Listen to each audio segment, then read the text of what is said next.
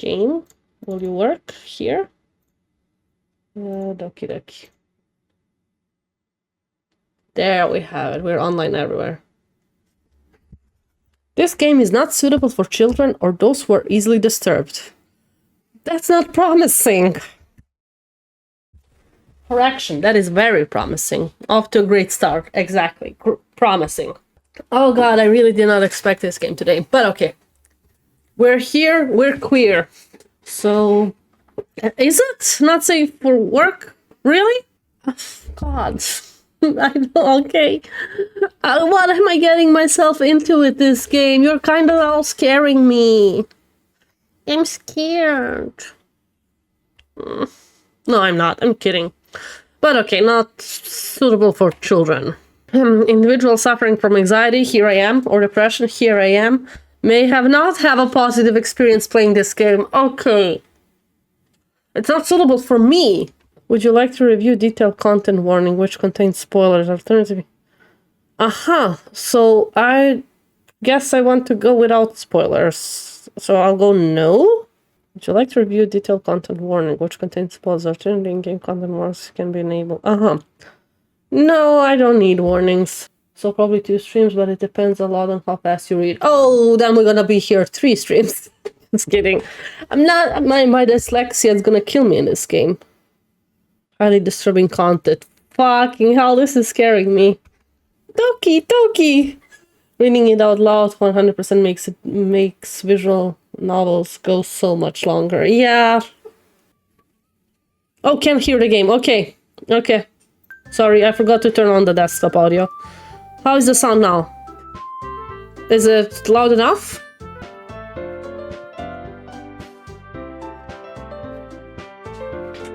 The sudden dancing. That happens more often than I would like to admit, that I forget to turn on the audio game.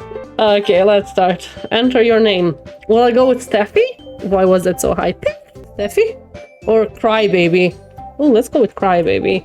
I think that might be fun. If they're using my name, that might be funny. Oh god. I'm already scared of the game. Hey! I see an annoying girl running toward me from the distance, waving her arms in the air like she's totally oblivious to any attention she might draw to herself. That girl is Sayori, my neighbor and good friend since we were children.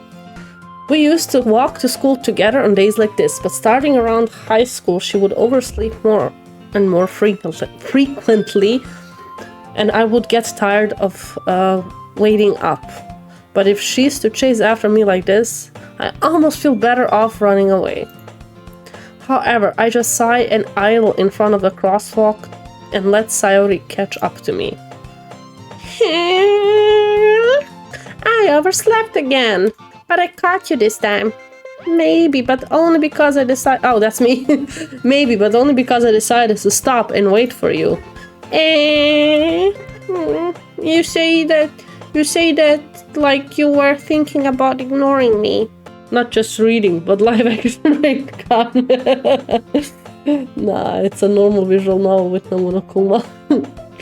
That's mean, Crybaby. Not the finger touching. I love that I chose the name Crybaby here. That's mean, Crybaby. Well, if people stare at you for acting weird and I don't want them to think we're a couple or something, so I'm a tsundere, I guess. Fine. But you did wait for me after all. I guess you don't have it in you to be mean even if you want to. Whatever you say, Sayori. We cross the street together and make our way to school. As we draw near, the streets become increasingly speckled with other students making their daily commute. By the way, Crybaby, have you decided on a club to join yet? A club?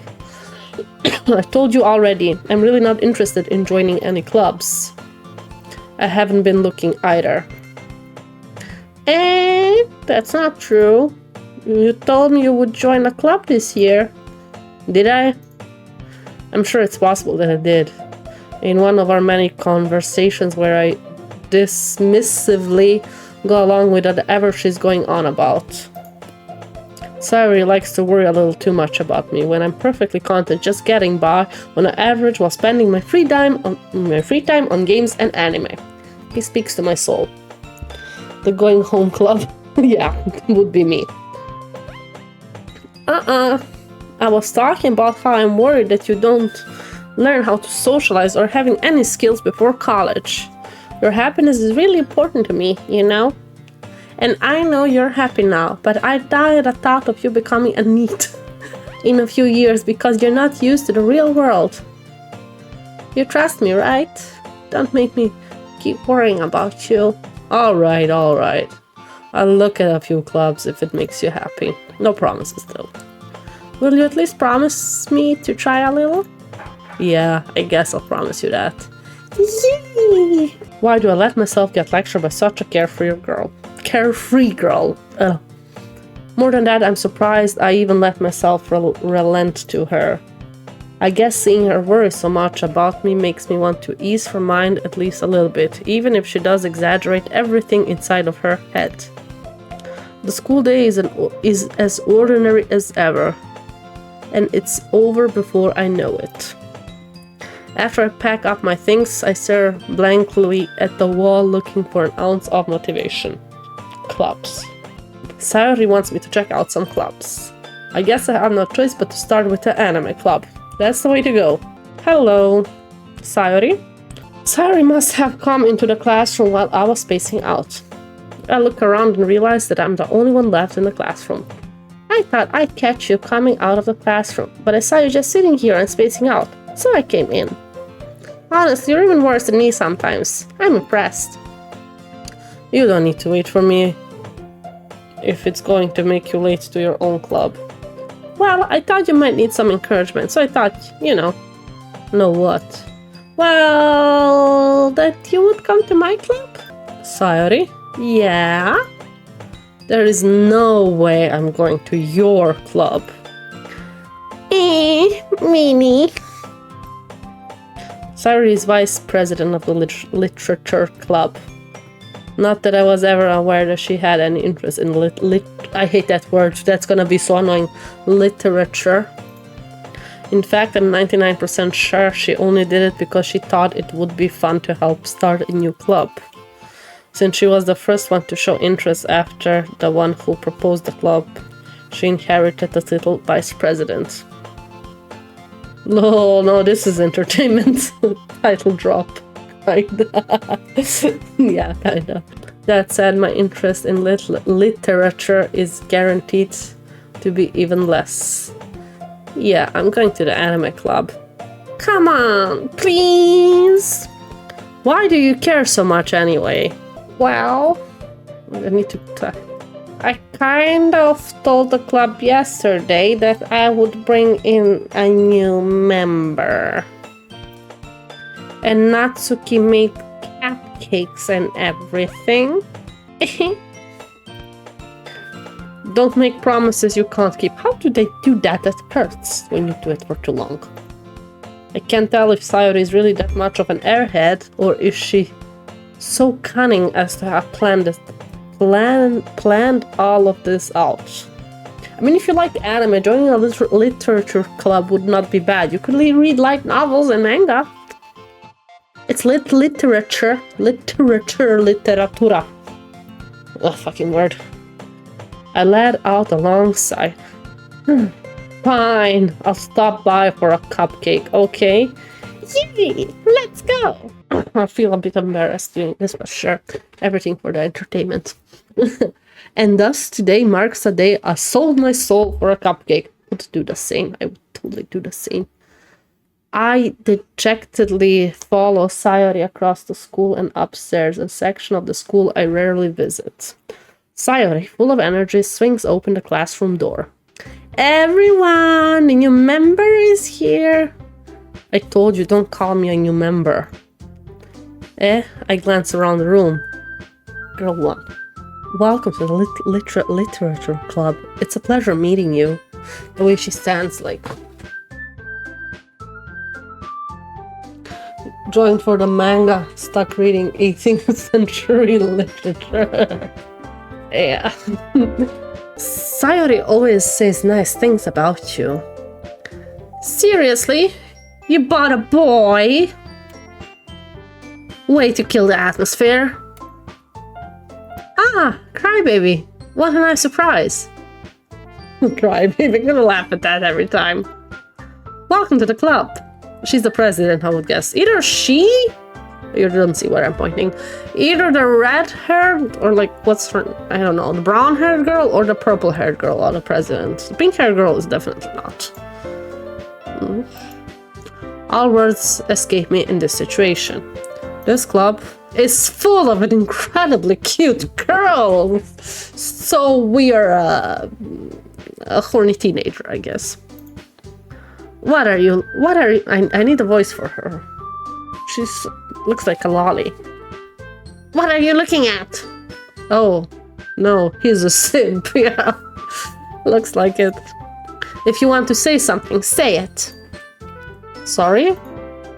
Natsuki? Natsuki?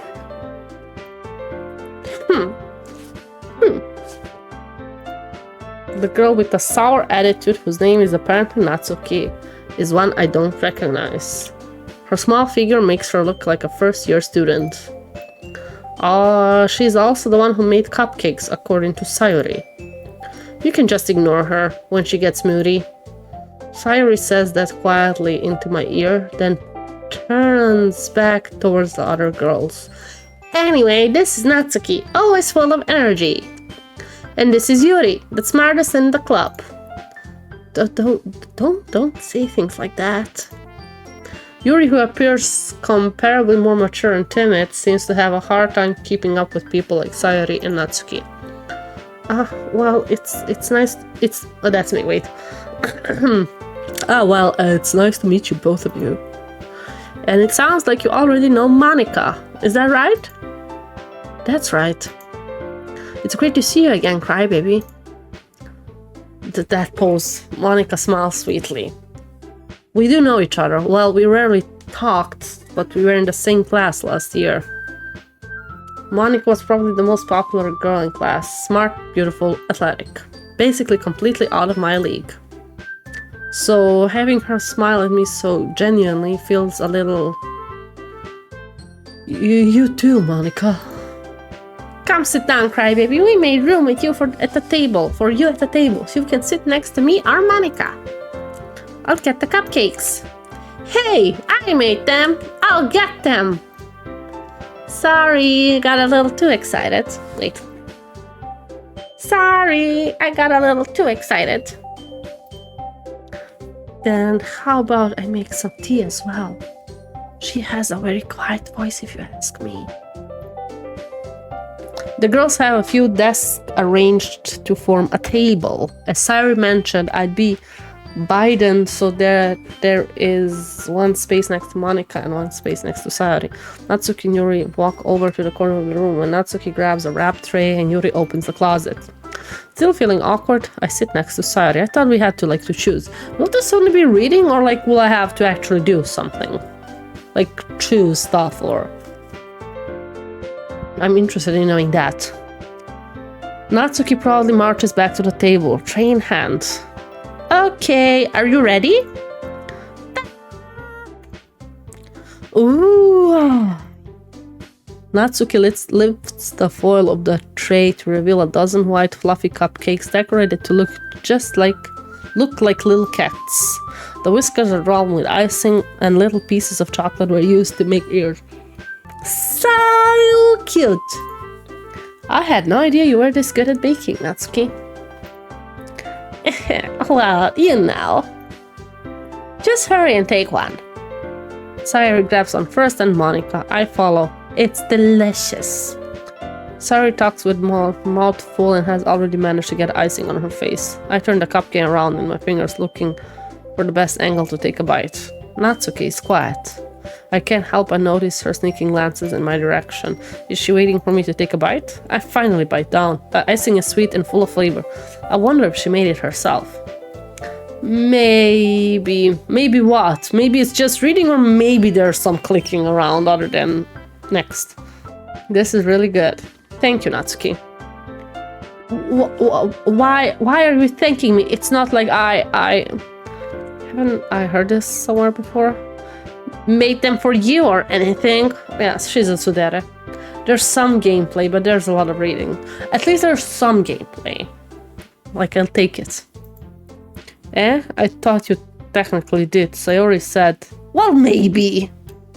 But not for you, you know, you dummy. Baka. Alright. I gave up on Natsuki weird logic and dismissed the conversation. Yuri returns to the table carrying a tea set. She carefully places a teacup in front of each of us before setting down the teapot next to the cupcake tray. You keep a whole tea set in this classroom. Don't worry, the teacher gave us permission. After all, doesn't a hot cup of tea help you enjoy a good book? I guess. Don't let yourself get intimidated. Yuri's just trying to impress you. That's not... Insulted, Yuri looks away. I mean that, you know... I'm sleepy. I believe in you. Well, tea and reading might not be a pastime for me, but I at least enjoy tea. I'm glad. Yuri faintly smiles to herself in relief. Monika raises an eyebrow and smiles at me. So what made you consider the literature club? Nothing. I was afraid of this question. Something tells me I shouldn't tell Monika that I was practically dragged here by Sayori. Well, I haven't joined any clubs yet, and Sayori seemed really happy here, so... That's okay, don't be embarrassed. We'll make sure you feel right at home, okay? As president of the literature club, it's my duty to make the club fun and exciting for everyone. Monika, I'm surprised. How come you decided to start your own club? You could probably be a board member of any of the major clubs. Weren't you a leader of the debate club last year? So that club, the literature club, is relatively new. Fun. Well, you know. To be honest, I can't stand all the politics around major clubs. I feel like nothing but arguing over the budget and publicity and how to prepare for events. I'd much rather take something and personally enjoy and make something special out of it. I think in like a regular anime, she would be the main love interest that we originally love, but we're gonna end up with somebody else in the meantime. Like that she would be like the losing heroine. But I'm not 100% sure. It could go either way. But yeah. And if it encourages others to get into literature, then I'm fulfilling that dream. I see. Let's find out. Yeah, let's find out. I have no idea. Monika really is a great leader. Yuri also nods in agreement.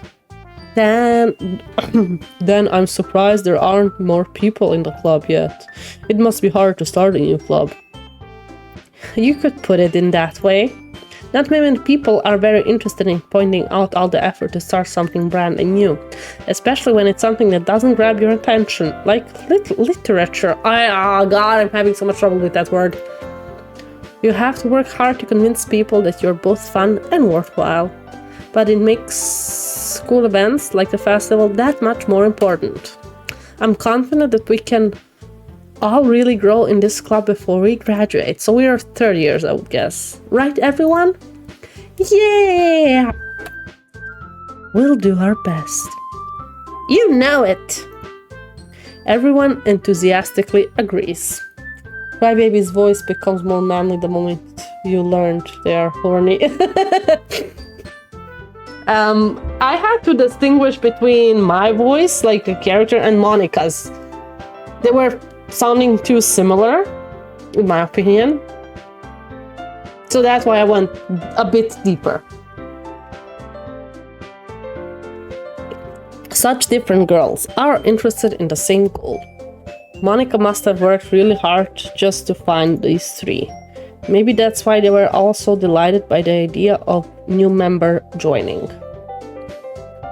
Though I still don't really know if I can keep up with their level of enthusiasm about literature.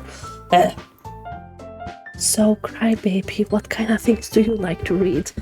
Manga, light novels, web novels? Considering how little I read this past years, I don't really have a good way of answering that. Manga? I mutter quietly to myself, half joking. Natsuki's head suddenly perks up. It looks like she wants to say something, but she keeps quiet. Not much of a reader, I guess. Well, that can change. Okay. Okay, what? All okay, Reed? Reed blower? What am I saying? I spoke without thinking after seeing Yuri's sad smile. Anyway, what about you, Yuri? Well, let's see. Yuri traces the rim of her teacup with her finger. My favorites are usually novels that build deep and complex fantasy worlds. The level of creativity and craftsmanship behind them is amazing to me. And telling a good story in such foreign world is equally impressive. Yuri goes on, clearly passionate about her reading.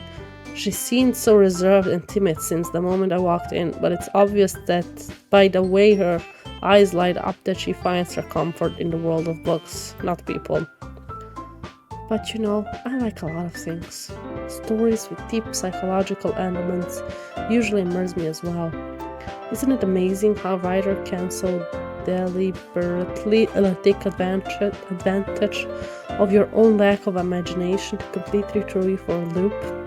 Anyway, I've been reading a lot of horror lately. I read a horror book once. I desperately grasp something I can relate at the minimum level. At this rate, Yuri might as well be having conversations with a rock. Really? I wouldn't have expected that, Yuri. Or someone as gentle as you. I guess you could say that. But if a story makes me think or takes me to another world, then I really can't put it down. Surreal horror is often very successful at changing the way you look at the world, if only for a brief moment. I hate horror. I'm also not a fan of horror that much. Oh, why is that? Well, Natsuki darted over to me for a split second. Never mind. That's right, you usually like to write about cute things, don't you, Natsuki?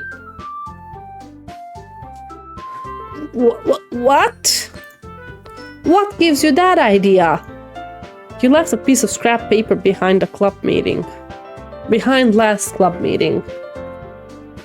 It looked like you were working on a poem called...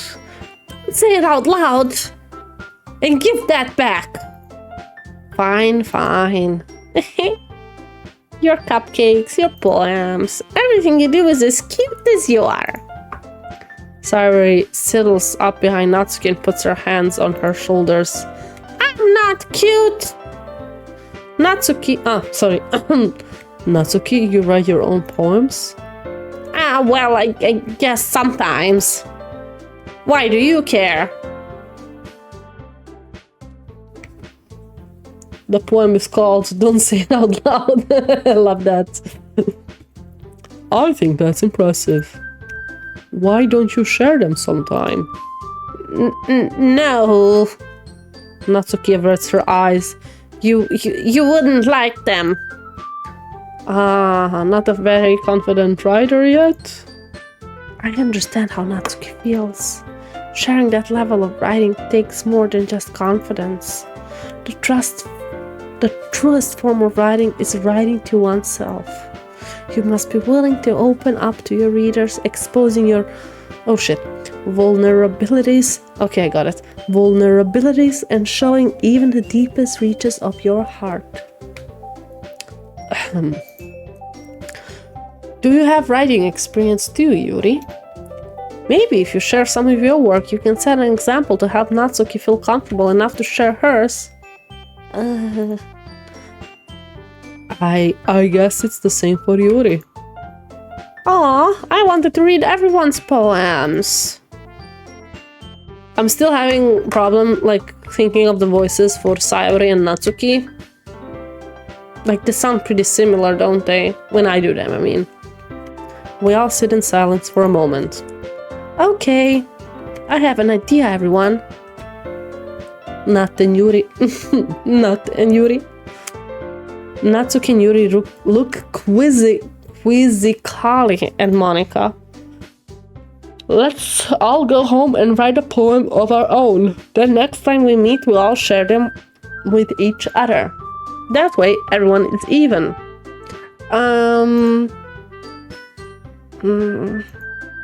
Yay! Let's do it! Plus, now that we have a new member, I think it will help us all get a little comfortable with each other and straighten the bond of the club. Isn't that right, crybaby? I'm still laughing at my own name.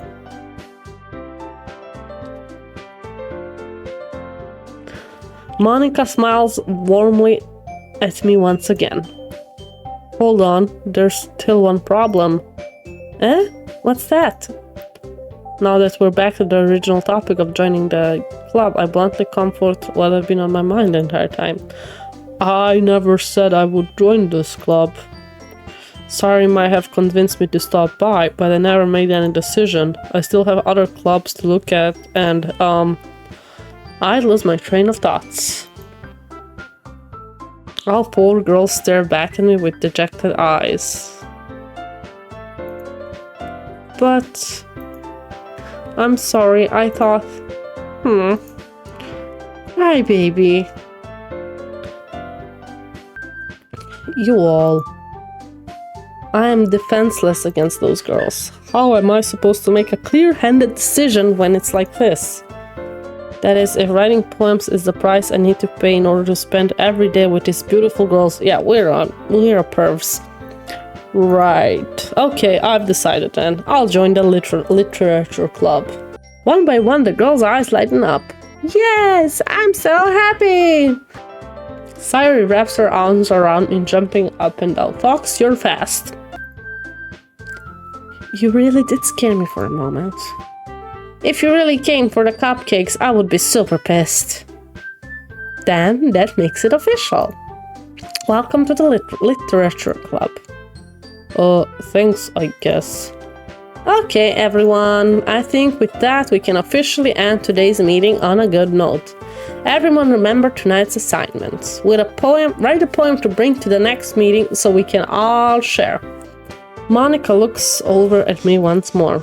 Crybaby, I look forward to seeing how you express yourself. Yeah, I can really impress the class star Monika with my mediocre writing skills. I already feel the anxiety welling up inside me. Meanwhile, the world continue chit-chat as Yuri and Natsuki clean up their food. Hey, Crybaby, since we're already here, do you want to walk home together? That's right. Sayori and I never walk home together anymore because she always stays after school for clubs. Sure, might as well. Yay! With that, the two of us depart the club room to make our way home. The whole way, my mind wanders back and forth between the four girls. Sayori, Natsuki, Yuri, and of course, Monika. Will I really be happy spending every day after school in a literature club? Perhaps I'll have the chance to grow closer to one of these girls. Perhaps. Alright, I'll just need to make the most of my circumstances, and I'm sure good fortune will find me. And I guess that starts with writing a poem tonight. You can choose the words you think your favorite club member would like. I don't have a favorite club member though. I think that Crybaby would like Monika the most. That's at least my impression so far. He keeps drooling over her the most, complimenting her the most in his monologue. So, what would Monika like? I don't know what Monika would like. Maybe misery. Oh, the misery. Let's go. How many can I choose? Oh, shit. Can I go back? Okay.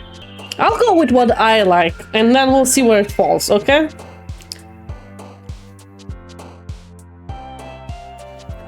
Can I click on them? No. Why is Monica not here? Melody, universe, broken climax, and let's go with blanket. Unending, forgiving, unstable, fluffy, fierce, secretive, uncontrollable breath. I think she's a bit secretive.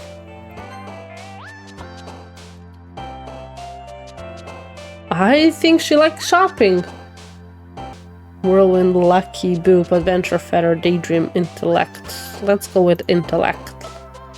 Cage, love, jump, bubbles, heaven sent, marshmallow, vivid. Let's go with heaven sent. Disaster, death, comfort, precious, together, sing, clumsy, passion, holiday, calm, lollipop, parfait, incapable, graveyard, milk, marriage, misfortune. Let's go with marriage. Desire, whisper, popping, amazing, fickle, jumpy, ribbon, anxiety, melancholy, dream. Skipping, warm, sweet, bed, existence. Time, fireflies. I love fireflies. Whistle, sugar, vibrant, mouse, heartbeat, unrequired, fantasy, unrequired. After image, hoop, kawaii, pure, summer, lazy, nibble, sunset, sticky, raindrops, sunset. Happiness, romance, heart, despise, special, vanilla, scars, anime, Valentine, Valentine. Music, bliss, pleasure, horror, vivacious, excitement, journey, family, color, major. Peace, pink, destiny, tears, candy, headphones, flea, memories, sensation, dark memories. Insight, vacation, lost, determination, childhood, ocean, captive, rose, grief, prayer, ocean. Shiny, eternity, sparkle, analysis, swimsuit, vertigo, joy, frightening, inferno, entropy, sparkle. Papa, oh Papa, oh Papa. Papa, tragedy, cheeks, essence, disown. Some weird ass choices. Electricity, flower, kiss, hurts, sunny. Landscape, strawberry, kitty, cheer, chocolate, defeat, question, depression. Alone. Vitality, unrestraining, fireworks, bouncy, dazzle, agonizing, awesome, laugh, pain, hopeless, dazzle. Okay, can we see what we wrote? Hi again, crybaby. Glad to see you didn't run off on us. No, don't worry. This might be a little strange for me, but at least I keep my word. Well, I'm back at the literature club. I was the last to come in, so everybody else is already hanging out. Thanks for keeping your promise, crybaby. I hope this isn't too overwhelming of a commitment to you. For you. Making you dive headfirst into literature when you're not accustomed to it. I did read that right, okay. Oh, come on, like he deserves any slack. Sayuri told me you didn't even want to join any clubs this year.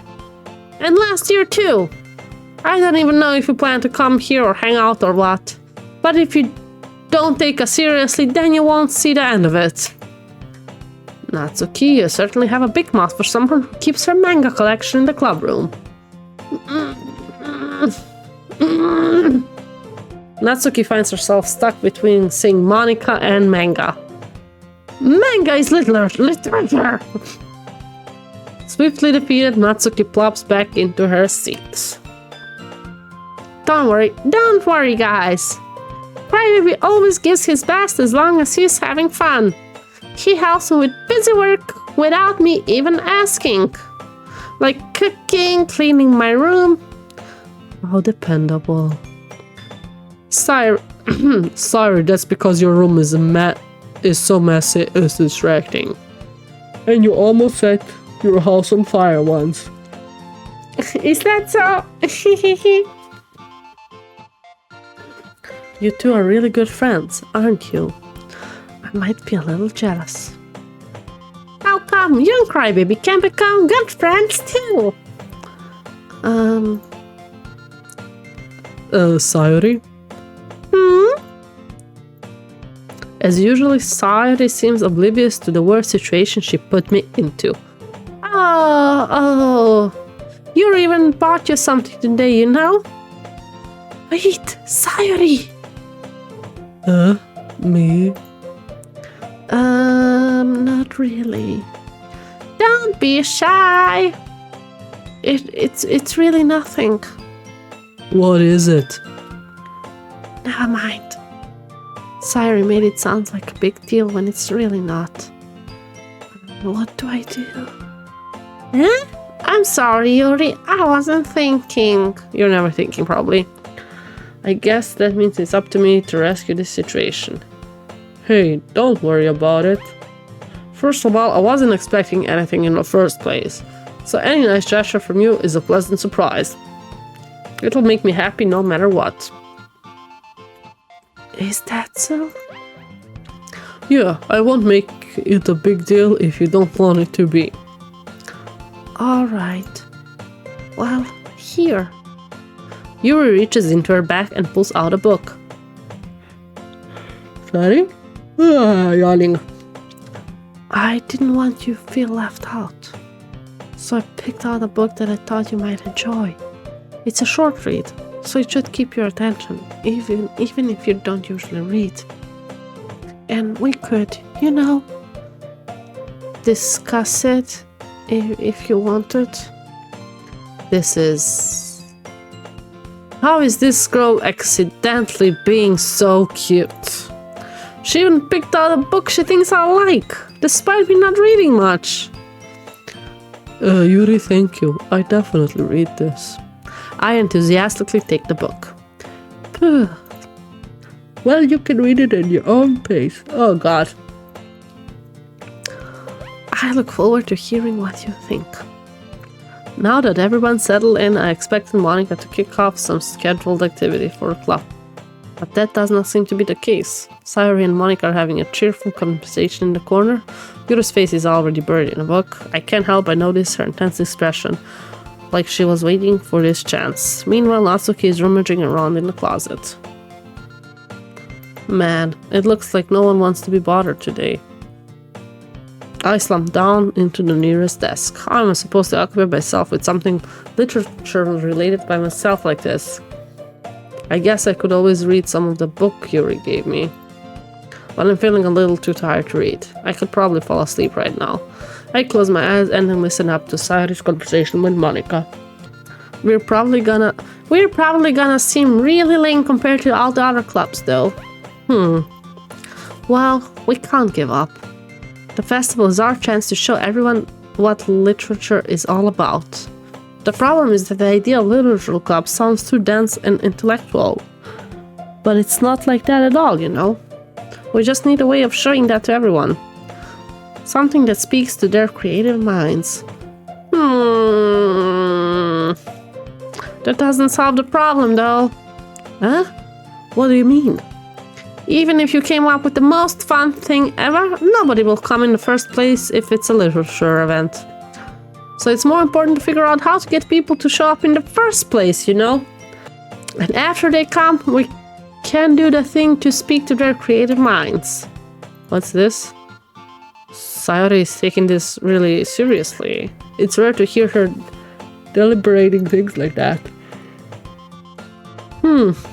That's a good point. In that case, do you think food will do the trick? What kind? Well, I guess we could... Cupcakes! Good thinking. Natsuki would love to do that. Ask Natsuki. You're right. Natsuki makes the best cupcakes. That works out perfectly. That wasn't why you suggested it? Cupcakes speak to my creative tummy. Cupcakes it is then. I'm hungry. Anyway, we still need to work out the detail of the event itself. I find myself smiling. In the end, Sayori is still her usual self. But therein lies the unexpected reason I admire her. Unlike me, who has trouble finding any motivation at all, Sayori can put her mind to things and make them come to life. I suppose that's why I end up letting him get on my case about things. I can't help but wonder what it would be like to see the world through her eyes. I guess that's what it is. I opened my eyes to find Sayori's face filling my vision. Yo, you're close, girl. I nearly fell out my chair. Sorry. Wait. Actually, I'm not sorry at all. It's your fault for sleeping like that. This isn't a napping club. Does our school have a napping club? Love to review another delusions flashback here. You're staying up late again, aren't you? Now that you're in the club, you're gonna have less time for anime, you know? You'll need to get used to it. Don't say that so loud. I glance over my shoulder to see if Monica overheard. Sorry, I'm so tired. It's true, though. Yeah, I know. You're always looking out for me, Sayori. It's what I do best. And that's a problem. What about you? You look out for me better than you look out for yourself. You're still oversleeping every day, aren't you? Not every day. That's not very convincing. How many days in this past week have you gotten up on time? It's a secret. I knew it. Come on. At least give me the benefit of the doubt. I can't even do that. Look, Sayori, it's written all over you. Sayori glances around at herself. How is it written all over me? You were clearly in the rush this morning. Look, your hair is sticking all around here. Huh? I run my fingertip down the side of Sayori's hair, trying to straighten it out. Man, you really need a brush for this. My hair is really hard to get right. I won't fall for that. There's more than just your hair. Look, your bow isn't straight either. And there's a toothpaste stain on the collar right here. I tried to wipe off the stain with my finger. But nobody would even notice that. Of course they would. Nobody's gonna tell you about it because they don't want to embarrass you. Fortunately, I don't care about that. You meanie. Seriously, Sayori. Why do you think you don't have a boyfriend yet? That's super mean. Sorry, but you'll thank me later. I start to button the blazer from my bottom. Once you see how much better it looks, you'll change your mind. Oh, that angle. That angle. Here we go. This is... this is so funny. What is? Well, I was just thinking how weird it is to have a friend who does this kind of things. Anime camera, yeah. Huh? Don't say that. You'll make me feel weird about it, stupid. Baka. It's okay though. I'm happy we're like this. Aren't you? I guess. Hey, be careful. The button might come off. Why is this one so close, so hard to close? I struggle to fully close the button near the chest. Does this thing even fit you properly? It did when I bought it. Oh. If you ever buttoned it, you would have noticed sooner that it doesn't fit you anymore. What are you smiling about? It means my boobs got bigger again. Sorry. That was so funny though. Don't say that out loud. Anyway, you look much better now, so... Why does it feel strange to see Sayori's blazer button up like that?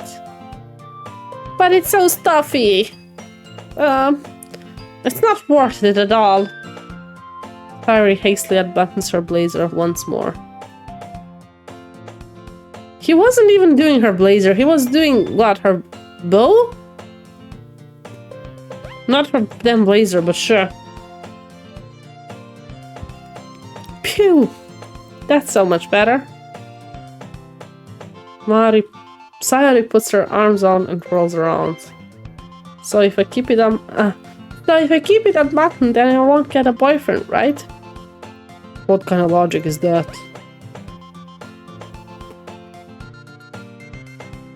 And why are you saying that like it's a good thing? Because if I had a boyfriend, then we wouldn't even let you do things like this. And you take care of me better than anybody else would, anyway. So that's why I'm keeping it unbuttoned. Stop saying all these embarrassing things. I didn't say anything embarrassing. Jeez. Well, anyway, just focus on things to wake up a little. Just focus on trying to wake up a little earlier. Only if you focus on going to bed earlier. Fine, fine. It's a deal. I guess we really are better at taking care of each other than we are at taking care of ourselves. Yeah, I guess so, huh? So maybe you should come wake me up in the morning. You're doing it again, Sayori. But I was joking that time.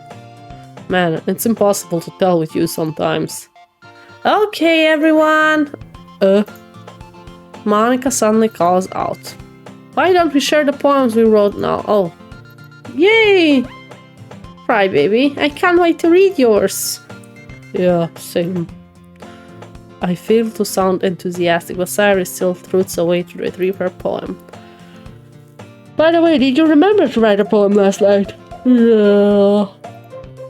My relaxation ends. I can't believe I agreed to do something so embarrassing. I couldn't really find much inspiration since I've never really done this before.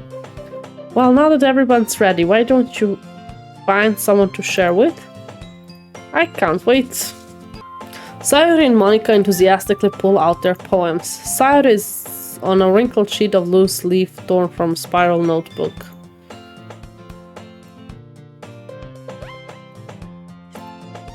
On the other hand, Monika wrote hers in a composition notebook.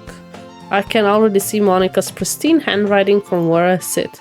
Natsuki and Yuri reluctantly comply as well, reaching into their bags.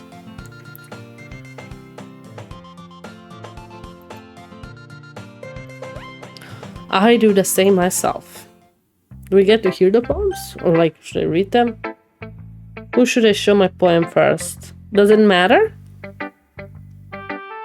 Do I show it to everybody either way? I wonder if it matters. If not, I'll just go one by one, I guess. Yeah, most comfortable to share with Sayori, that's what I thought. Who knows? Let's find out. Okay. Oh, you guys are so vague. She's my good friend after all. Oh my goodness. This is so good, Crybaby. Huh? I love it. I had no idea you were such a good writer. Sayori, you must be seriously overreacting. I'm not a good writer at all. I honestly have no idea what I'm doing. Well, maybe that's why. Because I have no idea what I like either. That was funny. Jeez. I'm sure Yuri's opinion has to be a little more constructive than this. Maybe even Natsuki's. Are you sure you don't like it just because I wrote it? Well, I'm sure that's part of it. I think I understand you better than a lot of people, you know. So when I read your poem, it's not just a poem. It's a crybaby poem. And that makes me feel extra special. Like I can feel your feelings in it. Sayori hugs the sheet against her chest. You're so weird, Sayori. I'm really happy that you wrote one. It just reminds me of how you're really part of the club. Oh, I forgot the voices. Not to mention the fact that I'm standing in front of you in the club room. Well, of course. Well, of course. I'm not really into it yet, but that doesn't mean I'll break my promise. See? It's not like I said before, Crybaby. Deep down, you're not selfish at all, you know? Who said I'm selfish? Trying new things like this for other people, that's something that only really good people do. Thanks, Sayori. I'm not sure if Sayori sees the full picture of my motive here. Then again, I can't deny that she's part of the reason I joined. Knowing how much this means to her and all. Yeah. And I'm gonna make sure you have... and I'm gonna make sure you have lots of fun here, okay? That will be my way of thanking you. Alright. I'm going to hold you on to that then. Yay! Now you read my poem too, right? Don't worry, I'm really bad at this. We'll see about that. Dear sunshine, the way you glow through my blinds in the morning, it makes me feel like you missed me, kissing my forehead to help me out of bed, making me rub the sleep from my eyes. Are you asking me to come out and play? Are you trusting me to wish away a rainy day? I look above, the sky is blue, it's a secret, but I trust you too. If it wasn't for you, I could sleep forever, but I'm not mad. I want breakfast. The ending. I want breakfast. Okay, I guess. Wait, again. Okay, it's a sweet one. Just funny then. Sayori? This is just a guess, but... Did you wait until this morning to write this? No. Just a little bit. You can't answer just a little bit to a yes or no question. I forgot to do it last night. Well, at least that makes me feel a little bit better about myself. Don't be mean.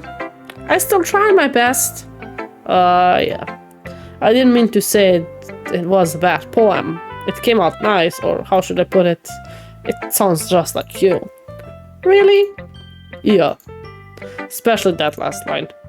I made eggs and toast. 10 out of 10 ending, I agree. I want breakfast. I made eggs and toast. Even though you were late to school. It's bad to skip breakfast.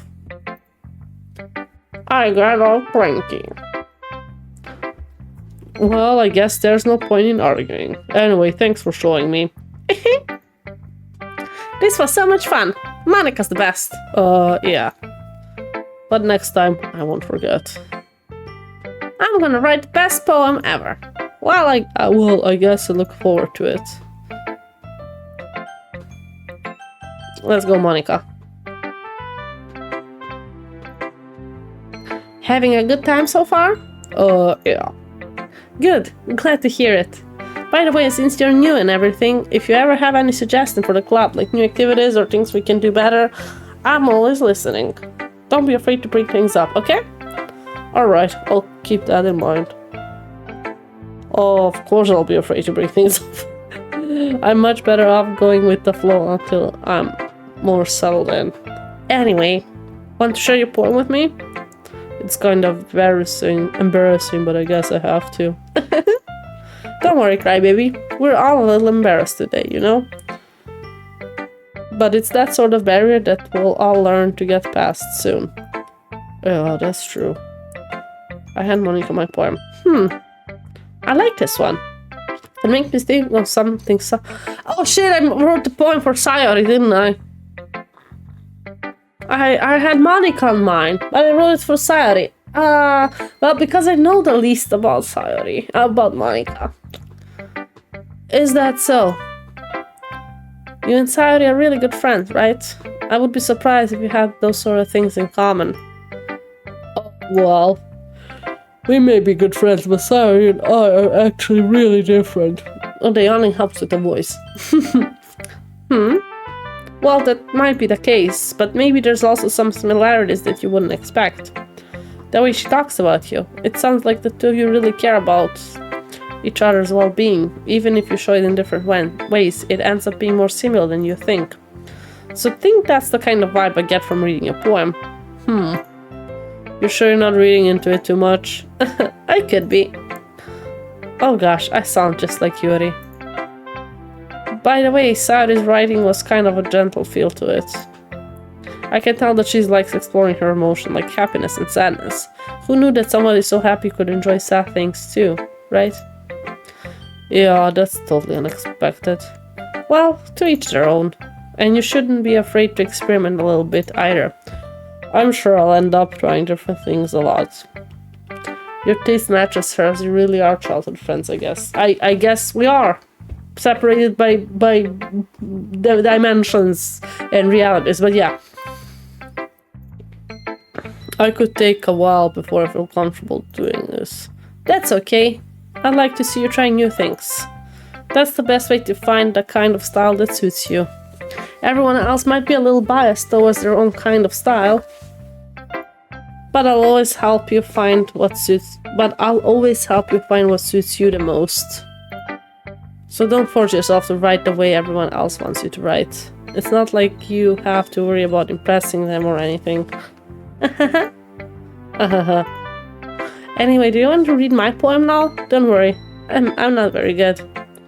You sound pretty confident for somebody who claims to not be very good. Well, that's because I have a sound confident. That doesn't mean I always feel that way, you know? I see. Well, let's read it then. Hole in wall.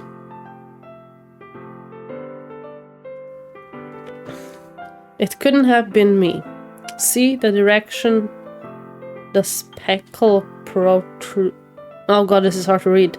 See the direction the speckle protrudes. A noisy neighbor, an angry boyfriend. I'll never know. I wasn't home. I peer inside for a clue. That looks like a D.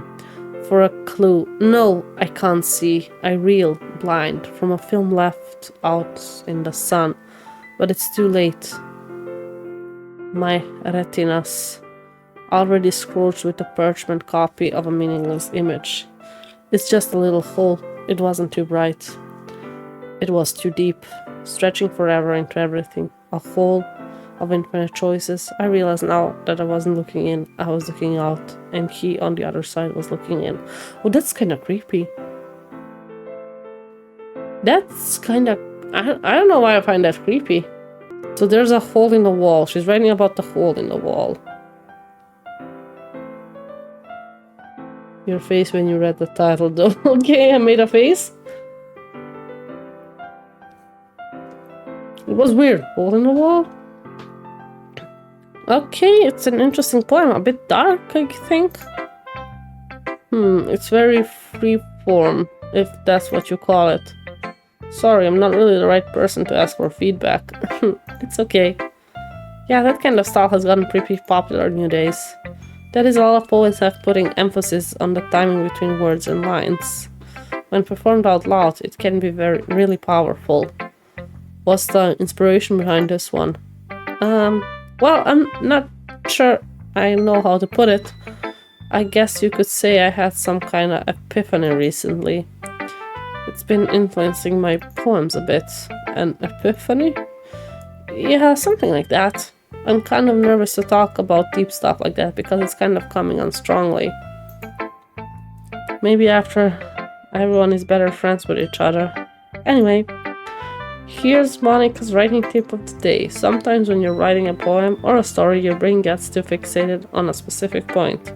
If you try so hard to make it perfect, then you'll never make any progress. Just force yourself to get something done on a paper and tidy up later. Anyway, another way to think about it is this. If you keep your pen at the same spot for too long, you'll just get a big dark puddle of ink. That's kind of inspirational, I would guess. I'll just go blow my nose for it real quick. So just move your hand and go with the flow. That's my advice for today. Thanks for listening. Thanks for sharing. Let's go, Yuri.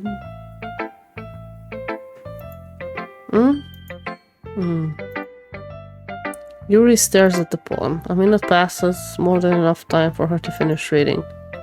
Oh. Sorry. I forgot to start speaking. It's fine, don't force yourself. I'm not. I just need to put my thoughts into words. Hold on. Okay. This is your first time writing a poem, right? Yeah. Why do you ask? I'm just making sure. I guess that it might be after reading through it. Ah, So it's that bad? No! Did I just raise my voice? I'm so sorry. Yuri buries her face in her hands. No, she's not, but sure. I couldn't help but notice that it's been several minutes and we really haven't gotten anywhere. It might take Yuri a while to get used to new people. It's fine, I really didn't notice. What were you saying? Right, just that there are specific writing habits that are usually typical of new writers. And having been through that myself, I kinda learned to pick up on them. I think the most noticeable thing I recognize in new writers is that they try to make their style very deliberate. In other words, they tend to pick a writing style separate from the topic matter, and they form fit the two together. The end result is that both the style and the expressiveness are weakened. Once Yuri finds her train of thoughts, it's as if her demeanor totally changes.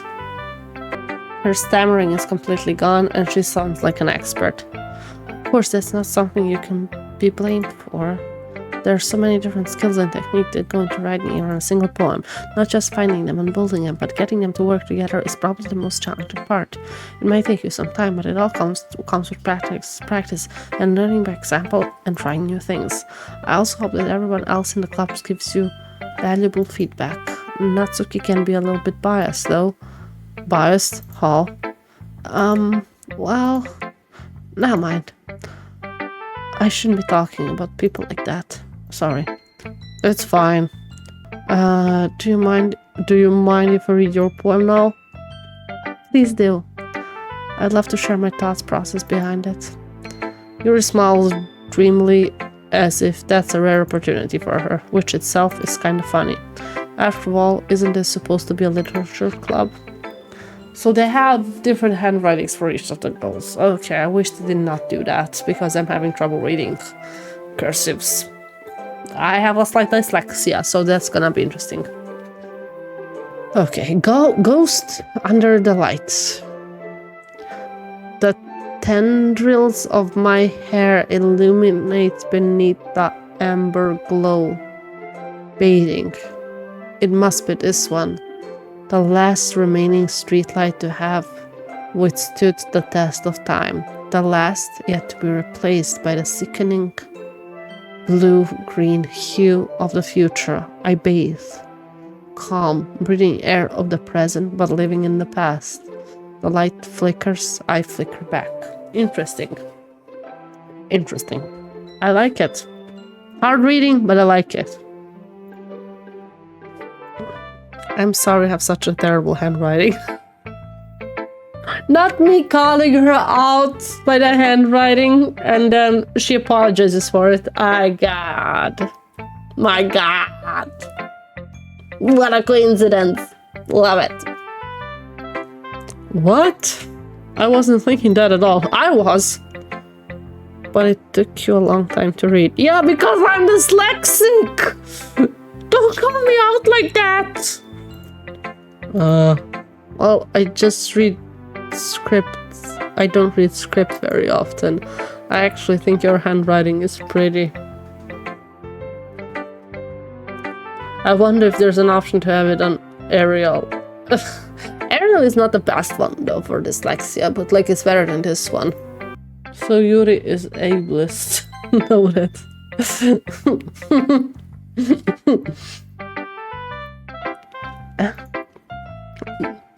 That's a relief. Also, I like the poem, even though it's short. It wasn't too short. I usually write longer poems. Not at all. I'm really glad you like it. I'll be honest, since it's our first time sharing, I wanted to write something a little more mild. Something easy to digest, I suppose. Are you into ghosts, Yuri? Actually, the story isn't about a ghost at all, crybaby. Really? I must have totally missed the point. Well, I suppose you did only glance over it after all. No, I didn't. I really tried. And I know it's not about a ghost. But remember that poets often express their own thoughts, feelings, and experience in their work. They usually do more than tell a simple story or paint a picture. In this case, perhaps the subject of the poem is only being symbolically compared to a ghost, lingering in the last remaining place of comfort, unable to let go of the past. Can I just... I can just push the space button. That's easier than the mouse. And soon to be left with nothing. I haven't even thought of that. That's impressive. It's not, really. Well, it makes me happy that you think that.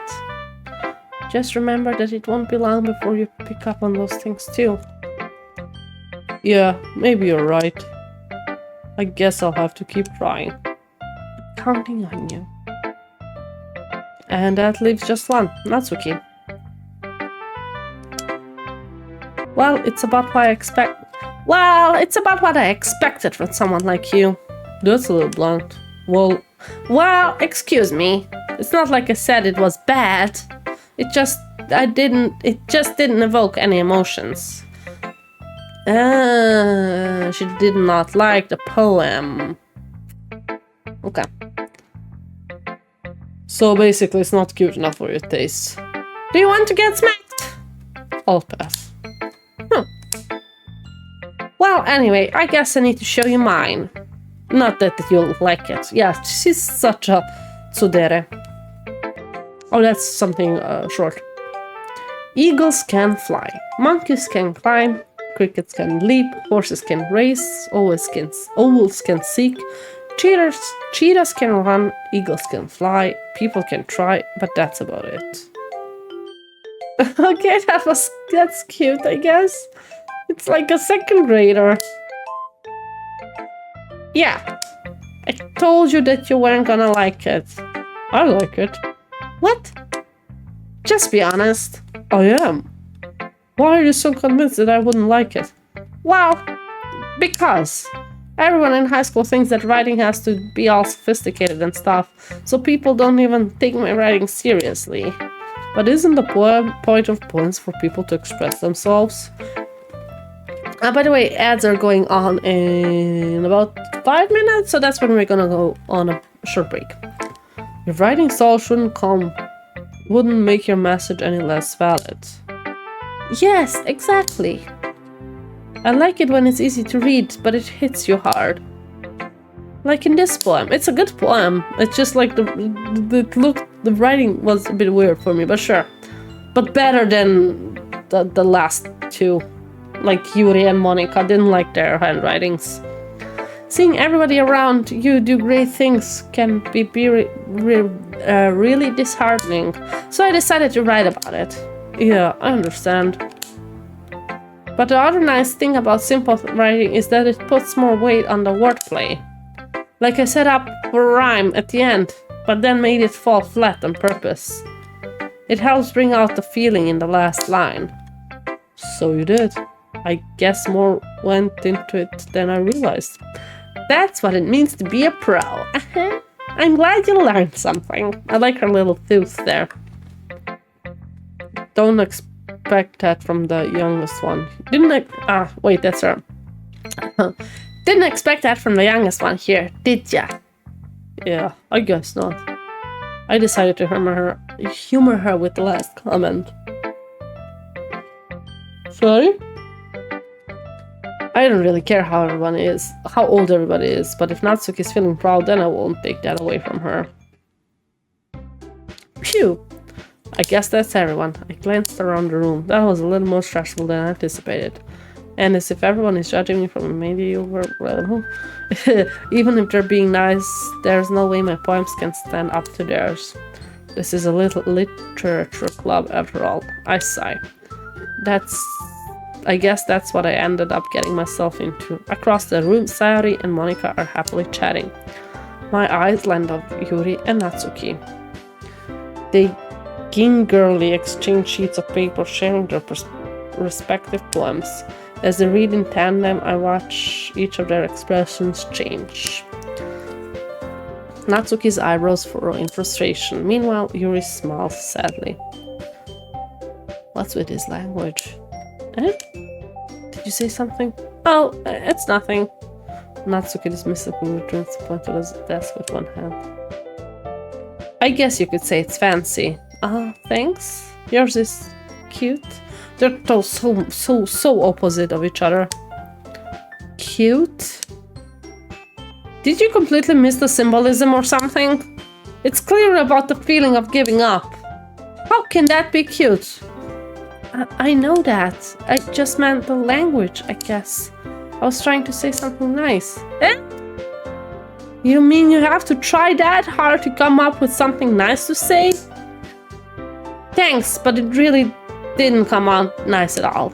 Well, I do have a couple of suggestions. If I was looking for a suggestion, I would have asked someone who actually liked it. Why would you ask somebody who did not like it? Which people did, by the way. Sayori liked it, and Crybaby did too. So based on that, I'll gladly give you some suggestions on my own. First of all, excuse me, I appreciate the offer, but I've spent a long time establishing my writing style. I don't expect it to change anytime soon, unless of course I come across something particularly inspiring, which I haven't yet. And Crybaby liked my poem too, you know. He even told me he was impressed by it. Natsuki suddenly stands up. Oh, I didn't realize you were so invested in trying to impress our new member, Yuri. That's not what I... You're just... Yuri stands up as well. Maybe you're just jealous that Crybaby appreciates my advice more than he appreciated yours. Huh? And how do you know he didn't appreciate my advice more? Are you that full of yourself? No.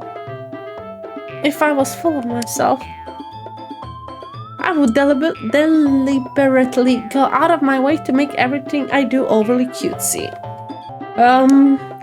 Is everyone okay? Well, you know what? I wasn't the one whose boobs magically grew a size bigger as soon as Crybaby started showing up.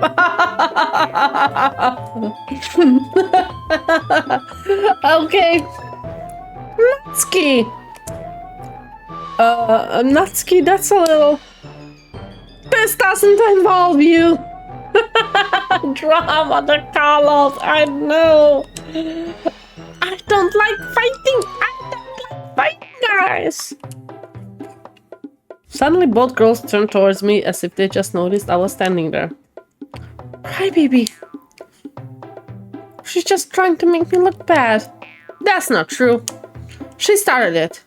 If she could get over herself and learn to appreciate that simple writing is more effective,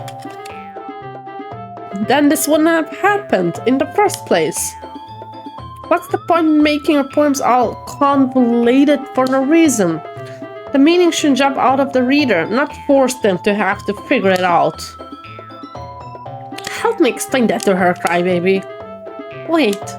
There's a reason we have so many deep and expressive words in our language. It's the only way to convey complex feelings and meaning the most effectively.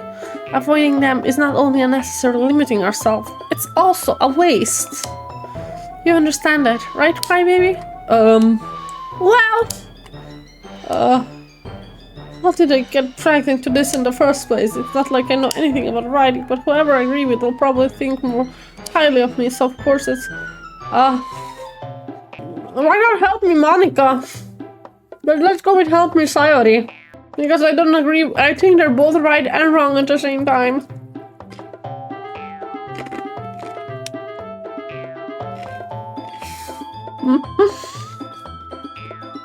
Wait. Natsuki glares at me, drawing up any words I had in my mouth. So instead, I turn to Yuri. Yuri? But Yuri's expression is so defenseless that I can't bring myself to say anything to her. Sayori! Yeah. Everyone's fighting is making Sayori uncomfortable. How can the two of you keep fighting when you know you're making your friend feel like this? Crybaby. Well, that's her problem. This isn't about her. I agree. It's unfair for others to interject their own feelings into our conflict. Yeah, unless Sayori wants to tell Yuri what a stuck-up jerk she's being. She would never. It's your maturity that made her upset in the first place. Okay, so we're back to catfighting. Excuse me? Are you listening to yourself? This is exactly why nobody likes... Stop! Natsuki? Yuri, you guys are my friends. I just want everyone to get along and be happy. My friends are wonderful people, and I love them because of their differences. Natsuki's poem, they're amazing because they give you so many feelings with just a few words. And Yuri's poem are amazing because they paint beautiful pictures in your head. Everyone's so talented, so why are you fighting? Because, well, also, Natsuki's cute and there's nothing wrong with that, and Yuri's boobs are the same as they always were.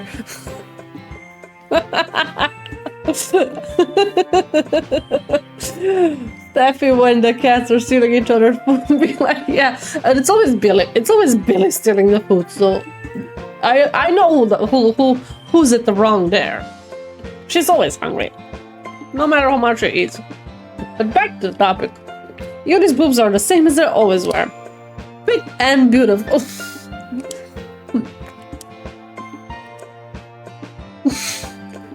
Sayori. Sayori stands triumphantly. Monica stands behind her with a bewildered expression. I'll make some tea. Yuri rushes off. Natsuki sits down with a blank expression on her face, staring at nothing. So this is why Sayori is vice president. I whisper to Monica. She nods in return. To be honest, I might come off as a good leader and I can organize things, but I'm not very good with people. I couldn't even bring myself to interject. As president, that's kind of embarrassing of me. Nah, it's not like I can blame you. I wasn't able to say anything either. Well, I guess that just means Sayori is amazing in her own way, isn't she? Yeah. You could say that. She might be an airhead, but sometimes it's weirdly suspicious that she knows exactly what she's doing. I see. Take good care of her, okay? I would hate to see her get herself hurt. That makes two of us. You can count on me. Monica smiles sweetly at me, causing my stomach to knot. Such a genuine person really does make a good president, regardless of what she says. If only I could get the chance to talk to her a little more. Well... Okay, everyone, it's just about time for us to leave. How did you all feel about sharing poems? It was a lot of fun. Well, I'd say it was worth it. It was alright. Well, mostly. Crybaby, how about you? Yeah, I'd say the same. It was a neat thing to talk about with everyone. Awesome! In that case, we'll do the same thing tomorrow. And maybe you learned something from your friends too. So your poems will turn out even better. I think to myself, I did learn more about the kinds of poems everyone likes. With any luck, that means I can at least do a better job impressing those I want to impress. I nod to myself enough. Crybaby, ready to walk home? Yeah. Sayori beams at me. It truly has been a while since Sayori and I have spent this much time together. I can't really say I'm not enjoying it either. Sayori, about what happened earlier. Eh? What do you mean? You know, between Yuri and Natsuki. Does that kind of thing happen often? No. That's truly the first time I've seen them fight like that. They fought because of me. I promise, they're both wonderful people. You don't hate them, do you? No, I don't hate them. I just wanted your opinion, that's all. I can see why they make good friends with you. Phew. You know, Crybaby, it's nice that I got to spend time with you in the club.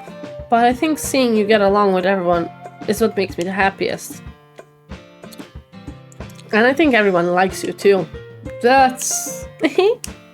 Every day is going to be so much fun. Sorry. It looks like Sayori still hasn't caught on the kind of situation I'm in. Sure, being friends with everyone is nice, but does it really need to stop there? Pervy. I got to the virus. I pat Sayori on the shoulder. I said it more to myself than to her, but it's easy to use Sayori as an internal monologue sometimes. Okay. Yeah. Let's do this. Oh, okay, another one. I'm doing really good. How are you, Agatha? How did you came across the stream? Just randomly on YouTube, or are you like a follower?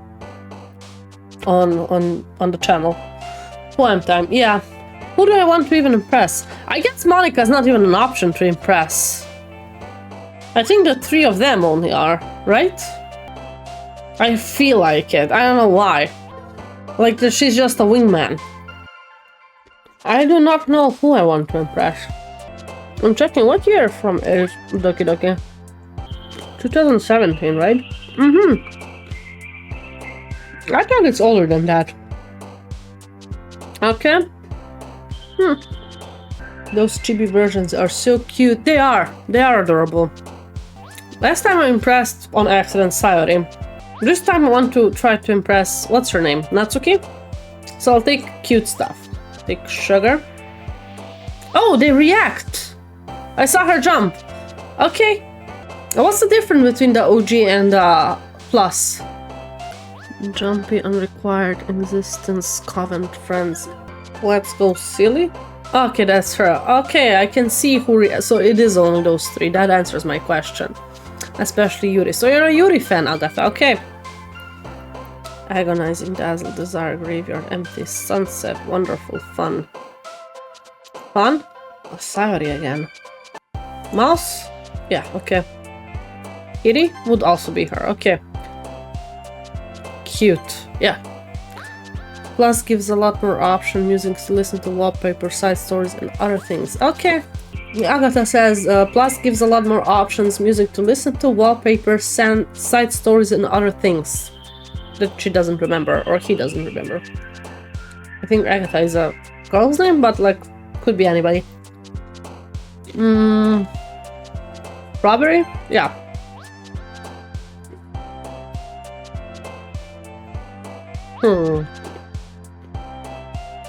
Massacre. That would be really wow. Okay.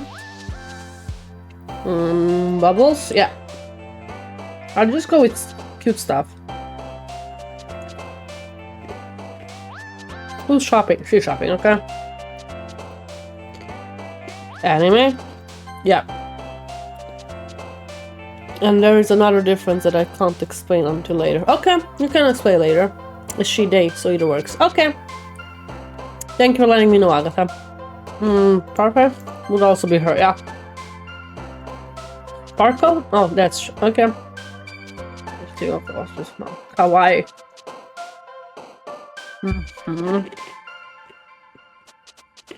Play? Okay. Charm?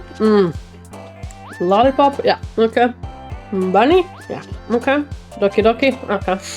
I love that there was Doki Doki. Pink. Got it. I think we got Natsuki this time. Another day passes, and it's time for the club meeting already. I've gotten a little more comfortable here over the past couple days. Entering a club room, the usual scene greets me. Hi, crybaby! Just get some water. I mean, Natsuki's taste is pretty easy to grasp since, like, he reacted to me talking about manga. And they keep mentioning that she likes cute stuff. But it's hard because I think her and Sayori's are very similar. While Yuri's is also, I think, easy because she goes for all the dark stuff, like ghost, sadness, depression. Looks like you're in a good mood today. I'm just still not used to you being in the club, that's all. I see. That's a pretty simple thing to get you in a good mood. But I guess it's always the simple things with you anyway. Speaking of which, I'm kinda hungry. Oh, you're always hungry. Will you come with me to buy a snack? No thanks. That's not like you at all. I have my reasons. Why don't you take a look at your purse, Sayori?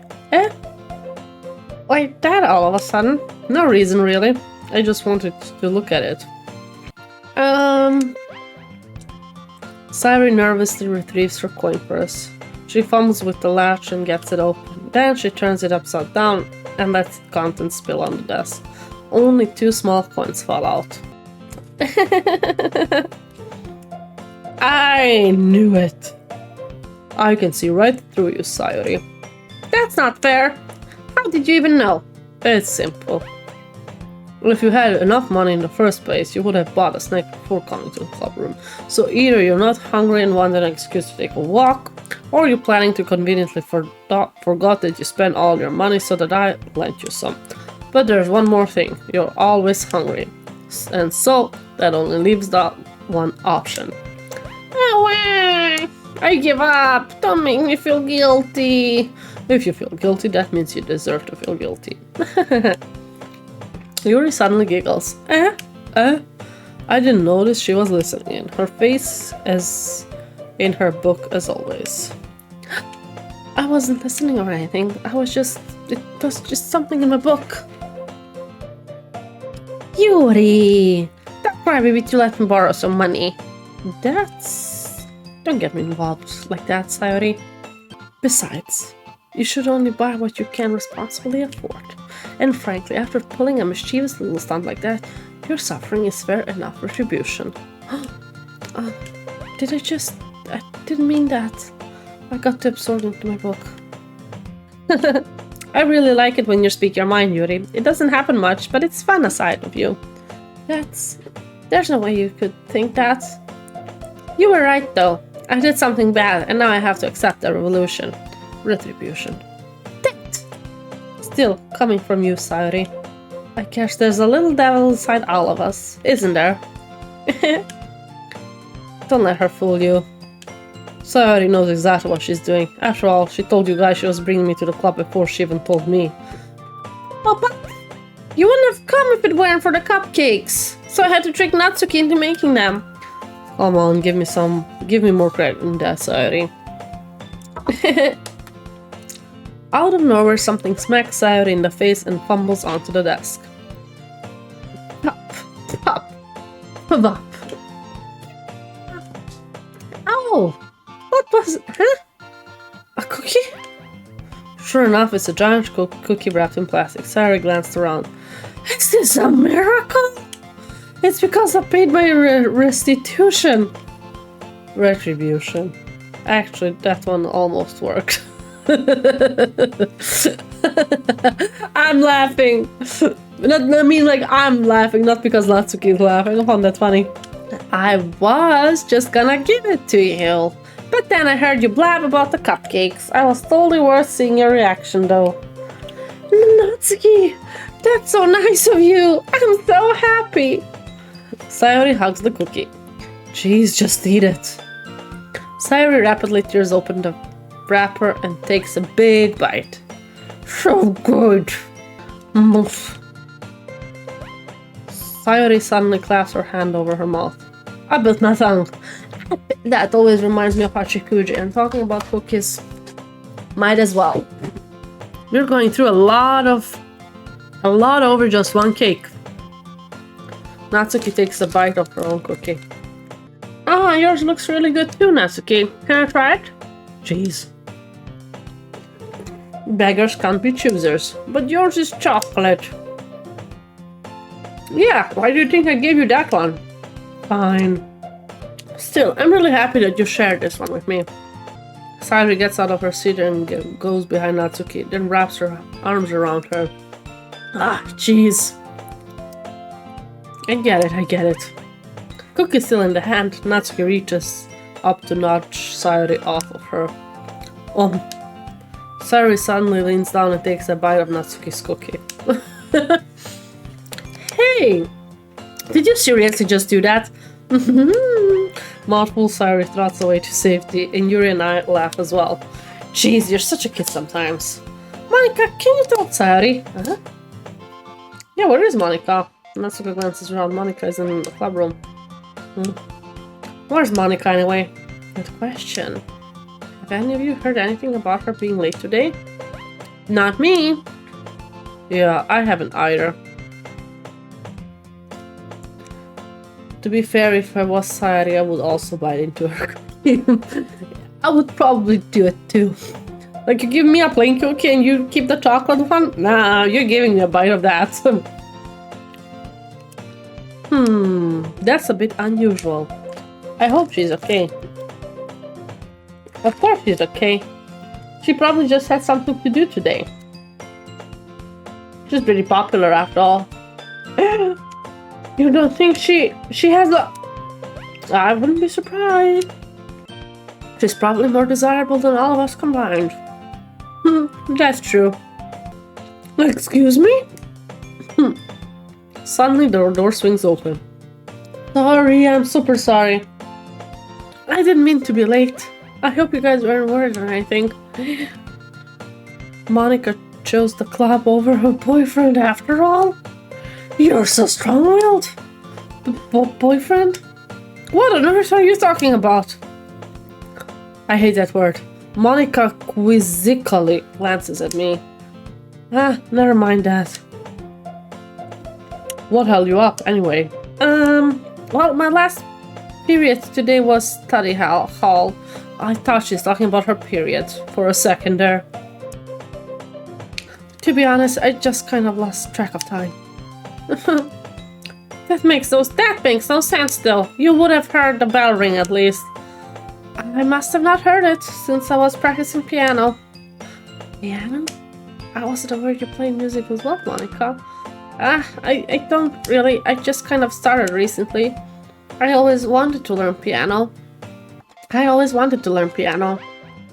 So cool! You should play something for us, Monica. Monica looks at me. Maybe once I get a little bit better, I will. Yay!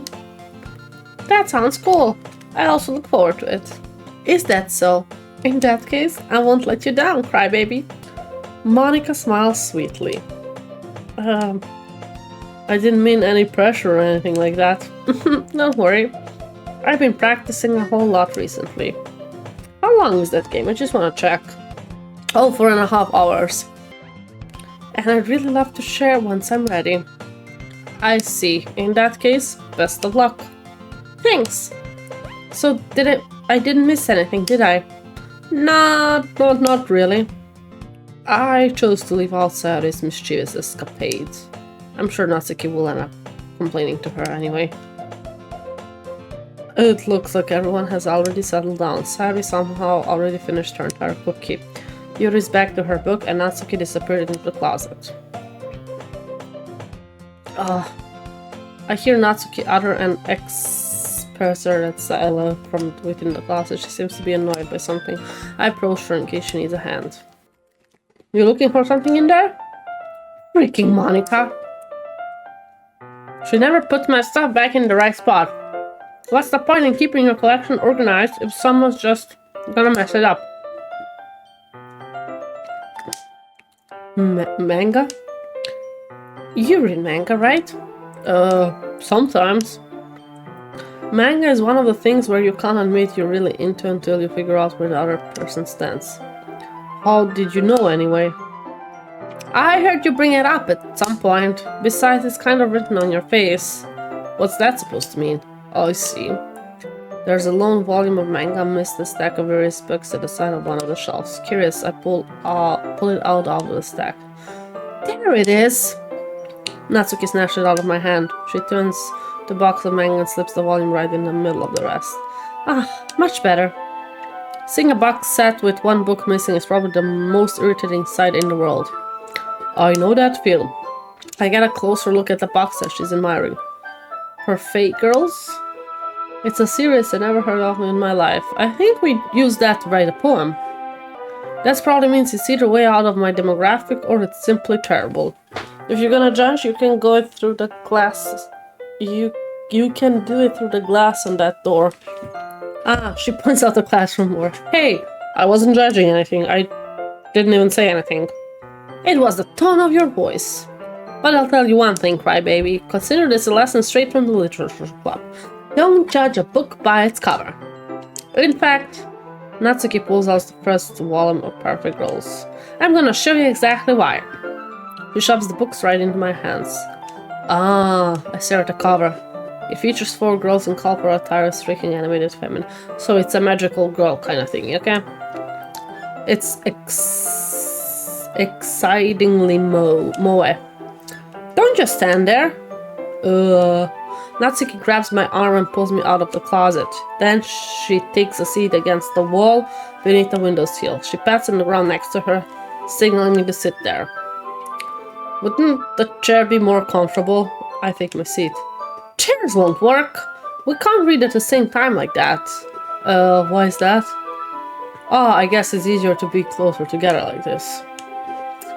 Don't just say that. You'll make me feel weird about it. Natsuki crosses her arm and scooches an inch away from me. Sorry. I didn't expect to sit this close to her either. Not that I can say it's a particularly bad thing. I opened the book. It's only a few seconds before Natsuki once again inches closer, reclaiming the additional space while she hopes I won't notice. I can feel her peering over my shoulders, much more eager to begin reading than I am. Wow, how long has it been since I read the beginning? You don't go back and flip through the older volumes every now and then? Not really. Maybe sometimes after I already finished the series. Hey, are you paying attention? I am, but nothing really happened yet, so I can talk at the same time. It looks like it's about a bunch of friends in high school, typically slice of life affair. I kinda grew out of these, since it's rare for the writing to be entertaining enough to make up for the lack of plot. So, what should I expect from this? Is there going to be plot? Well, obviously! You think I would enjoy something that didn't have plot? My eyes hurt from the light a bit. I mean, well, I guess I know what you're saying. A lot of the beginning is about simple things. Like, there's really funny chapter where they're obsessed with a guy. That's Natsuki reading. Sorry. Like, there's a really funny chapter where they're obsessed over a guy at an ice cream shop. But that just helps you get to know the character. We love the plot.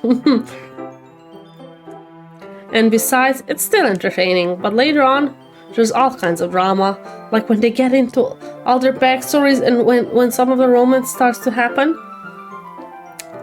That's what really makes it so good. There's so many touching parts. Is that so? It sounds like you really know what you're talking about. Maybe I underestimated you. Hey, wait! What's that supposed to mean? Natsuki gives me a little shove. I just meant that I haven't yet seen you at your full power. Good save. And this chapter seems like it's about baking. This is just a guess, but is there a lot of baking in this manga? Natsuki pauses for a moment as if she doesn't want to admit something. Yeah, why does that matter? It doesn't, I just was curious, since you enjoy baking too. That's just a coincidence. I just happened to get into baking around the same time I got into manga. Like I would ever get into anything because it's in the manga.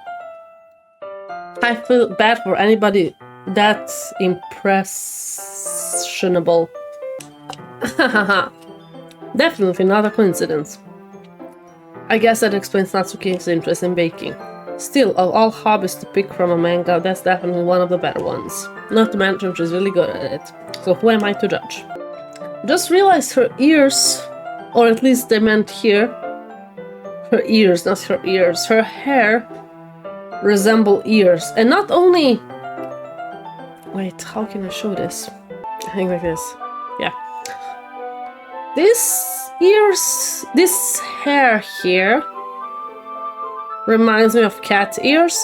And then this hair here and here, like the pigtails, they remind me of dog ears. Yeah, these are like obvious to remind of cat ears, but this one reminds me of dog ears. Like big, all floppy. Just wanted to say that. And she looks so much younger here right now than when we talk with her. We read on for a few minutes. I finished a couple chapters at this point. Are you sure this isn't boring for you? It's not! Even though you're just watching me read? Well, I'm fine with that. If you say so. I guess it's fun sharing something you like with someone else. I always get excited when I convince any of my friends to pick up a series I enjoy. You know what I mean. You don't?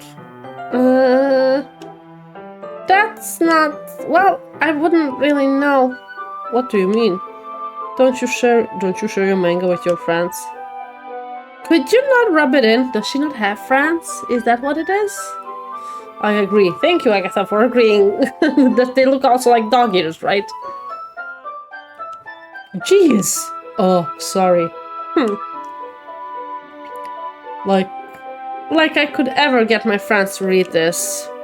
They just think manga is for kids. Oh, that's what you mean. They have no friends to share manga with. I can't even bring it up without them being all like, you still haven't grown out of that yet. Makes me want to punch them in the face. You should punch them in the face. Ah, I know these kinds of people. Honestly, it makes a lot of effort to find friends who won't judge. Much like friends who are also into it. I'm already kind of a loser, so I guess I gravitate towards the other losers over time. But it's probably harder for someone like you. Yeah, that's pretty accurate. Wait, which part? I mean, I feel like I can't even keep in my own room. I don't even know my dad would do if we found this. At least it's safe here in the club room. Kept Monica was kind of a jerk about it. Monica was about jerk? Ugh, I just can't win, can I? Well, it paid off in the end, didn't it? I mean, here I am, reading it. Well, it's not like that solves any of my problems. Or maybe. But at least you're enjoying yourself, right? So? Jeez, that's enough. So you're gonna keep reading or what? Yeah. I flipped the page. Suddenly Natsuki starts laughing. I totally forgot what happens. Natsuki puts her finger on one of the panels. Minori is my favorite character.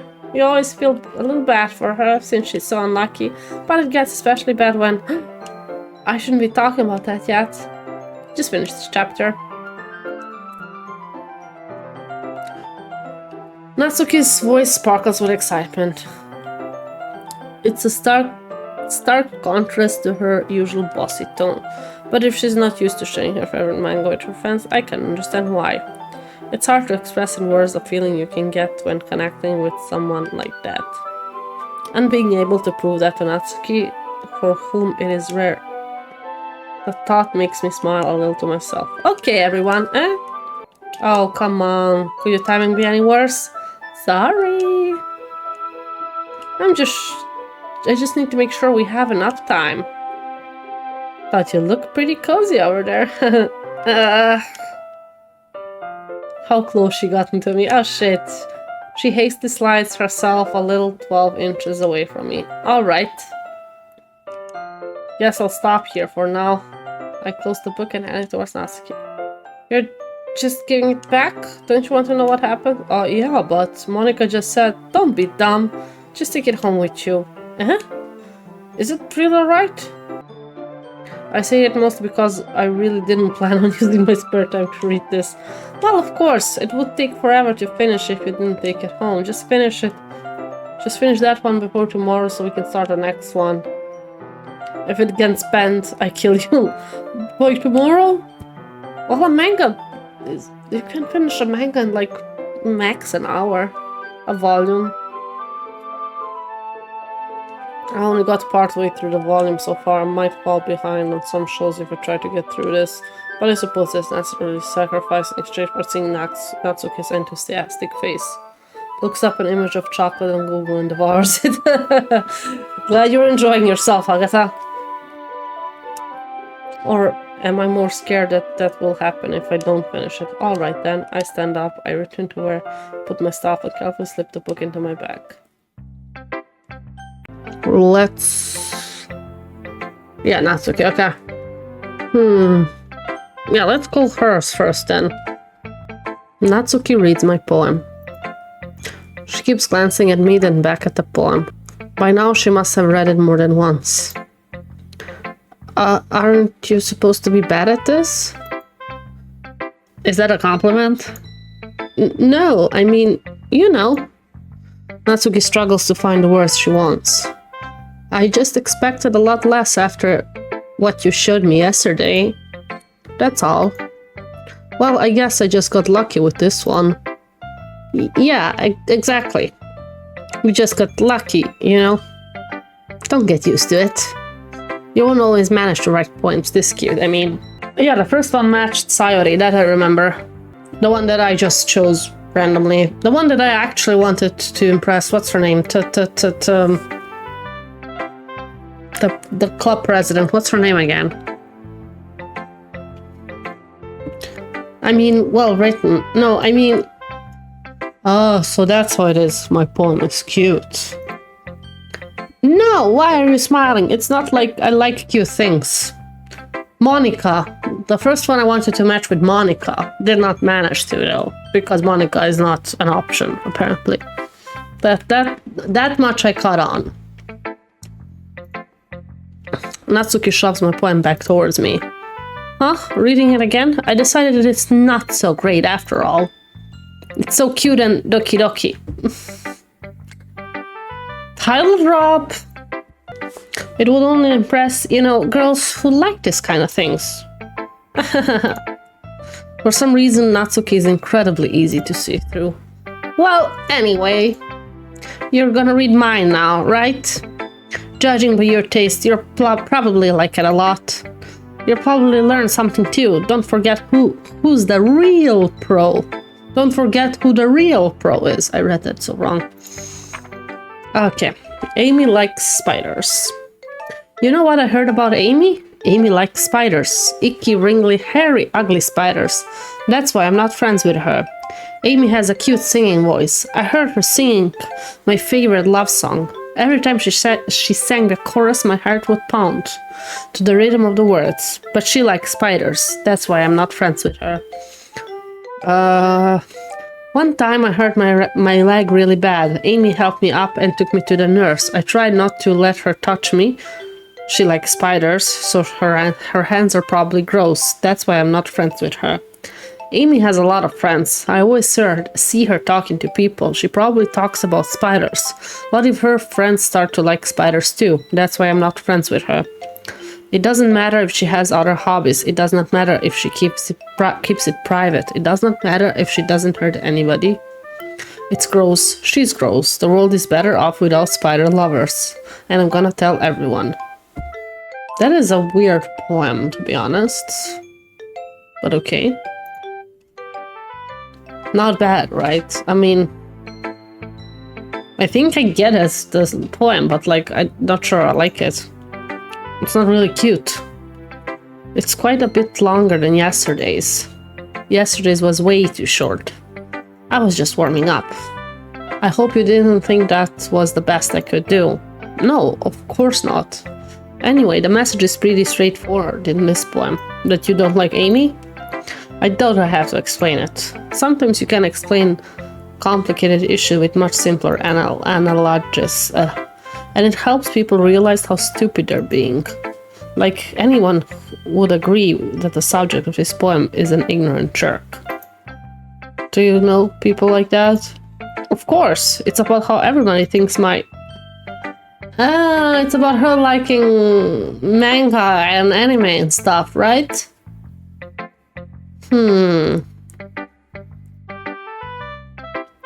That doesn't matter. It can be about anything. I wrote it to be easy to relate to. Everyone has some kind of weird hobby or a guilty pleasure.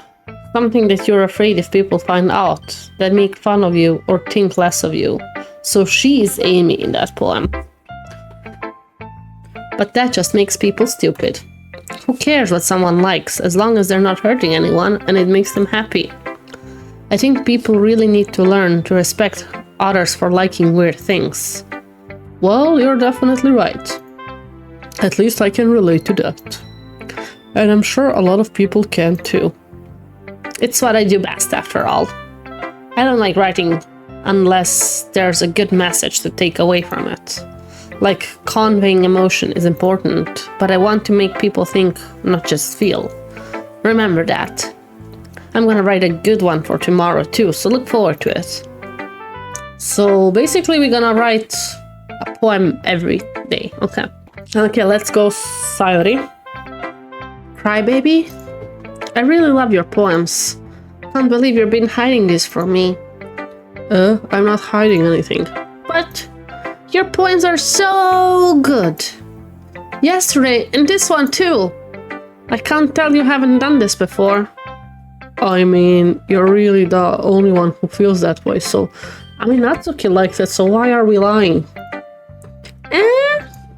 No way! Not even Natsuki? Well, I guess Natsuki is the least likely to admit how much she likes something. But I don't think it's that. What do you mean? Well, I guess I'll be honest about it. It's a lot easier to write poems when I'm thinking about you. Are we flirting with her?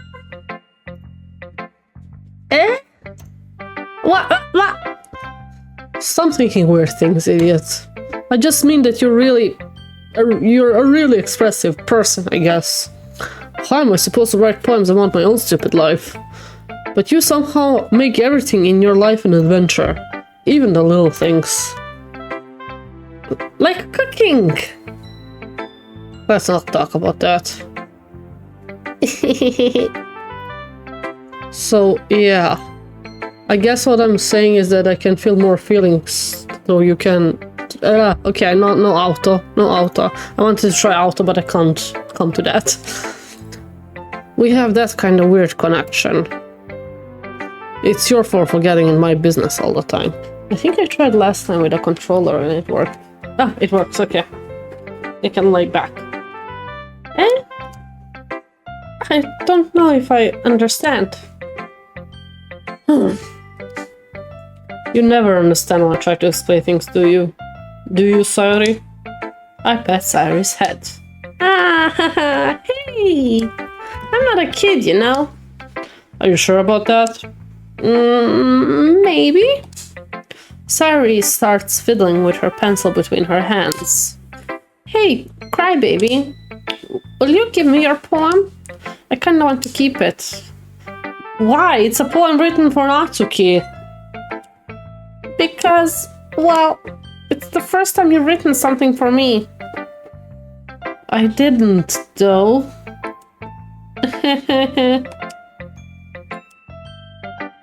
Sorry, you completely misunderstood. I didn't write this for you.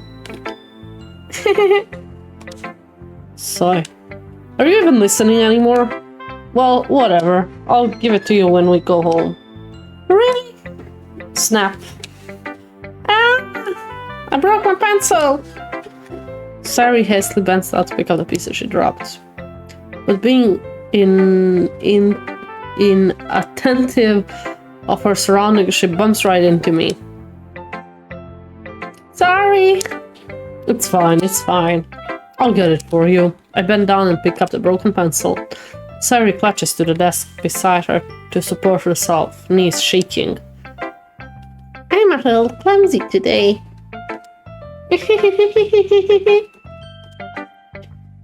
Let's sit down, Sayori.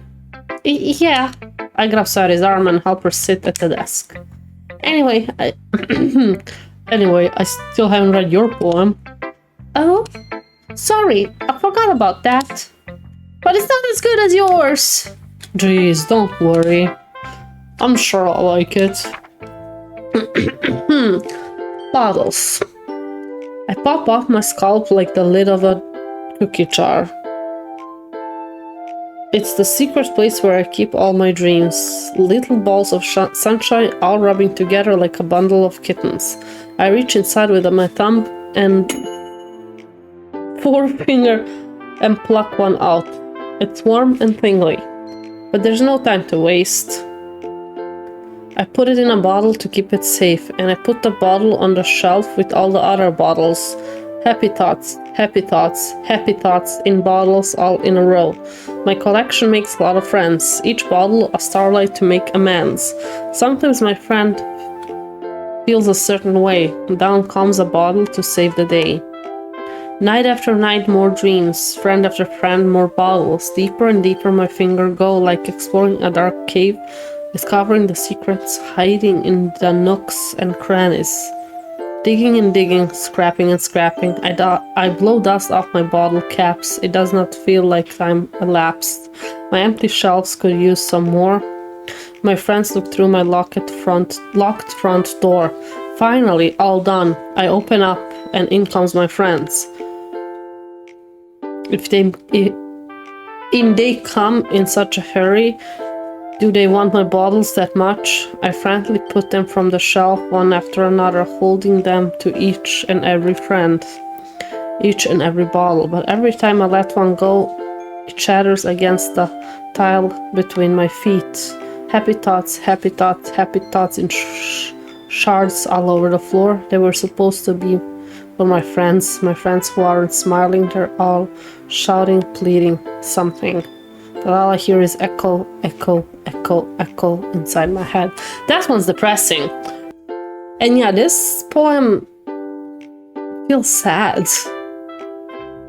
Holy crap. Fiery, did you really write this? Of course I did. Didn't I tell you yesterday I was gonna write the best poem ever? Yeah, but I mean, I didn't expect something like this coming from you. Monica taught me a whole lot. And I've been really in touch with my feelings recently. I see that. It's almost kind of creepy. Creepy? Well, not exactly. Maybe because I'm so used to you being cheerful. Well, never mind. I'm thinking too hard about it. The point is, it came out good. You should be proud of it. Aw, thanks. I feel like it was meant to express myself this way. It even helps me understand my own feelings a little bit better. Writing is like magic. You've gotten pretty passionate about this, huh? I hope you keep it up. Yeah, writing is the best. I'm gonna keep writing until I die. Oh, don't get ahead of yourself. That sounded like a death flag. Sayuri always had a habit of getting obsessed with something before dropping it no more than a week later. I wonder if this is one of those times. But seeing the passion in her eyes makes it hard for me to be pessimistic. Okay. Let's go with Yuri. Ah, it's my turn. Wait, I remember her voice being very low. It's my turn. Let's see how it compares to yesterday's. I see. It's a bit different. I respect you for trying different things, Crybaby. Were you inspired by Natsuki's poem? Or Sayuri's, perhaps? Well, I guess you could say that. I thought so. I'm happy for you. You don't need to find inspiration in my poems. Oh, now I feel bad. I write them for myself, not for anyone else. So I don't really need for people to like them or anything. Yuri. I'm sorry for being blunt, but you're overthinking this a little. Just because our styles are different doesn't mean I dislike your poems. In fact, if I tried to do something in your style, I would probably just do a terrible job. I see. I'm sorry. My stupid mind. It likes to do that sometimes. Anyway, you don't need to be afraid to be a little more daring. Metaphors can go a long way. Don't feel like you need to work your brain like turning a bunch of gears. Try letting your mind wander through your feelings and write down the things you see and hear. That's one way to truly enable your readers to see into your mind. It's a very intimate exercise. I see. That's a certainly interesting technique. Thanks for sharing. I have, well, an example of that if you'd like to read it. Of course. Is this the poem you wrote for today? Yuri nods and timidly hands me her poem. Okay, I hate her handwriting. The raccoon. It happened in the dead of the night while I was slicing bread for a guilty snack. My attention was caught by the scattering of a raccoon outside my window. That was, I believe, the first time I noticed my strange tendencies of an unordinary human. What? That was, I believe, the first time I noticed my strange tendencies as an ordinary human. Okay. I gave the raccoon a piece of bread, my subconscious well aware of the consequences. Well aware that a raccoon that is fed will always come back for more. That is true. They say that at least. The enticing beauty of my cutting knife was the symptom. The bread, my hungry curiosity, the raccoon, an urge. The moon increments its place and reflects that much more light on my cutting knife. She giving the raccoon the bread or the knife? The very same light that glitters in the eyes of my raccoon friend. I slice the bread, fresh and soft, the raccoon becomes excited. Or perhaps I'm merely projecting my emotions onto the newly satisfied animal. The raccoon has taken to following me. You could say that we've gotten quite used to each other. The raccoon becomes hungry more and more frequently, so my bread is always handy. Every time I brandish my cutting knife, the raccoon shows its more excitement. A rush of blood, classic. Oh, what does it say here? Classic Pavlovian conditioning. I slice the bread and I feed myself again. I was a little more daring with this one than yesterday's. I can see that. It's a lot more metaphorical. I don't know if it's my fault, but I can't begin to imagine what this poem is about. Me neither. That's right. It's a bit closer to my preferred writing style. Using a poem as a canvas to express vivid imagery and conveying emotions through them. Yeah, if I take it at face value, then I can't even figure out what it's supposed to mean. Well, I think it's something that different people can relate to their own way. I wanted to express the way it feels to me to indulge in more unusual hobbies. It's those sorts of things I'm usually forced to keep to myself. So I sometimes enjoy writing about them. That's funny. Did Natsuki also write something about that? About someone being ridiculed for a strange interest? She did? Yeah, she did. Yeah, she was talking about how it doesn't matter what you're into as long as you're not hurting anybody. She's right. I mean, does she really feel that way? Yeah. Sounds like you two have that in common. That's interesting. To me, she seemed like the kind of person who would make fun of my hobbies. But I suppose that's my fault for judging, isn't it?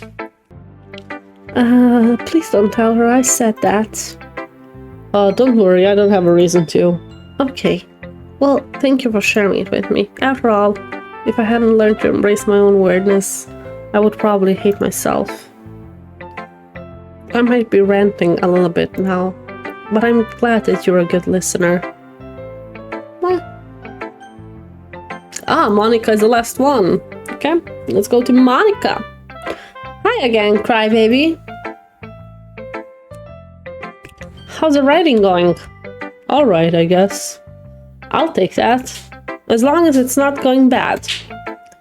I'm happy that you're applying yourself. Maybe soon you'll come up with a masterpiece. I wouldn't count on that. You never know. Want to share what you wrote for today? Sure, here you go. I give my poem to Monica. Alright. I like it, crybaby. Really? It's a lot cuter than I expected. Oh, jeez.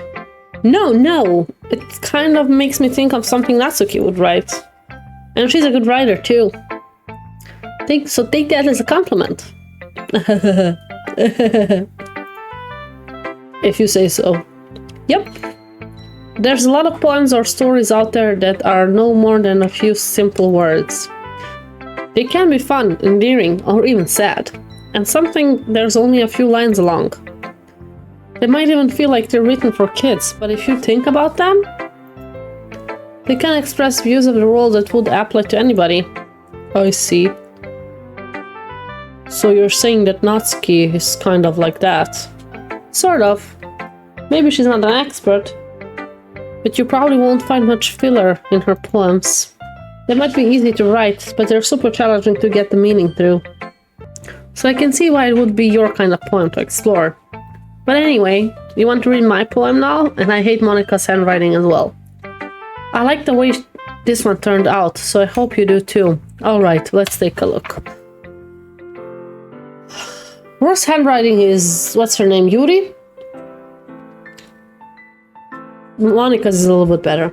Okay, let's read. Save me. the colors, they won't stop. Bright, beautiful colors. Flashing, expanding, piercing. Red, green, blue, an endless cacophony. Does it read cacophony? An endless, I have no idea what that word means. Cacophony of meaningless voice. The noise, it won't stop.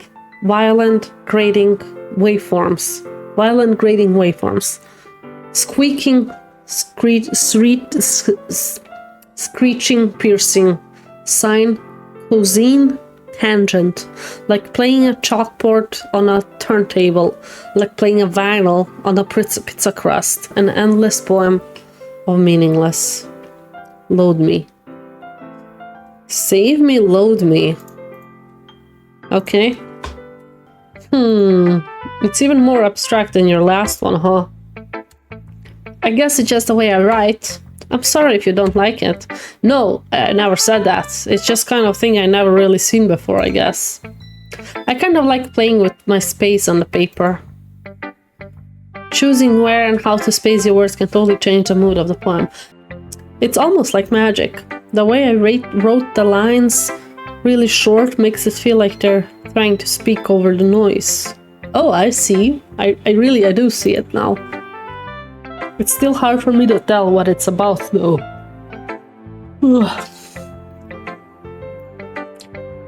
Sometimes asking what a poem is about isn't the right question. A poem can be as abstract as a physical expression of a feeling, or a conversation with the reader. So putting it that way, not every poem is about something. Anyway, here's Monica writing tip of the day. Sometimes you find yourself facing a difficult decision. When that happens, don't forget to save your game.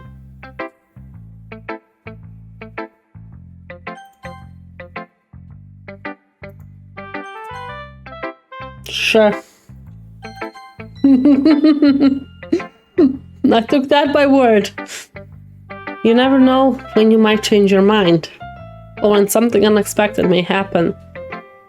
Wait, is this tip even about writing? What am I even talking about? That's my advice for today. Thanks for listening. That was oddly fourth wall broken. Yeah.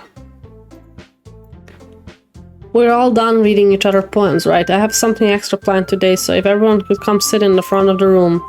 Is this about the festival? Well, sort of. Do we really have to do something for the festival? It's not like we can put together anything good in just a few days. We'll just end up embarrassing ourselves instead of getting any new members. That's a concern of mine as well.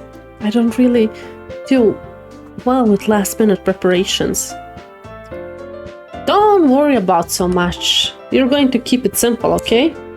You won't need much than a few decorations. Sayori has been working on posters, and I've designed some pamphlets we can give out during the events.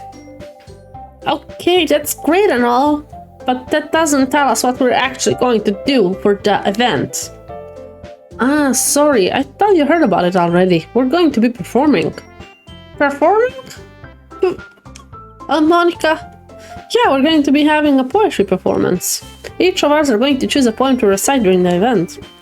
But the cool part is we're also going to let anyone else come up and recite poems too. Sayori's putting it on all the posters in case someone wants to prepare ahead of time. Hehe. Sayori, who's been coloring a poster, holds it up for us to see. Are you kidding me, Monica? You didn't really start putting those posters up, did you? I did. Do you really think it's that bad of an idea? Well, no, it's not a bad idea, but I didn't sign up for this, you know? There's no way I'm going to be performing in front of a group of people like that. I agree with Natsuki.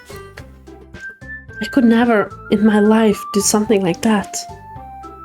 Imagining Yuri shakes her head in fear. Guys! No, Sayori, I understand where they're coming from. Remember that Natsuki and Yuri have never shared their poems with anyone until just a couple days ago. It's a lot to ask for them to recite their poems out loud to a whole room full of people. I guess I kind of overlooked that, so I'm sorry. But I still think we should give it our best. We're the only ones responsible for the fate of this club. If we start an event and each put on a good performance, then it will inspire others to do the same. And the more people who perform, the better we'll be able to show everyone what literature is all about. Yeah, it's about expressing your feelings, being intimate with yourself, finding new horizons, and having fun. That's right. And if those reasons that we're all in this club today, don't you want to share that with others? To inspire them to find the same feelings that brought you here in the first place? I know you do. I know we all do. And if all it takes is standing in front of the room for 2 minutes and recite a poem, then I know you can do it. Sayuri looks worried. I guess that leaves me no choice. I agree. I don't think it's too much to ask. I think that Sayuri and Monika have been trying really hard to get new members. At least we can do is help them out a little bit. Well, maybe, but it looks like Natsuki doesn't have any arguments left. Okay, fine. I guess I'll just have to get it over with. Alright. Phew. Thanks, Natsuki. What about you, Yuri? Yuri dejectedly glances around with everyone else expectant faces. I guess I don't really have a choice. That's everyone. You're the best, Yuri. The club is seriously going to be the death of me. Oh gosh, you'll be fine, Yuri. But anyway, let's move on to the main event. I want each of you to choose a poem of yours. We're going to practice reciting them in front of each other. No way! Monika! This is too sudden. Well, if you can recite your poem in front of the club, how do you expect to do it in front of strangers? No. Don't worry. I'll start off to help everyone feel a little more comfortable. Can I go next? Of course. Now let's see. Monika flips through the notebook to the specific poem she has in mind for herself. She then stands behind the podium. The title of this poem is The Way They Fly. Monika begins reciting her poem. Her clear, confident voice fills the room. More than that, her inflection is pristine. She knows exactly how to apply emotions behind each line she recites, bringing the word to life. Is this something she's done before, or is it something natural? I glance around me. Everyone has their eyes on Monika. Sayuri looks amazed. Yuri has an intense expression on her face that I don't understand. Finally, Monika finishes the recitation. Oh, we don't get to hear it. The four of us applaud. Monika takes a breath and smiles. That was so good, Monika. Thank you very much. I was just hoping to set a good example. Are you ready to go next, Sayuri? I'll go next. Yuri's fired up all of a sudden. Yuri clutches the sheet of paper between her hands and stands up. Keeping her head down, she walks quietly over to the podium. This poem is called... Yuri anxiously glances at each of us. You can do it, Yuri. It's called After Image of Crimson Eye. Yuri's voice shakes as she starts reading the poem. Just a moment ago she practically refused to do this. Why is she suddenly putting in so much effort? As Yuri passes the first couple of lines, her voice changes. It's almost like what happens when Yuri gets absorbed into her books. Her quivering words transform into the sharp syllables of a fierce and confident woman. The poem is full of twists and turns in its structure that she enunciates with perfect timing. This must be a rare glimpse into the reeling fire Yuri keeps concealing inside her head. Suddenly, she's finished. Everyone is stunned. Yuri snaps back into reality and glances around her as she is bewildered even herself. It's up to me to save the situation. I'm the first to start applauding. Everyone joins me afterwards. We give Yuri the recognition she deserves. It's not that we didn't want to applaud for her, but we were caught off so off guard that we must have forgotten. As we applaud, Yuri holds her poem to the chest and rushes back to her seat. Yuri, that was really good. Thank you for sharing. Looks like Yuri is down for the count. Okay, I guess I'm next. Sayuri hops off her chair, cheerfully walks to the podium. This one is called My Meadow. Sorry, I giggled. Sayuri. It's a lot harder than I thought. How did you guys do it so easily? Try not to thinking like you're reaching to other people, reciting. Imagine you're reciting it to yourself, like in front of a mirror, or in your own head. It's your poem, so it'll come out the best that can. I see. Okay then. Poem writer on strike for this chapter. Yeah. Somehow it feels like her soft voice was made as a perfect match. The poem isn't aimlessly cherry like Sayuri is. It's serene and bittersweet. If I were to read this on paper, I probably wouldn't think much of it. But hearing it come from Sayuri's voice almost gives me a whole new meaning. Maybe this is what Sayuri meant when she said she likes poems. It's like I get to reach more deeply into someone I thought I knew through and through. Sayuri finishes and we applaud. I did it! Good job, Sayuri. Even Crybaby liked it. I guess that's a good sign. What does that even mean? It came up nicely, Sayuri. The atmosphere of the poem fits you really nicely.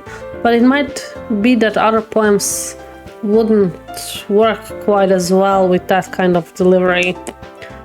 I don't really understand. In other words, I've seen poems of yours where that sort of gentle delivery wouldn't work as well. They might need a little more force behind them depending on what you're reading. Oh, I know what you mean. Well, I've been practicing that kind of thing. It's just embarrassing to do it in front of everyone. The next time I'm going to make you pick a poem that challenges you a little more. We don't have much time before the festival, you know. Okay. Now who's next? Natsuki? Don't make me go before Crybaby. Might as well let Crybaby lower everyone's standards a little before I have to do it. Natsuki. It's fine. I might as well get over it. But it's not like I have much of a selection of what to read. I just have to go with what I wrote for today. I stand up and step in front of the podium. Everybody has their eyes on me, making me feel terribly awkward. I recite my poem. Since I'm not exactly confident in my own writing, I had to put energy into it. Despite that, once I finish, I receive applause anyway. Sorry, I'm not really as good as everyone else. Don't worry about it so much. I think it's less about your abilities and more about your lack of confidence in your writing. That's something that'll improve over time. Yeah, maybe. Alright then, that just leaves you, Natsuki. Yeah, I'm going. Natsuki cannot pronounce that word, gets out of her seat and makes her way to the podium. The poem is called... Why are you all looking at me? Because you're presenting. Anyway, the poem is called Jump. Natsuki takes a breath. Once she starts reciting the poem, the sour attitude disappears a little. While she's still a little unenthused, her poem has a rhythm and a rhyme to it. It's Natsuki trademark style, and it works surprisingly well when spoken aloud. The words feel like they bounce up and down in giving life to the poem. Natsuki finishes and everybody applauds. She hops back to her seat. That wasn't so bad, was it? Easy for you to say. You'd better not make me do that again. Well, we at least feel prepared enough to recite poems in front of other people. I mean, doing it in front of other people will be way easier. I can put on whatever face I want for other people, but when it's just my friends, it's just embarrassing. That's a surprise, Natsuki. I think it would be the other way around for me. Well, that's just how it is, so... Well, I guess in that case, you won't have much to worry about for the festival. That said, I want to thank everybody for coming through. Might be hard, but I hope that you all have an idea what it's like now. Make sure to pick a poem and get enough practice before the festival. I'll be making pamphlets, so let me know ahead of time what you'll be reciting. Jeez, I should probably find some other poem to recite instead. That's fine too. It doesn't have to be your own. I'm already pleasantly surprised that you're putting in all this effort for the club. It makes me really happy. Yeah, no problem. Okay, everyone. I think that's about it for today. I know the festival is coming up, but let's try to write poems for tomorrow as well. It's been working out really nicely so far. I'd like to continue that. As for the festival, we'll finish planning tomorrow, and then we'll have the weekend to prepare. Monday's the big day. I can't wait! I can do this. I can do this. Alright. I stand up. There's no way I'll be able to find the same enthusiasm as Sayori and Monica, but I'll do my best to get through it. It's for the sake for the club and impressing Monica, then I'll have to do my best. Ready to go, Sayori? Yep! Look at you two, always going home together like that. Kind of adorable, isn't it?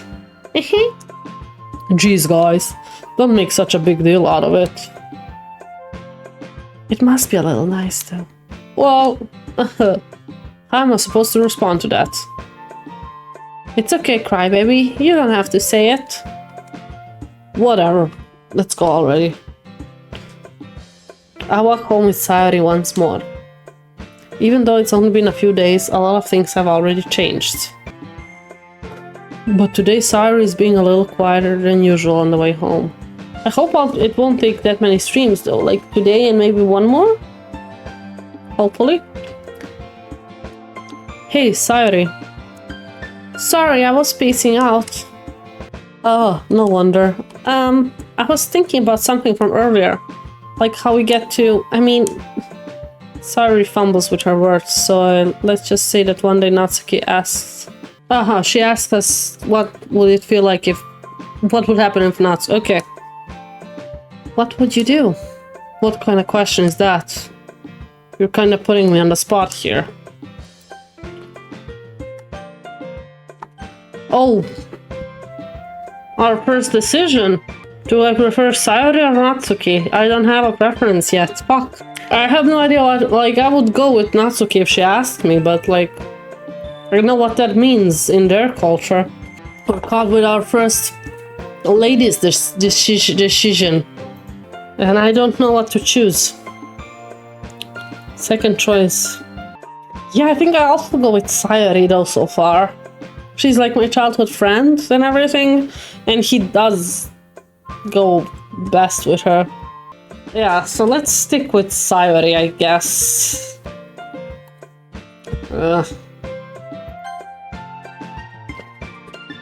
Sayori, you really think I would ditch you for Natsuki? But she's so cute and fun to be around. She bullies me. Jeez. I already see her in the club every day. Besides, you always seem to really like going home together. I wouldn't just ruin that for you. You're so silly, crybaby. You think about me too much sometimes. Natsuki would deserve if she wanted it, so... Sayori, I've already made up my mind. I really can't figure you out sometimes. Sorry. Besides, what's the point of speculating something that's never going to happen? The conversation trails off. It's kind of a weird thing for Sayori to care so much about, but I want to respect her and keep her happy too. Then again, the festival is only a few days ago. Who knows what will happen in that time? I want to go with Yuri this time, so let's try that out. Let's go disaster. Yeah. Rain clouds. Oh no, that's her. Shit. Uncanny. Okay. Misfortune. That's her. Fuck.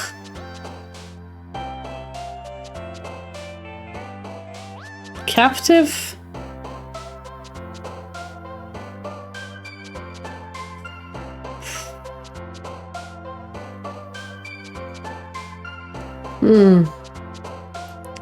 Palette? Okay, oof. Beauty, adventure, lust, essence, despise. Okay, in graveyard? Yes. Dark? Shit! Okay. Unending pain? Why is she all the dark stuff? Night gone? Anxiety. Crimson. Intellectual.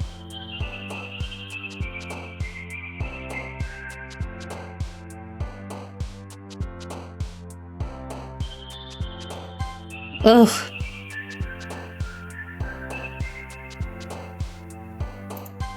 Okay. After image. Empty. I hope I chose enough for Yuri. Uncanny, just save before getting minigame. Well, no, it's too late. Philosophy.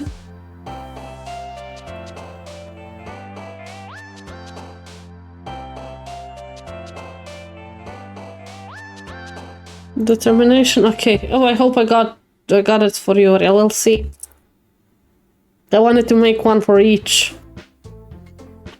Oh man, I'm the last one here again. Don't worry, I just walked in too. Are you practicing piano again? Yeah. You must have a lot of determination. Starting this club and now picking up piano? Well, maybe not determination, but I guess passion. Remember that the club wouldn't be here if it wasn't for all of you. And I'm super happy that all of you are willing to help out for the festival too. I can't wait for the festival. I can't wait for the festival. It's gonna be great. Eh? Weren't you complaining about it just yesterday, Natsuki? Well, yeah, I'm not talking about our part of the festival, but it's a whole day of school where we get to play and eat all kinds of delicious foods. You sound a bit like Sayori all of a sudden. Monica, do they usually have fried squid? Squid? That's a pretty specific thing to look forward to. Trying to please them all, crybaby is fickle. Well, I try. Afterwards, I'll just go with what I like, and we'll just go from there.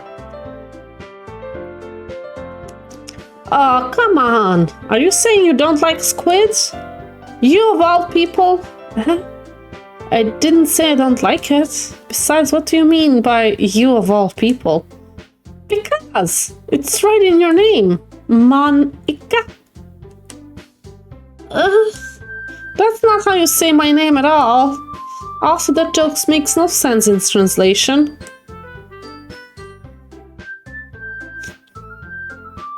What? The fourth wall breaking again?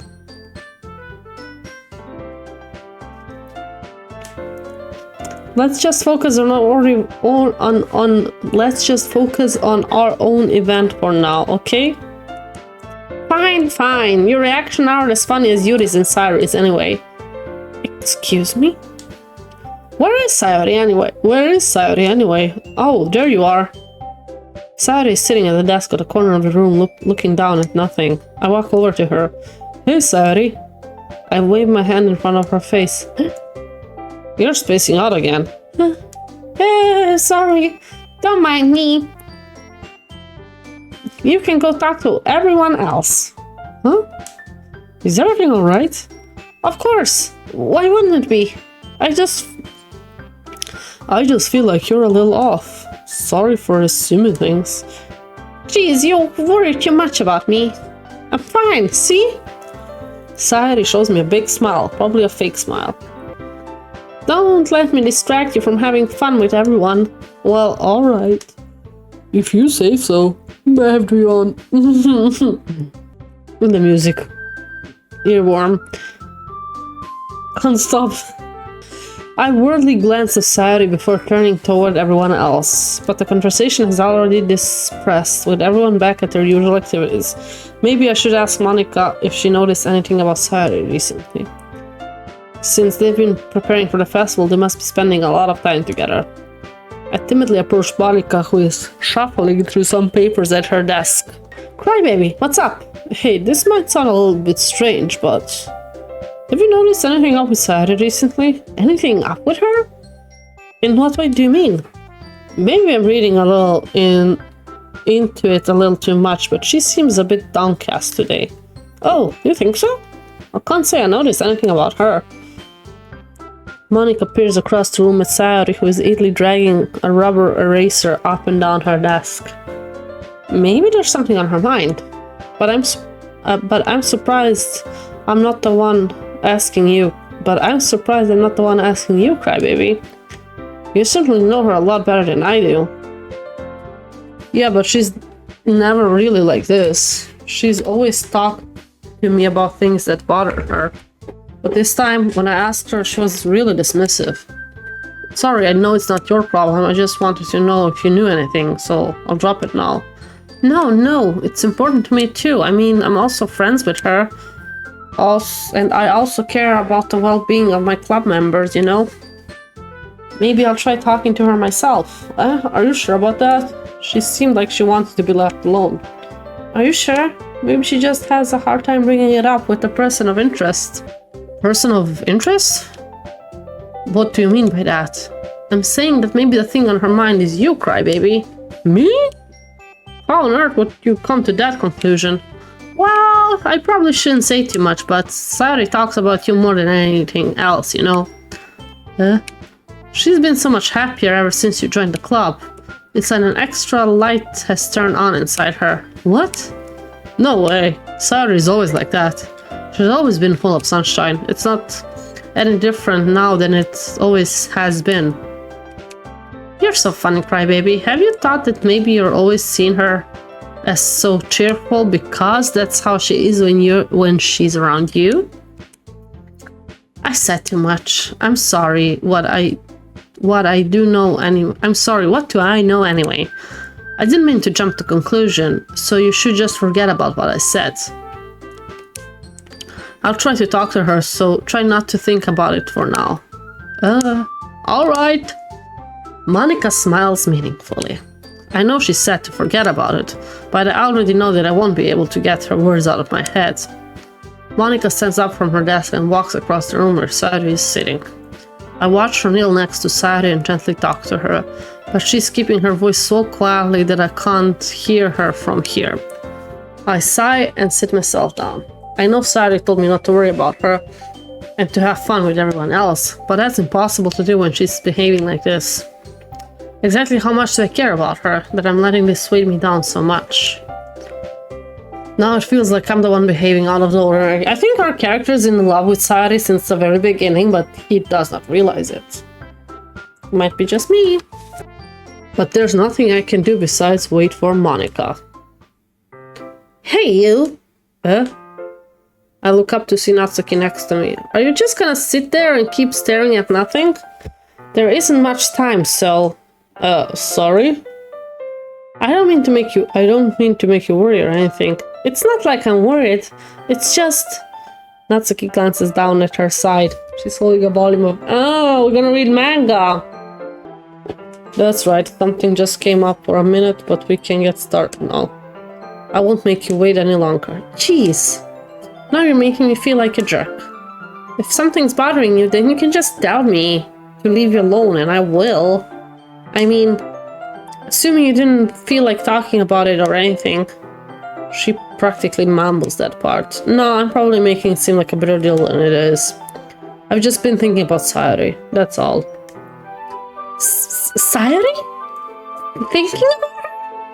Yeah, she seems pretty down today. But she doesn't want to admit it to me, so I can't help but wonder if something's happened to her. Oh. Natsuki says, well, first of all, you should really work on your freezing. But anyway, you're her best friend, right? Yeah, I guess so. Yeah. Then in that case, I think you should trust her a little more. If she needs you, then you would be the first person she would go to, right? Well, I guess that's true. I mean, some people just have those days. You can't always avoid it. If anything, she probably doesn't want you to worry about her because it's not important. Yeah, that's kind of what she said to me. Maybe it's not right for me to go against her wishes. Exactly. If she needs you to worry about her, then it'll be a lot more obvious. Yeah. I should have thought of it that way from the start. Natsuki fiddled at the book she's holding in her hands. She really means a lot to you, doesn't she? Huh? Don't get the wrong idea or anything. We've just been friends for a long time. It's normal to... that's me talking, okay? It's normal to be worried about your friends. I mean, you were worried about me, so... I was not. Jeez. If you're fine, then let's just hurry and get started already. Yeah. So we're gonna be reading? Love the voice acting. I try my best, but my throat hurts already from it. I don't know how people do it all day. Okay, everyone. After some time passes, Monica calls out the... Oh, so we don't get to read the manga together, okay? Or at least we don't get to see it. Why don't we share our poems now? Before I know it, everything is back to normal. Oh shit, Sayori feels down and I have written the poem for Yuri. Oh, that might not go so well. We'll see. Everyone goes to retrieve their poems. And I do the same. I make eye contact with Monica and she smiles at me. I wonder what she was talking about with Sayori.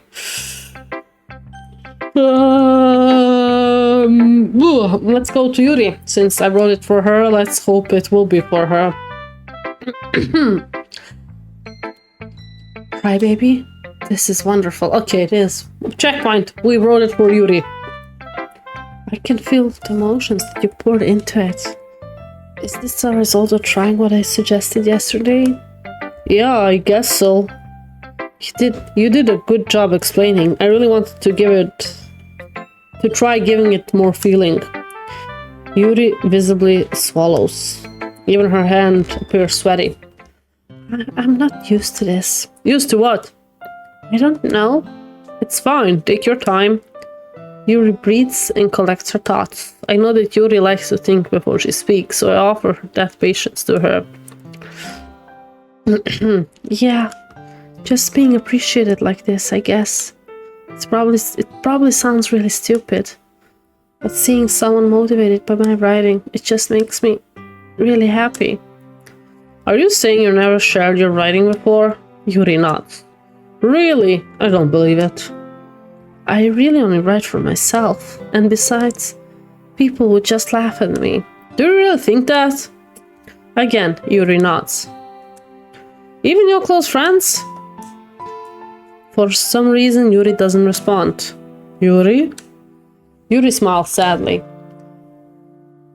Crybaby, during lunchtime, I eat by myself.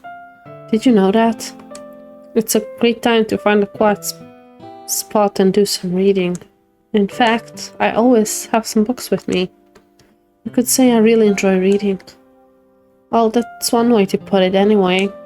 But books are full of amazing and inspiring people. People you want to fall in love with. Or people you just know would make a really good friend. Cheerful people who always put a smile on your face. Or deep thinkers and problem solvers who discover the mysteries of life.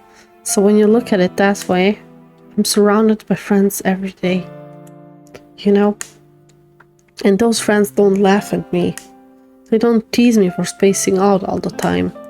They don't make fun of my body type. Why would they make fun of that, but okay. And they don't hate me for acting like a know-it-all. People say that about you? I'm not a know-it-all, crybaby. I'm the opposite. I don't know anything. I only know what I know. If you know the reference. I know, right? The crazy good body type. I know. I don't know how to talk to people. I don't know how to make people see me as normal.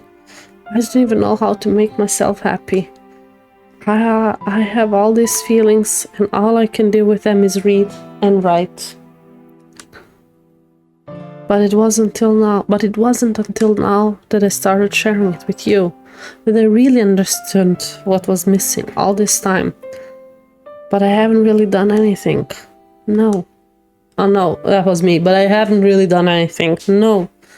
No, that's wrong. Just being patient and respectful. That's really important to me.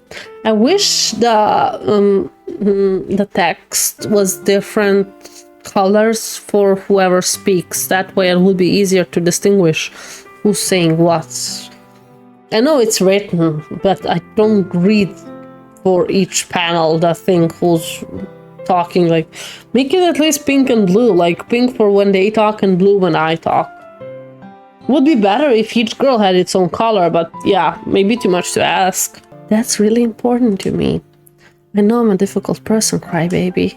I speak too slowly, I second guess myself all the time. I read too deeply into things, but every time, you always treated me just like anyone else. It's so rare that I feel comfortable with myself when I talk to others. But that's why every time I talk to you, I just feel really happy. I see. Well, I treat you how you deserve to be treated, Yuri. I'm a nice guy.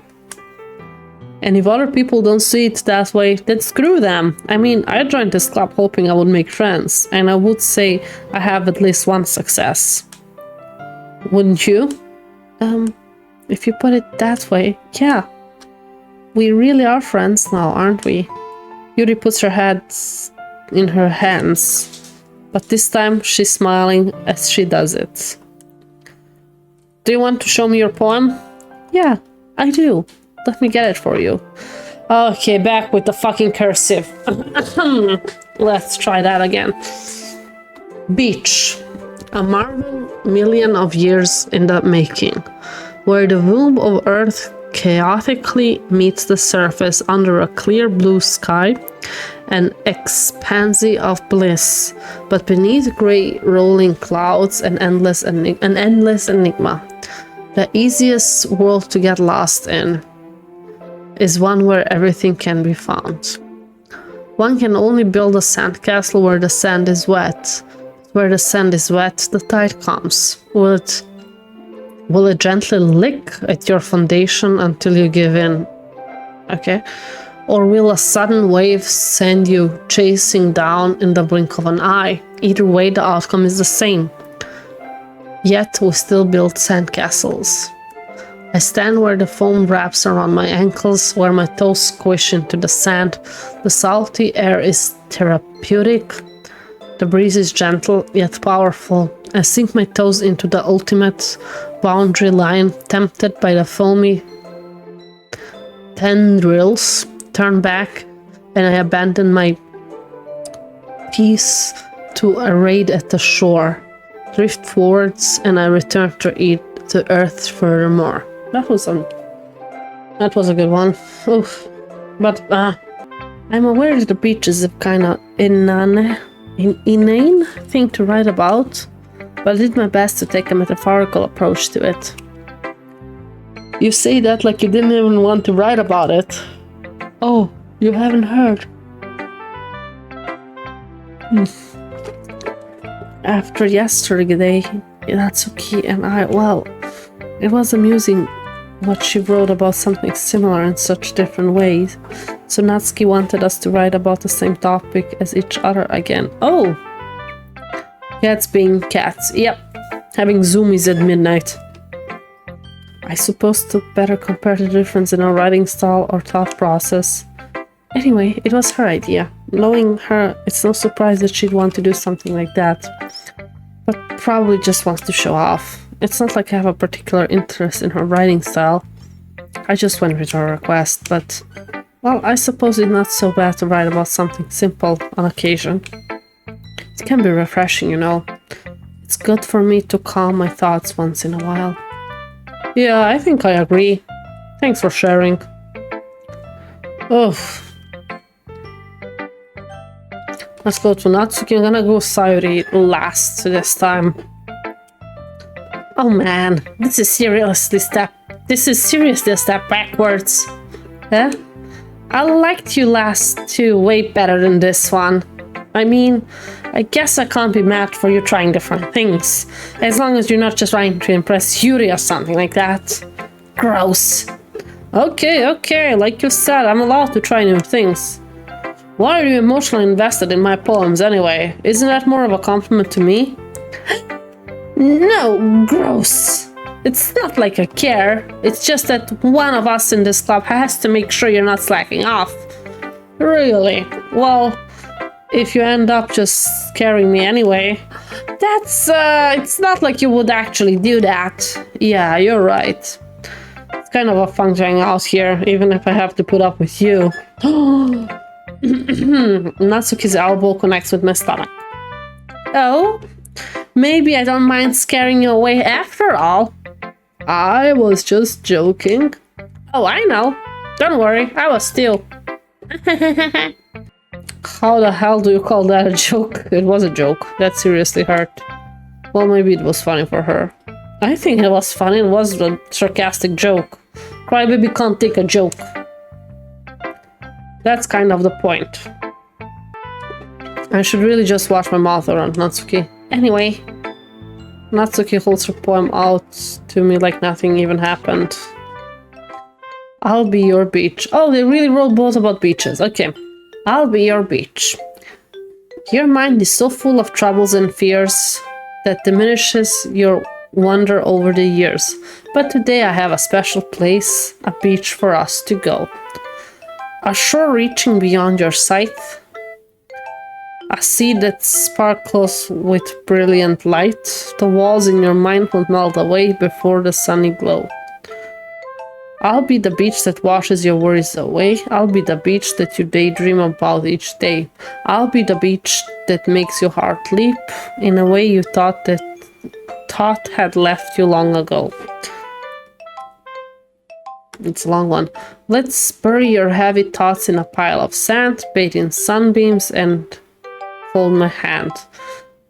Wash your insecurities in the salty sea and let me see you shine. Let's leave your memories in a footprint trail, set you free in my windy sail, and remember the reason you're wonderful when you press your lips to mine. I'll be the beach that washes your worries away. I'll be the beach that you daydream about each day.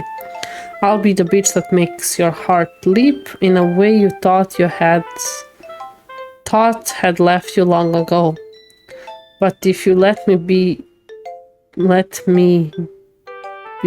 by your side, your own beach, your own escape, I'll learn to love yourself again.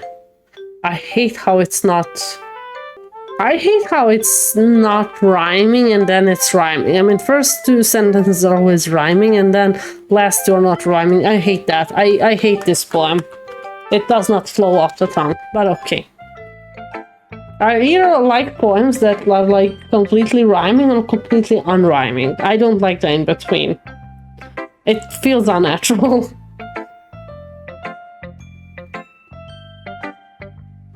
Yeah. I feel like I kept writing about negative things, so I wanted to write something with a nice message for once. Besides, the beach is awesome. Kinda hard to write anything negative about the beach. Well, Yuri's takes on it was a little more solemn. Well, that just better not have said anything bad about mine. After all, she was the one who wanted us to write about the same topic. Yuri said something else, though. She said you wanted to write the same topic. You can really see her doing that, too. Making us write about a simple topic, then trying to impress by coming with something all fancy. Well, it's not like I care. I just did it anyway. I mean, I guess mine ended up being kind of metaphorical too, but there's nothing wrong with doing that once in a while. At the very least, it was good practice. Sure. Monica is next. Hi, Crybaby. Have you thought about what you want to submit to perform at a festival? Well, being in this club is one thing, but performing in front of a bunch of people, I'll have to give it some more thought. Okay, no pressure. But whatever you do, I'm sure it will turn out great. It would also make me happy to see. Anyway, let's take a look at today's poem. Sure. I'll let Monica take the poem I'm holding in my hands. Great job, Crybaby. I was going in my head while reading it. It's really metaphorical. I'm not sure why, but I didn't expect you to go for something so deep. I guess I underestimated you. It's easier for me to keep everyone's expectations low. That way it always counts when I put in some effort. That's not very fair. Well, I guess it worked anyway. You know that Yuri likes this kind of writing, right? Writing that full of imagery and symbolism, unlike Sayori, who likes using simple and direct words to describe happiness and sadness. Yuri likes it when readers are left to derive their own meaning out of it. It's very challenging to write like that effectively.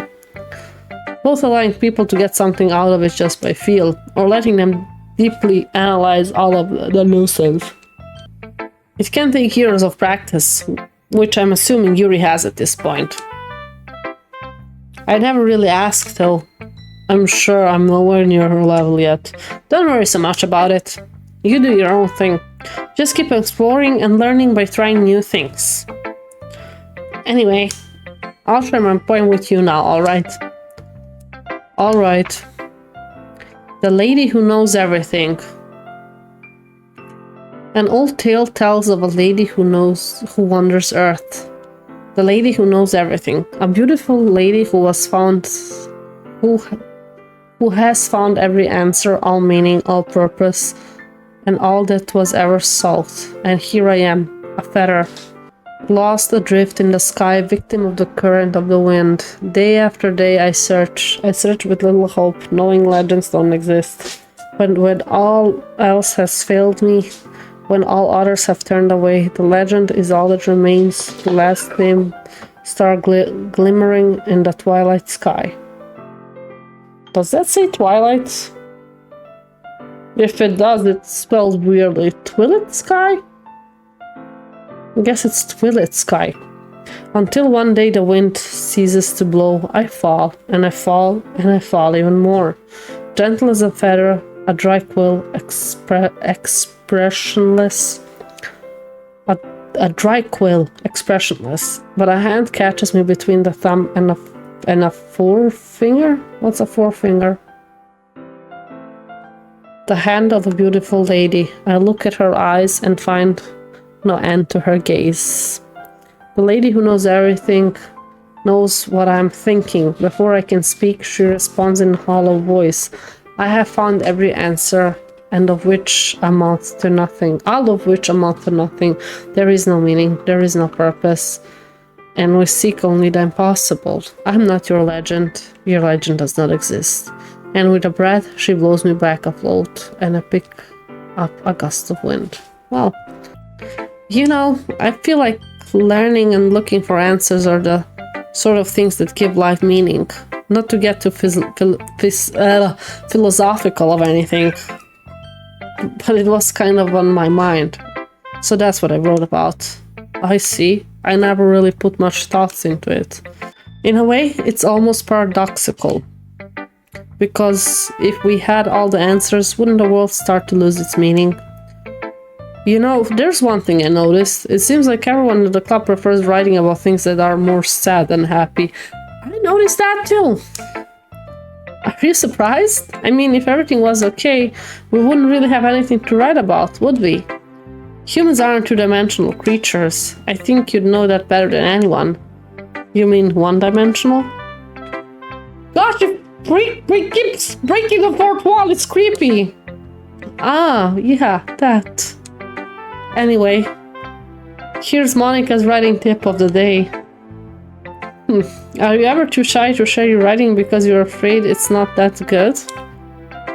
It can be really disheartening to get a lukewarm response to something you put so much into. But if you find other people who enjoy writing, then sharing becomes a lot easier. Because instead of because of just telling you that your writing is good or okay or bad, they'll want to focus more on everything that went into it and the thing you can work on. It's much more encouraging that way, and it will make you want to continue improving. It's almost like having your own little literature club, don't you think? That's my advice for today. Thanks for listening. Monica is creeping me out. Monica is creeping me out. Okay. This is whipping somewhere else. I'm just not sure where. It's kind of something is happening in this game, and I'm not sure I like it. We'll see. It's only like little signs so far. Little signs. Sorry. It's nice, I guess. Come on. I can already tell you don't like it. Well, You don't need to worry about what I think. After all, you wrote this for someone else, did you? Probably Yuri. Eh? I didn't write this for anyone specifically. Maybe. That's not what I meant though. But it's okay. You're making new friends, just like I was hoping. That makes me really happy, does it? And you're happy too, right? In this club. Well, of course I am. Good. That's all that matters to me. Thank you, crybaby. She looks so sad. Sayori, is there something wrong? No, nothing. I'm just a little tired today. Alright. Just tell me if you need anything. I will. Don't worry about me, okay? You can go play with everyone else now. Girl, I wanna smack you. Did she get sad that she didn't get a poem in 2 days? If you insist. Yay! I'm gonna go home a little bit early today. Sayori. Tell Monica I wasn't feeling well, okay? I'll see you tomorrow. What about her poem? Before I can say anything, Sayori cheerfully walks out of the classroom, humming to herself. I didn't get to read her poem. Interesting. Okay, you three, we're all done sharing poems, right? Why don't we start figuring out... Hold on a second. It's just me or did something strange... Or did you just say something strange just now? Eh? Something did sound a bit unusual. That's right. Yeah. You deviated from your usual catchphrase in addressing the club. Catchphrase? I don't have a catchphrase. Jeez. Why is the mood so weird today? Look, even Yuri isn't immune to it. Staggering air is common foreshadow that something terrible is about to happen. Something is weirding me out, okay? In your books, maybe. Look, the only difference that Sayori isn't here, huh? It seems you're right.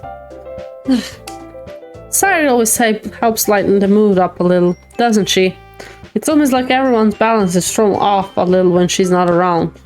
Where the heck did she run off to anyway? I thought she just went to pee. A bored person. Hello, a bored person on YouTube. Natsuki, please show some decency. Oh, come on.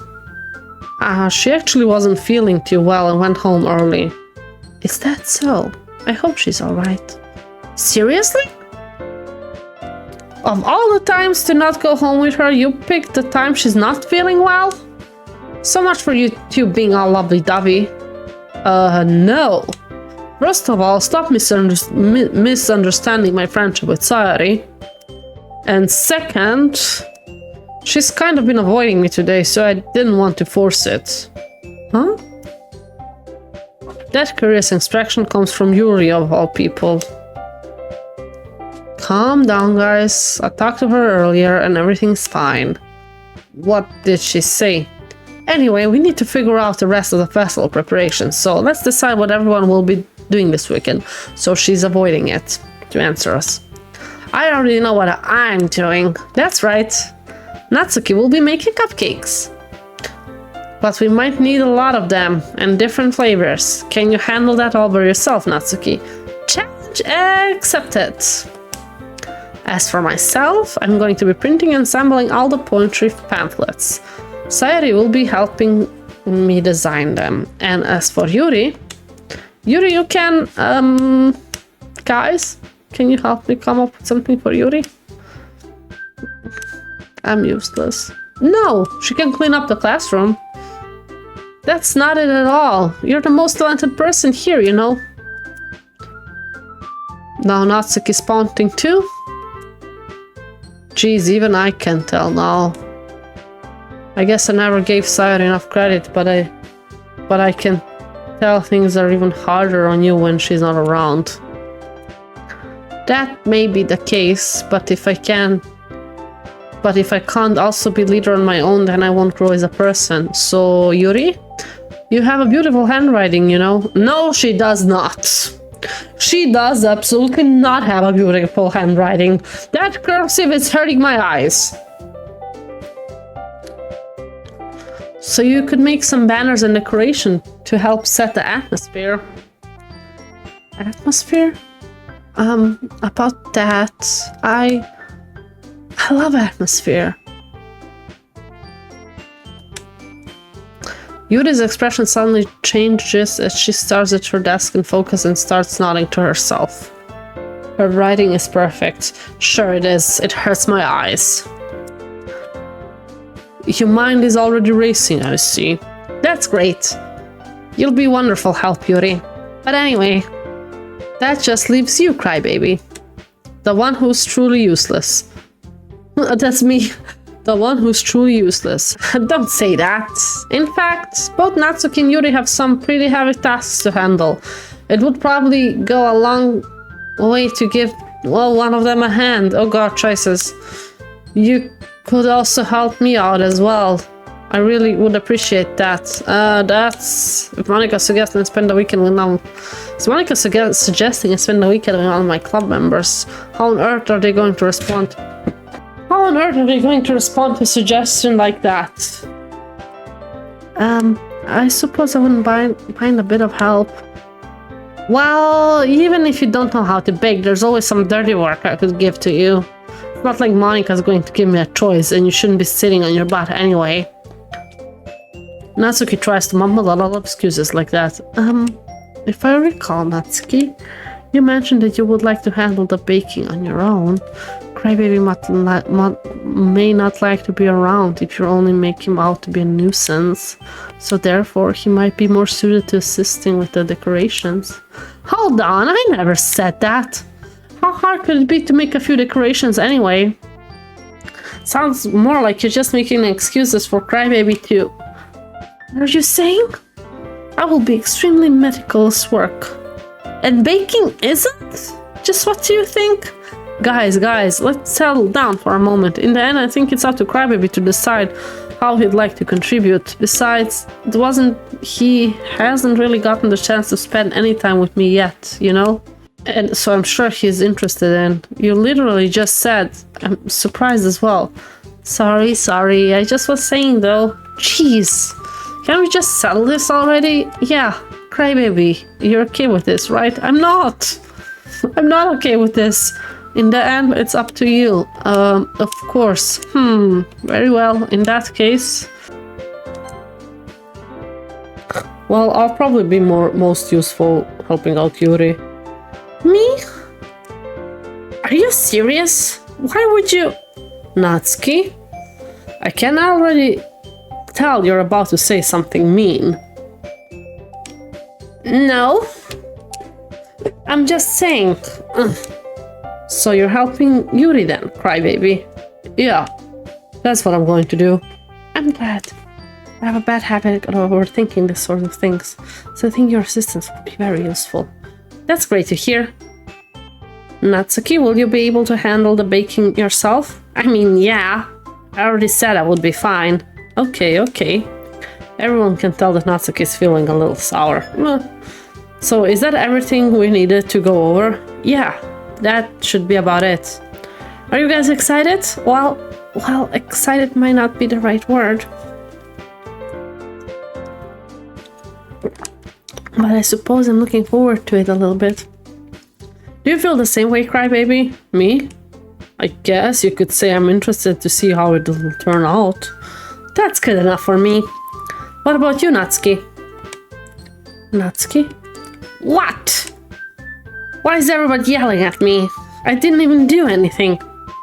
No, that's not what I meant at all. Yuri anxiously glances between everyone in the room. I'm sorry for this. I don't really know why Crybaby picked me. So you wouldn't be alone.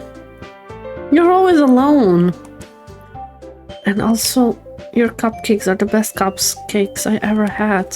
They go really well with my tea, and nothing that I do for an event will compare to that, so I get it. I'm kind of surprised though. Why? Well, I'm the one acting immature. I already know that, but you're trying to cheer me up all of a sudden.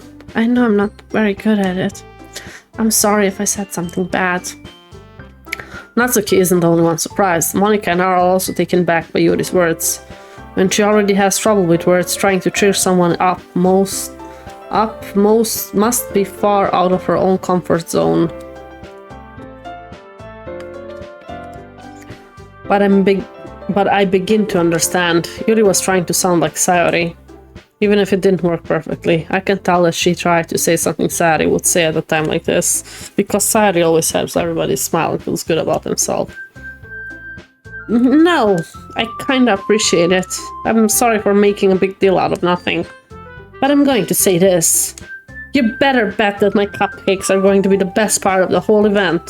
I believe you. Yeah, I hope to see everyone do their best. But with that, there's nothing more for today, so I guess it's time for us to head out. Alright, let's get out of here then. Everyone packs up their things. I start to follow Monica and Asuka out of the door as they chat between each other.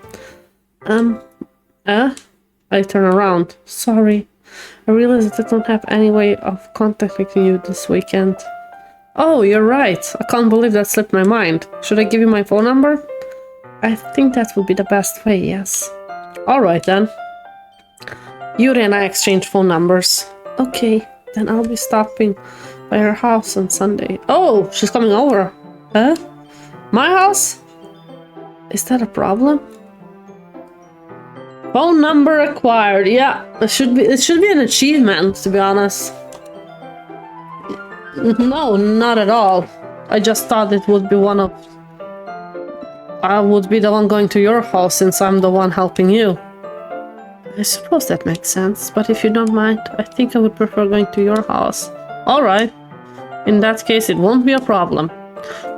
I decided not to press Yuri for a reason. It's not like it should matter either way, so I'll just need to make sure my room is clean. I hope I managed to make myself useful in some way. I'm not nearly as creative as you are. Don't underestimate yourself, crybaby. I think we'll make a very productive team. Even if you choose me because you feel bad or something. Wait, you don't actually think that, do you? Well, actually, that is why I chose her, but okay. That cursive writing route is going well. Maybe I'll write it better than her. Nobody could read hers. I don't know. It's difficult to come up with any other reason you might have chosen me. You're forgetting the one reason with the most common sense. I chose to help you because that's what I want to do. But Yuri thinks to herself with an extremely tense expression. Yuri, you're overthinking this. You want me to point out when you're overthinking, right? I didn't realize. I'm telling you, I want to. That's all there is to it. They're reading you like a book. I'm reading them like a visual novel. Do you believe me? Yuri thinks really hard again. She looks straight into my eyes for a long while. I believe you. As if it took her tremendous effort, Yuri finally says that and relaxes her expression. Nice one. Thank you. I tried my best. And I'm really looking forward to Sunday. Yeah? I am too. After the exchange, I make out of the way and Yuri follows. I can't believe this. Yuri's going to be coming to my house on Sunday. My anxiety shoots through the roof, even though I've gotten pretty used to handling her at this point. I wonder if the story changes depending on the choices. I mean, for example, if I wrote the 3 poems, all 3 for Sayori, would Sayori still be around? That I wonder. I don't know. Even though I've gotten pretty used to handling her at this point, there's no telling what might end up happening when we're outside of school. More than that, she told me that she was looking forward to it. Is this the chance I have to make something happen between us? Or is it too early for that? Only time will tell. Oh, horny boy. Until then, I won't be able to take my mind off it. I seriously can't wait. It's already Sunday. I've been going increasingly anxious about Yuri's upcoming visit. Wonder if we'll see his room. I keep telling myself there's no reason to be nervous, but it doesn't help much. Yuri is clearly an introvert and also an intimate person in general. There's no doubt that she'll open up a little bit when it's just the two of us. There's no doubt she'll open up a little bit when it's just the two of us. Meanwhile, we've been even texting occasionally. Ooh, spicy. She was extremely apprehensive at first, but it wasn't long before I was already learning more about her. But putting Yuri aside, I haven't heard a thing from Sayuri since she left the club early the other day. Not like we text each other all the time or anything, but I've been worried about her in the back of my mind. Between what Sayuri said and what Monica said, is it really okay for me to put Sayuri's feeling at her side when she might need me? I don't know. I decided to visit Sayuri. Okay. Rather than asking, simply tell her I'm coming over, much like I've done in the past. Once I reach Sayuri's house, I knock on the door before entering it myself. It only skips what you already read before. Yeah, I can see that. That's pretty cool. So you don't press it on accident. What happens with history? Ah, okay. So you can reread. Okay. Again, we used to play so often that we made it a habit to simply enter each other's house like we were family. The house is quiet. Sayuri isn't anywhere on the first floor, so I assume she's up in her room. It's already strange of her not to run down and greet me. I head up to her bedroom, where I finally find her. Oh, I love the plushies. Sayuri? Oh, casual wear! Nice! Hi, crybaby.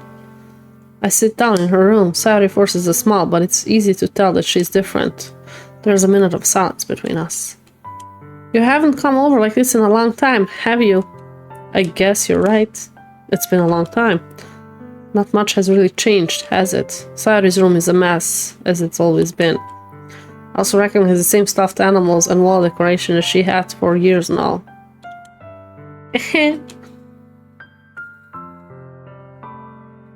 If you came over more often, it wouldn't be such a mess. That's because I end up cleaning it for you. How come you suddenly wanted to come over today? Aren't you supposed to see Yuri today? Yeah, but... Wait, how did you know that? Sayuri had already left by the time we decided at last meeting. Monica told me. It's only natural for her to keep me informed about the festival preparations, right? Ah, that's true. But what about you? Aren't you going to help Monica today? Of course, but I'm just helping her online. We didn't plan to meet up or anything. Oh, so it's just me and Yuri then. Yep. There's more silence between us. Sayuri stares in a random direction. Everything about her behavior is really uncharacteristic. Ugh, the reading is staring me. Oof. I finally get to the point. I just wanted to see how you were doing after you left on Friday. When something's wrong, you can't hide it from me. I know you too well, so... Sayuri smiles, shaking her head. That's no good, crybaby. Eh? You can't just be like it's always... Why can't it just be like it's always been? This is all my fault. If I didn't get so weak and accidentally express my feelings, if I didn't make that stupid mistake, then you wouldn't have been worried about me at all. You wouldn't have come up here. You wouldn't have been thinking about me right now. But this is just my punishment, isn't it? I'm getting punished for being so selfish. I think that's why the world decides to have you come over today. It just wants to torture me. Damn, she's a sad girl. Sayuri. I grab Sayuri by the shoulders. What on earth are you saying? Are you listening to yourself right now? I know something's happened to you. There's no other explanation for you to be like this. So tell me already. Until I know, I won't be able to stop thinking about it. Sayuri gives me an empty smile. You really put me in a trap, crybaby. But you're wrong. Nothing happened to me. I've always been like this. You're just seeing it for the first time. Seeing what? What are you talking about, Sayuri? You're really just going to make me say it, aren't you, crybaby? I guess I have no choice this time. The thing is, I've had really bad depression my whole life. I figured that with the choices for the poems for her. Did you know that? Why do you think I'm late to school every day? She sleeps a lot. Because most days I can't even find a reason to get out of bed. Yeah, the whole bottle thingy she wrote was very depressing and sad. Poor girl. What reason is there to do when I fully know how worthless I am? Why go to school? Why eat? Why make friends? Oh, Sayori, you hit so close to home right now. Fuck. I'm gonna cry. I'm gonna cry. Why make friends? Why make other people put their energy in caring to waste by having them spend it on me? That's what it feels like. And that's why I just want to make everyone happy, without anyone worrying about me. I'm in shock. I can't even figure out how to respond.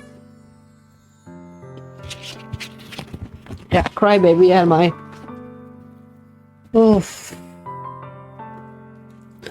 How is it possible that Sayori keeps this from me the entire time I've known her? Did she really want so badly for me to not just think about it? Why, Sayori? Why is it that you never told me about why you never told me about this? It almost feels like I've been betrayed by your close friends. Because if I knew, I would have done everything I could to support you, even if there's so much that I could do. I would have tried a little bit harder to make every day a little better for you. That's why I'm your friend. All you had to do was to tell me. You don't understand at all, crybaby. Why do you think I didn't tell you? Because if I told you, then you would have to waste effort caring about me instead of doing important things. I don't want to be cared about. It's bittersweet when people try to care about you. It feels nice sometimes, but it also feels like a bat being swung against my head. Oh, I'm gonna cry. I'm gonna cry. That's why I wanted so badly for you to make friends with everyone else. Helping everyone a bit together is the best thing for me, but then I discovered something else too. Seeing you make friends and get close with everyone in the club, it feels like a spear going through my heart, yeah. So that's why I decided the world just wants to torture me. Every path leads to nothing but hurt. You're right that I don't understand. I don't understand your feelings at all, Sayori, but I don't need to understand. Whatever it takes for me to help you stop hurting, that's what I'll do. No, crybaby, there's nothing. Nothing at all. The only thing that could have helped is if everything could be like it always was. But I was selfish. I finally showed you what a horrible person I am. Tears streaked down Sayori's face. I made you join the literature club because I was selfish. And I was punished by my heart hurting in a way that I couldn't understand. And now you came here and I made you hurt too. I'm just weak and selfish, that's all I am. And that's why I'm going to accept these punishments. Because I deserve every last one. Just a cute game about anime girls in literature club. I know, right? Because I deserve every last one. Oh, I didn't. Without thinking, I once again grab Sayori's shoulders. This time I pull her into a tight embrace. Ah! Cry, baby. Sayori. I don't care if you feel selfish. I'm really happy that you convinced me to join the club. Seeing you every day makes it worthwhile enough. If I make friends with everyone else, then that's just a bonus. But please never underestimate how much I care about you. I wouldn't have it any other way. Cry, baby. Sayori isn't hugging me back, despite my arms being wrapped around her. Sayori's arms remain at her sides. She starts sobbing next to my ear. No, don't do this to me. Please don't do this. Cry, baby. Sayori barely managed to speak between her sobs. I don't know if I'm doing the right thing, but all I want for her to know that I care. If you have it in you to call yourself selfish, then you have to let me be selfish too. No matter what it takes, I'll figure out what needs to change. I'll make those feelings go away. It's not that easy. And if there's anything that you need me to do, then you better tell me. I'll get mad if you don't. I don't know. Gently, Sayori finally puts her arms around me in return. I don't know anything. It's all really scary. I don't understand any of my feelings, crybaby. The only time I'm not feeling nothing is when I'm feeling pain. Okay, but your hugs are so warm, and that's really scary too. Sayori lets me go, and if she does, I let her go as well. The festival is tomorrow. Yeah, it's going to be fun, right? Yeah. How would you like me to spend it all with you? It's what I want, I promise. I think that would be nice then. Yeah. Sayori wipes her tears. If I could spend a whole day here, I could. Of all days, this has to be the one where I have other plans. Maybe I should cancel. No, don't! Please don't. If you did that, then I really wouldn't forgive you. But it's almost time for Yuri for me to meet me in my house. At the very least, do you want to come along and help out? It would be fun. To my surprise, Sayori shakes her hand. I'm sorry, I don't know if it would be good for me today. You understand, right? It's kind of hard for me to fully understand, but I'm trying my hardest. It's okay. Don't worry too much about it. I'll see you tomorrow, okay? Alright, I look forward to it. I say goodbye to Sayori and exit the house. On the way home, I find myself still feeling uneasy. Something's gonna happen. Something's gonna happen. I have a feeling. I don't want to say it out loud because I hope I'm wrong, but let's see. But it's hard for me to keep thinking about it when Yuri is about to come over too. I think Sayori is right. I shouldn't be worrying too much. We're definitely going to have a great time tomorrow. I should just focus on what's ahead of me. That sounds like such a flag. As I approach my house, I see something that makes me feel a moment of panic. Yuri? Oh, she arrived. Thank goodness. You're a little early. I'm sorry I wasn't home yet. Were you waiting for a long time? No, I just got here. But I started to get really nervous when nobody answered the doorbell. You always could have texted me. If I had known, I would have reassured you and heard more on my way home. I suppose that's true. I didn't think of that for some reason. It should be common sense to do that, but I decided to ignore it. Anyway, let's go inside. I'll see you bought a lot of stuff with you. That's right. And did you manage to find everything I asked you to buy as well? Yeah, pretty much. At least I hope I got everything right. I'm sure it will be fine. I take Yuri to my room. The first thing she does is glance around curiously, which makes me feel anxious. It's so clean. I cleaned it before you came over, so that's very considerate of you to do. Ah, no, it would be very embarrassed for my room to be a mess while you were here. Well, I do enjoy cleaning. I would have gladly helped you clean. That would have been even more embarrassing. Wait, don't look in there. I snatched Yuri's wrist, which was in process of opening a desk drawer of mine. Why would you randomly open somebody's desk drawer? Either way. I'm sorry. I wasn't thinking for some reason. I was just spacing out. It's fine. I let go of Yuri's wrist. She puts both of her hands firmly on her lap. She makes sure she's keeping track of them. So, could we get started? Yeah. I have a few things planned that you can help with. Decoration and atmospheric enhancements. Oh, he's as surprised as me. You know, mood lighting, atmospheric candles. Oh wow, I didn't know you planned on taking it that far. Of course. I want to help take our guests to a faraway place. Not too many will stop by just out of curiosity, and for cupcakes, I guess. I've determined to provide an experience that will leave them wanting more. That's great. It's easy to forget that you're a pretty intense person. Intense? I guess that's the best way to put it. Is that a bad thing? No, not at all. It's something that I like about you, actually. Is that so? That makes me feel relieved and kind of happy. Yeah, no need to be anxious. You can relax a little. Relax. I bought some things for relaxation. I was going to use them during the poetry event. Oh yeah, like what? Let's see. Imagine her taking out a bag of weed. Yuri rummages through her bag. She pulls out a few candles and a wooden cylinder-shaped object. Yeah, no weed, unfortunately. I did some shopping the other way here, so I happen to have these things in my bag. So I plan to cover the windows in black paper and use the candles to light the room. Close enough. Yeah, it is close enough, though. I think that would be amazing, don't you? Yeah, that would be neat. What's the one thing, though? Oh, this? It's a diffuser for essential oils. How familiar are you with aromatherapy? Not familiar at all. Is that so? It's one of my favorite contributors to the positive atmosphere. Depending on the oils or herbs you choose, you can change the mood of the air itself. You can even feel its permeate through your body.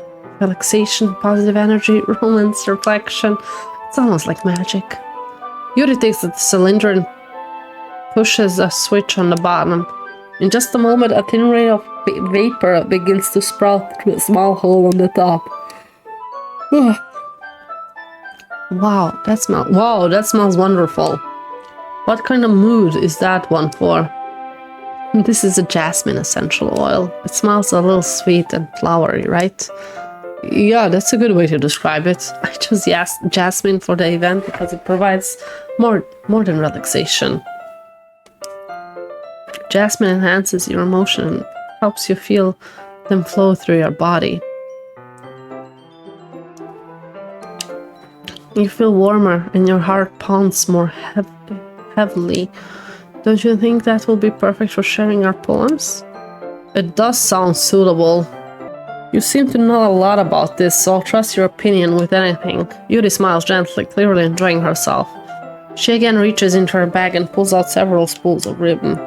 What are those for? Well, did you purchase the origami paper I asked you to get? Yeah, I have it over here. We won't be using the paper for folding origami. What I'd like is to write different words on each paper. We'll need about 100 of them. 100? Oh yeah? What will those be used for? Well, I'm going to cut pieces of ribbon and hang them by the doorway in the classroom. Then we can fasten the paper onto the ribbons and create a doorway curtain. Wouldn't it be beautiful? It will also catch the eye of those passing by the room. It may attract to peek inside. That's really creative. I had no idea you'd be so good at this, Yuri. Is that so? From depression to kingy, getting whiplash. Yeah, I know, right? Well, I suppose I do get a little tense, as you'd put it. Yuri giggles with red cheeks. Is it just me, or is she more relaxed when it's just the two of us? Yeah, she is. Or maybe it's the excitement she feels from sharing something that she enjoys. Might be both. Here's a marker, crybaby. You can write any characters you want. I'll help you once I finish cutting the ribbons. Alright, yeah, good thing we are writing and not her. Sitting on the floor together, the two of us get to work. Carefully draw a different character on each paper, doing my best to manage my bad handwriting. Probably not worse than hers. Yuri unravels a long strand of red ribbon to her desired length. Then she reaches into her bag once more and pulls out a pocket knife. The knife is strangely beautiful. The silver handle has an intricate pattern of waves etched into it. The blade itself is gently tinned blue. It's not ordinary pocket knife. It looks very fancy. Well, embarrassed, Yuri looks away. What is it? You're going to think it's weird. Yuri, whatever it is, I have no reason to judge. And this is how we die. Stabbed with a beautiful knife. To each their own, you know. If you promise you won't be weirded out. If you promise you won't be weirded out. Yeah, I promise. Alright. The thing is, I'm kinda into knives. They're just so pretty. Okay. Can't help it. I don't know what it is. The combination of craftsmanship and a feeling of danger, maybe. What am I saying? Please don't think I'm weird for this. You're laughing at me. No, I'm not laughing at you. I'm just funny how nervous you get about sharing. It's an interesting thing to be into, I guess. But I think it kind of suits you. Suits me? Yeah, it's kind of intense. Besides, it's a really cool looking knife. I can't deny that. It is, isn't it? Yuri relaxes for expression once again. Would you like to hold it? Sure, I'll check it out. Yuri carefully hands me the knife and stabs me. I mean, with the handle facing me. I'll take it and turn it into my hands. It feels heavy and extremely solid. Where do you even get a knife like this? Curious of its sharpness, I feel the point of the knife with my index finger. Ow! Baby, why did you do that? I didn't expect it to be that sharp. I barely touched it. I should have warned you. The knife is extremely sharp. It can cut through skin like it's paper. How do you know? How do you know? How do you know? I bet with you she's a yandere. Kidding. I mean, she's called Yuri. Isn't Yuri from Mirai Nikki? Like, isn't the female lead from Mirai Nikki also called Yuri? No, she's Yuki. She's Yuki, never mind. She's Yuki. But Yuri is the main character, right? I don't remember what their names are. She stabs you and turns out to be an isekai game all along. Yeah. I can't escape isekais, I guess. Oh no. A small drop of blood trickles down at the side of it. I swear to God, if she takes my finger and sucks it, don't suck my finger. Don't suck my finger, okay? Suck my finger. Yuri takes my hand and gives the wound a closer look. She stares at it and noticeably fidgets. If you're squeamish, I'll go wash it off now.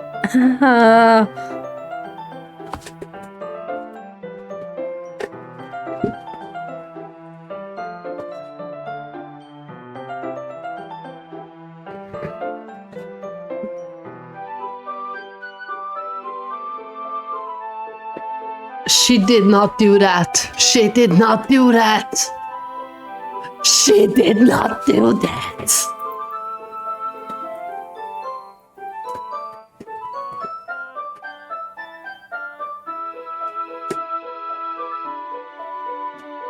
I'm scared. Call my mom.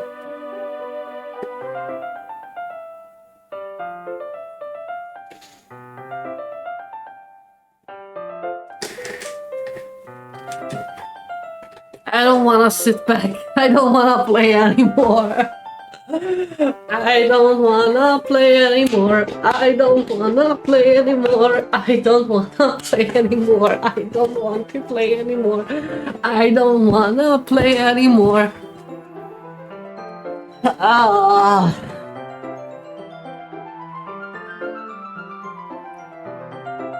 She fucking sucked my finger. She sucked my finger. The music is terrible for this, by the way.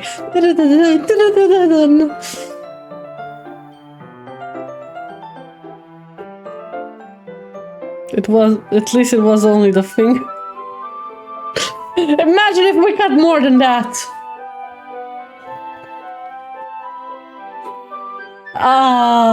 Without warning, Yuri puts my finger in her mouth and licks the wound. I feel her tongue curl. I thought it couldn't get any worse.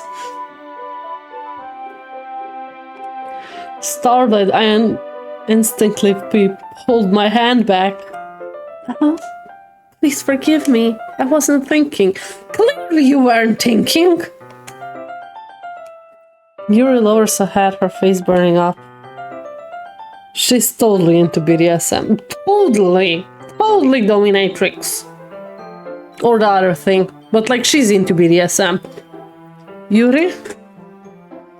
That's the most embarrassing thing I ever done. That's the most embarrassing thing I ever had to imagine. How could I do something like that? I'm sorry. Sure, it was a little weird. And it took me by surprise, but I guess she was just trying to help, right? I'm not sure anymore.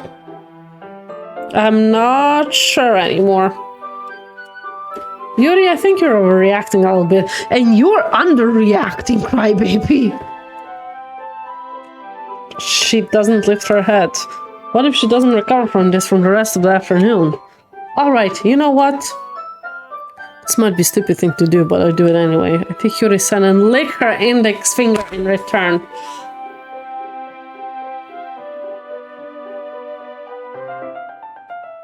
Oh, just wait. We're not done embarrassing them yet.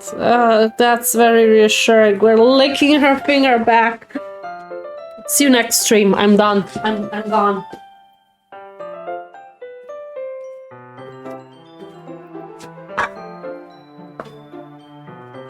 I'm done. Goodbye. Bye-bye. This was hard. Oh god, and it's only gonna get worse, won't it? I need a cookie. I deserve a cookie for this. I deserve a cookie after this. Crybaby! Did you really just do that? Girl, you started it.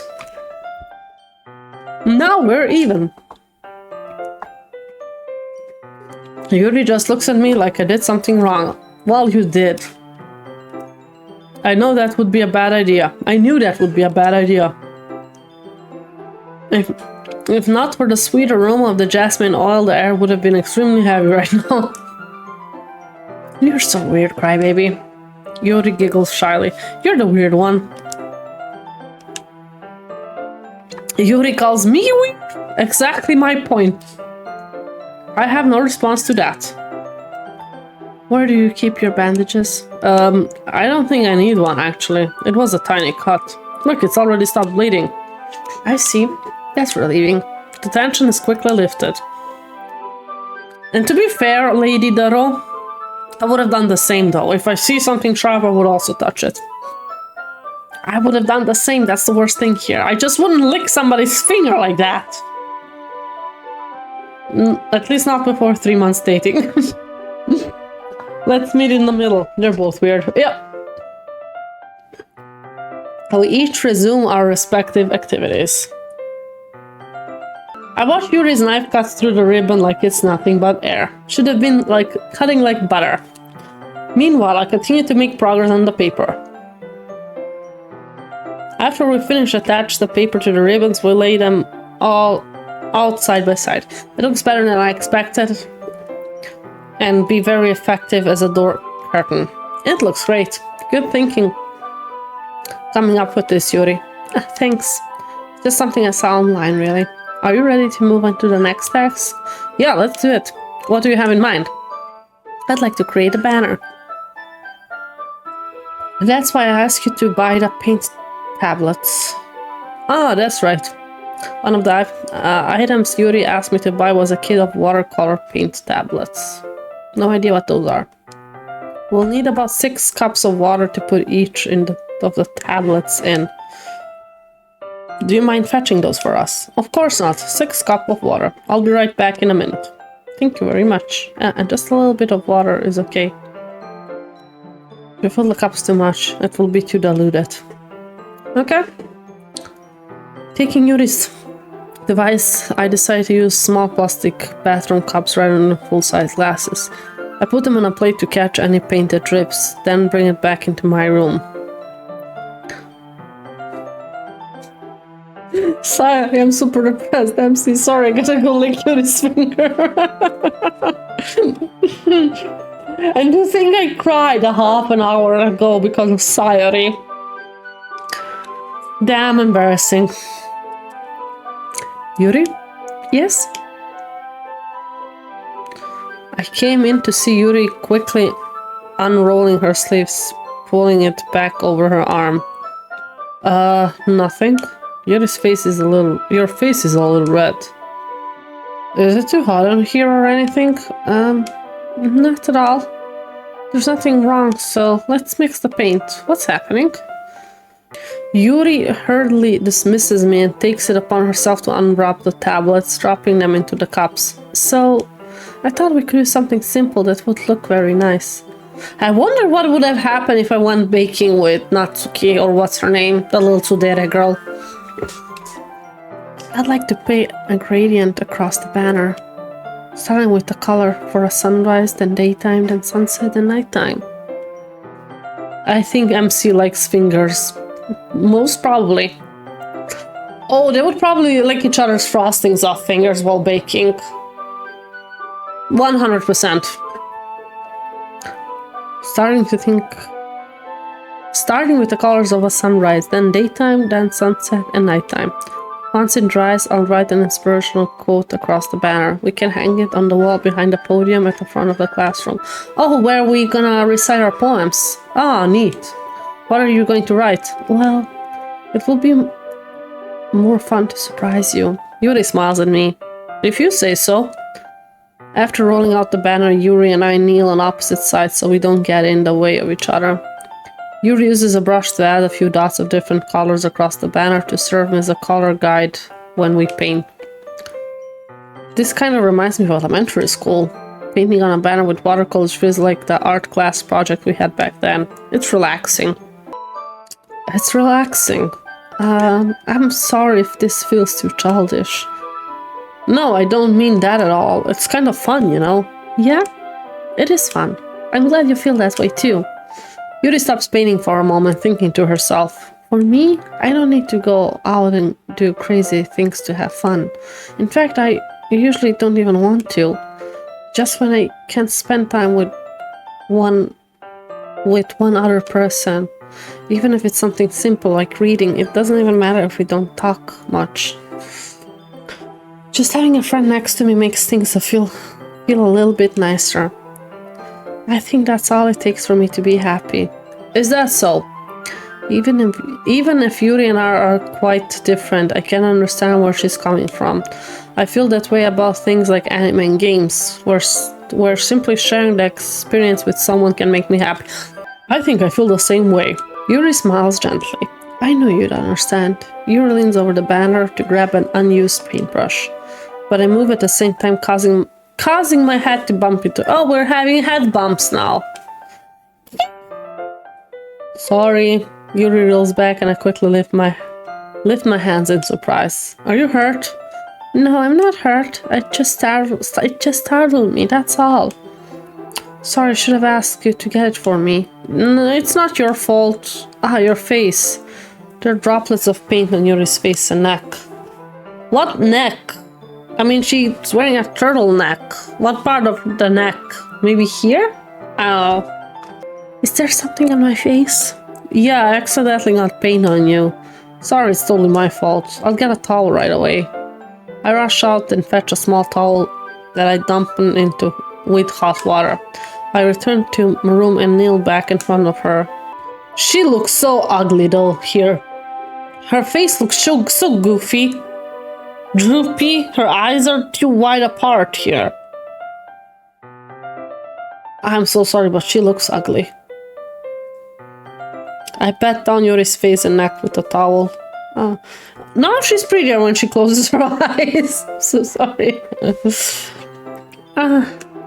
Something wrong? It's hot, I just didn't expect it. Sorry, I didn't want to use cold water. Having finished... Is that our hand? I think that's the first time we see a part of us. I've finished, I start to retract my hand, but Yuri suddenly holds my wrist. Wait, huh? Just for a little longer. It feels really nice. I keep my hand still against Yuri's neck. She looks into my eyes. It's an intense expression that I recognize from when she reads her book, almost as she's lost in daze, enveloped by her own thoughts. She breathes gently, half through slightly parted lips. What is happening? Is this the aroma of jasmine oil giving me this dizzy feeling? Yuri's gentle fingers wrapped around my wrists send a tingling sensation through my arm, and suddenly her face seems to be much closer to mine than it was just a moment ago. Yuri slowly pulls away. Sorry, I've been feeling a little lightheaded today. I didn't mean to space out. It's fine. The moment is over as soon as it began. Yuri picks up her brush again, but her movements seem clumsier, like she's unable to focus. I remain silent, forced to ignore the event that just transpired. I hesitantly retrieve my own brush and continue following Yuri's example. We're gonna finish this? That should do it. I finished filling the night sky with white dots that look like stars. Looking at the banner as a whole, it's really pretty and natural looking. I think it came out better than I expected. I'm really happy with the result. Yeah, me too. Are you going to add the lettering now? Not yet. It needs to dry first. Oh, that's true, but won't it take a while? Well, perhaps it would be best to leave it here, then have you bring it in the morning. I can do the lettering in the classroom before the event starts. Is that okay? That's totally fine. Wonderful. In that case, I don't think there's anything more for us to do here. That's all we had to do? Seems a waste of manpower, but okay. Phew. You say that like you're glad it's over. Was I wrong to assume that you were at least enjoying yourself a little bit? Oh no, it's not that. I'm just glad that we managed to get everything done. I see. I am too. I was a little bit concerned about time. I need to start making dinner soon. Ah. So you don't have any time left. I was secretly hoping we would have extra time after finishing the work. Well, Yuri thinks to herself, I think it would be too irresponsible of me to wait much longer. I'm sorry. I was hoping there would be more time as well. It's probably my fault. Sorry for being such a slow worker. No, it's not your fault at all. And the important thing is that we got everything done, right? Yeah. So, I shouldn't be disappointed or anything. Gathering all her things, Yuri seems a little downcast. I understand why. It sounded like she rarely gets the opportunity to spend time with friends in a relaxed environment.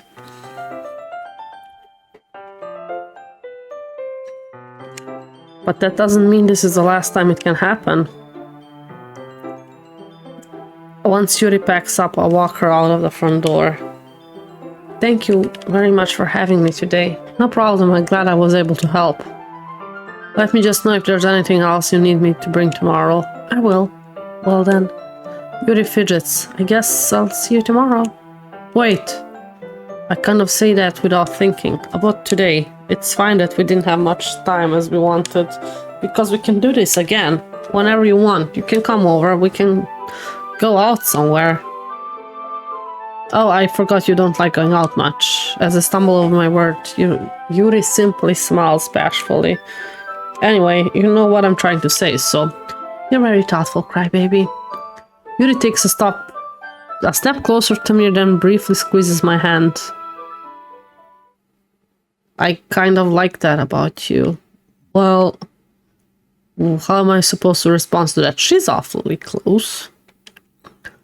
But I don't even get a chance to as Yuri suddenly pulls back. Sayori! Hi, crybaby. Sayori! Just now we weren't... It's okay, crybaby. I just stopped by to say hi. Well, this is awkward. Yeah. Well, it's nice to see you. I'm sorry, but I'm already on my way to leave. Ah, really? That's too bad. I'm sorry. But we'll all be together at the festival tomorrow, so that's fine, right? Of course. Sayori beams. Yeah, so I'll see you tomorrow. Clearly embarrassed, Yuri hurries off. Sayori waves goodbye after her. Sayori, I thought you didn't want to come over today. Well, I tried staying in my room, but my imagination was being really mean to me. So I had to come here and see it for myself. See what? What are you talking about? You know, how much fun you were having with Yuri. And how close you got to her. It makes me really happy. Oh, she's crying. That you made such good friends. That's all that matters to me. Tears starts to fall down Sayori's face. That's all that matters to me. Why am I feeling this way, crybaby? Why I'm supposed to be happy for you? Why does it feel like my heart's splitting in half? Well, fuck. It hurts so much. Everything hurts so much. This would be so much better if I could just disappear. Sayori, don't say that. Oh fuck, it's true, crybaby. If it wasn't here, then I wouldn't have... If I wasn't here, then you wouldn't have to waste your sympathy on me. Okay, that. You wouldn't have to put up with me being selfish. Monica was right. I should just... Monica? Monica was right about what? For real, Monica was right about what? Sayori?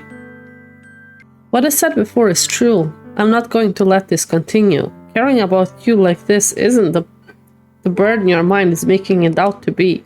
It's something that makes me happy. It's something that I would trade for anything else.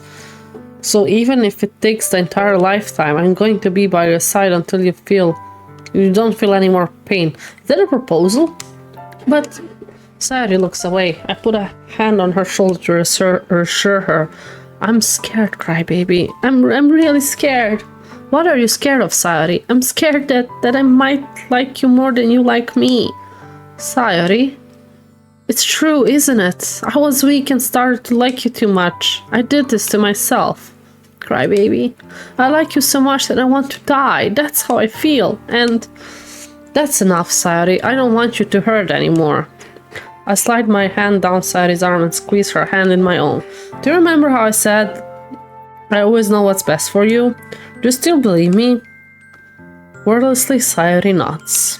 Even if you don't understand all of your own feelings, I know what you need the most right now, and that's what I'm going to give to you.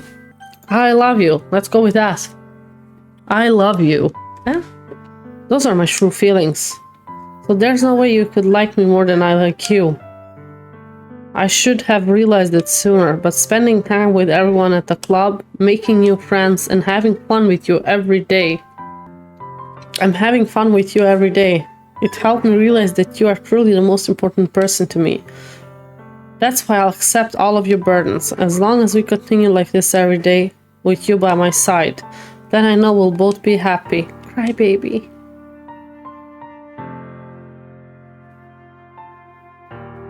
Okay, Sayori suddenly wraps her arms tightly around me. Is this really okay? Yeah. I hold Sayori in my arms and pull her closer. You'll never have to let go of me again. I love you, crybaby. I want to be with you forever. Me too. I feel Sayori grip around me weaken a little bit. What is this? Sayori? I'm supposed to be happy right now. I always thought this would be the happiest moment for me, but why? Even now, why won't the wrinkles go away? They're not going away at all, crybaby. It's okay, Sayori. It might take some time for things to get better again, but no matter how long it takes, I'll be there every step of the way. That's all that matters right now. Okay, I trust you. Sayori and I slowly release each other, so I guess that makes the festival tomorrow up for a state, huh? What are you saying? I don't want to think about those things, you know? I want everything to be the same as it always has been, even if we really are a couple. I don't know if I could handle anything more right now. It's really new and scary to me. I understand. We'll go whatever pace suits you best. Hey, crybaby. Smiling sadly. Even if I get really, really sad, this is the best thing for me, right? I'm not sure, to be honest, right now. I don't really understand what Sayori means by that. Are you saying this is making me feel sad? I don't know. I don't understand what I'm feeling. It felt like a bunch of thorns when you told me you love me. That's not a good feeling.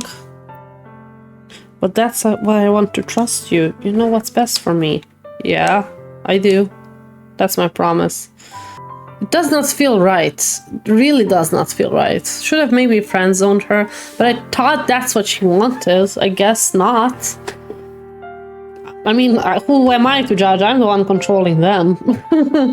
Trying to say something, do something. That's my promise. I say that, but in reality I never felt more uncertain when it comes to Sayori. I know that I love her and she loves me, but I'm having so much trouble understanding Sayori's feeling as she is. Even though I can comfort her, I keep wondering if I should be doing something more or something different. I know these thoughts will continue to plague me until things are back the way they are. Is that what Sayori meant by not wanting anything to change? I don't know, but I know I'll give it everything I've got. Sayori is the most important person to me, and I'll do whatever it takes to make a happy future with her. Everything should be set up now. Okay. Of all days, I expected this to be the one where I'd be walking to school with Sayori, not Sayaka. But Sayori isn't answering her phone. Oh, that's sus. I considered going to her house to wake her up. I decided that's a little too much. It wouldn't be. You should have went to check on her. Meanwhile, the preparation for the event should be nearly complete. The banner Yuri and I painted is dry, and I gently rolled it up to take with me. She sent me a pleasant text reminding me not to forget anything, and I reassured her. Funnily enough, I probably feel the same way as Natsuki about the event. I'm more excited for it to be over so I can spend time with Sayori and Yuri at the festival. Ooh, so we want to spend time with both of them. Horny. But knowing Monica, I'm sure the event will be great too. Crybaby. Here's the first one here. What's happening with my audio? Why is there... There's no music. That's weird. Thanks for being early. That's funny. I thought at least Yuri would be here by now. Monica is placing little booklets on each of the desks in the classroom. They must be the ones she prepared that have all the poems we're performing. In the end, I found a random poem online that I thought Monica would like and submitted it. So that's the one I'll be performing. I'm surprised you didn't bring Sayori with you. Yeah, she overslept again. That dummy. You think that on day this important she try a little harder. Yeah, I was about to say. I say that, but I suddenly remember what Sayori told me yesterday. And I suddenly feel awful knowing it's not as nearly as simple for her. I only said it because it's the way I'm used to thinking, but maybe I should have gone to wake her up after all. Maybe you should have. You should take a little responsibility for her, crybaby. I mean, especially after you exchange... What? I mean, especially after your exchange with her yesterday. What do you mean? You kind of left her hanging this morning, you know? What? Monica, you know about that? Of course I do. I'm the club president, after all. Why does she know that? Why does she know that? But... I stammer, embarrassed. Did Sayori really tell her about it that quickly? That we're a couple now? I didn't really plan on bringing it up with anyone yet. Jeez, you don't know the full story at all, so don't worry. I probably know a lot more than you think. Okay, Monica is creeping me out again. Monica is being as friendly as usual, but for some reason I feel a chill down my spine after hearing that. Hey, do you want to check out the pamphlets? They came out really nice. Yeah, sure. I grabbed one of the pamphlet laid out on the desk. Oh yeah, they really did. Something like this will definitely help people take the club more seriously. Yeah, I thought so too. I flipped through the pages. Each member's poem is neatly printed on its own page, giving it an almost professional feel. I recognize Natsuki and Yuri's poem from the ones they performed during our practice. What's this? I flipped to Sayori's poem. It's different from the ones she practiced. It's the one I haven't read before. Get out of my head, get out of my head.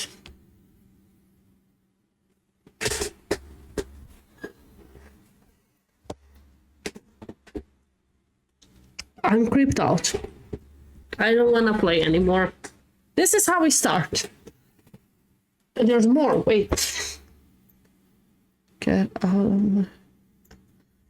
of my head before I do what... Wait.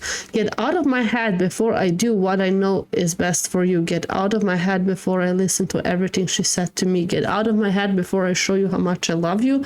Get out of my head before I finish writing this poem. But the poem is never truly finished. It just stops moving.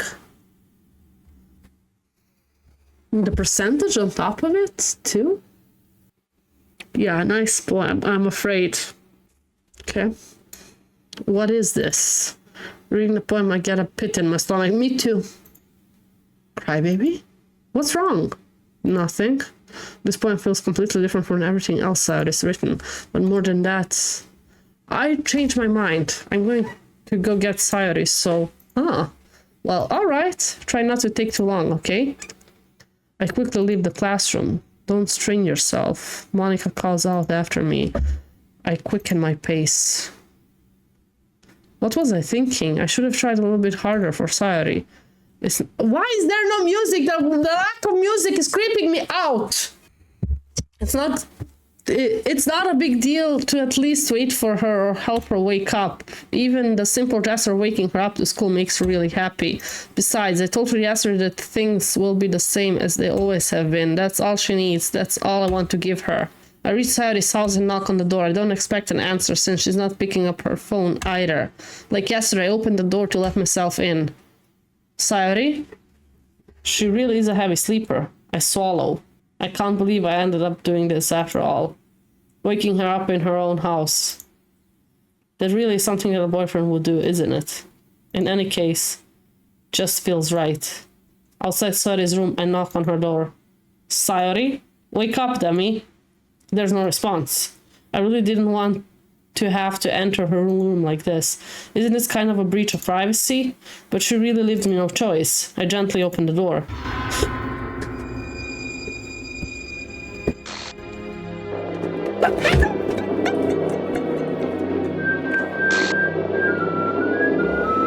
And there's the music!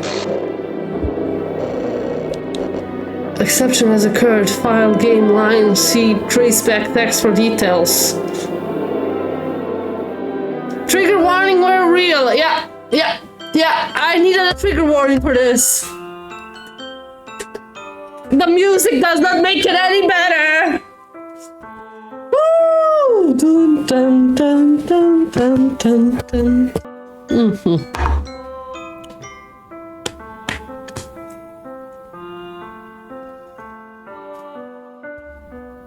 I don't want to continue.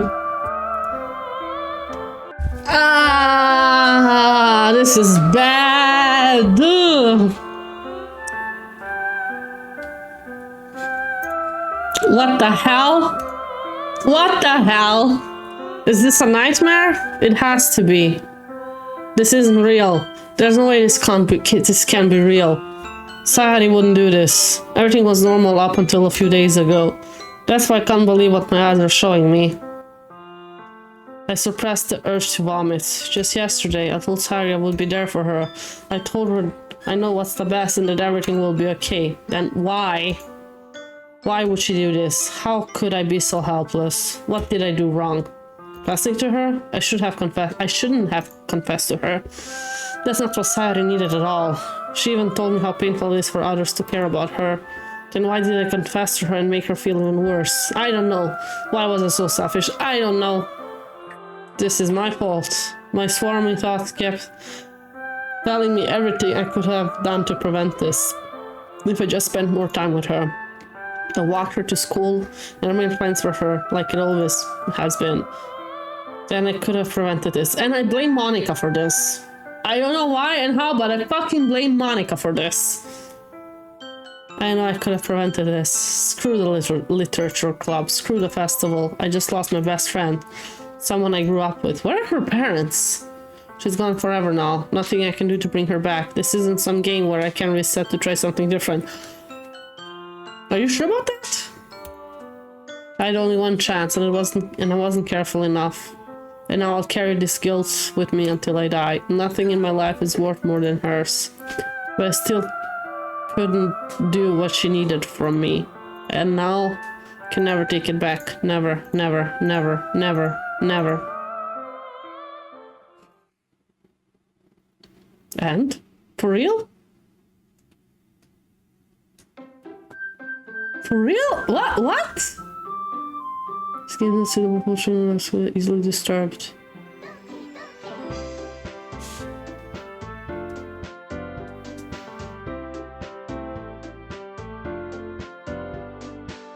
Wait!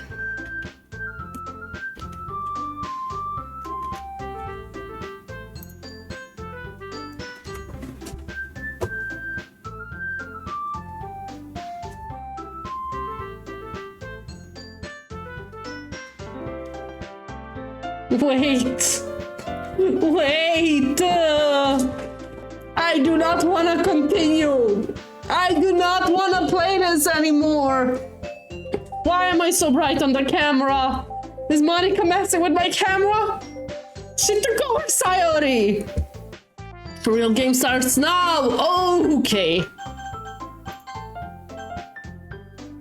What's this? Like, can I?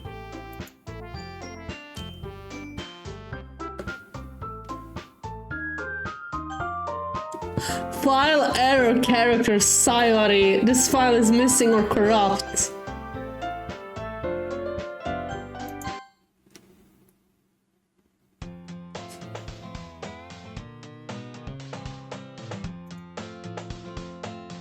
I see an annoying girl running towards me from the distance, waving her arm in air like she's totally oblivious to any attention she might draw to herself. That girl is my neighbor and good friend since we were children. You know, the kind of friend you never see yourself making today. But it just kind of works out because you've known each other for so long. We used to walk to school together on days like this, but starting around high school, she would oversleep more and more frequently and would get tired of waiting up. But if she's going to chase after me like that, I almost feel better off running away. Yeah, run! However, I just saw an idle in front of Crosswalk and let's catch up to me.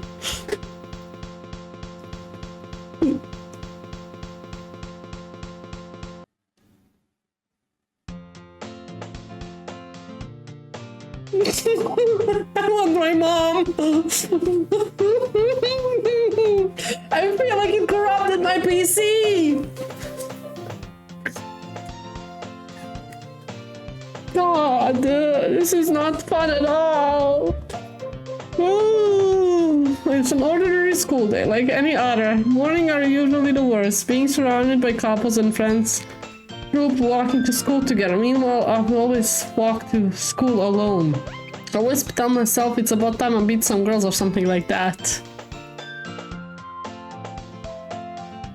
Yeah, so this dating sim might have a tiny bit of horror actually. You don't say. I actually expected something because of the popularity of the game. I expected something and I thought it might go into the horror genre.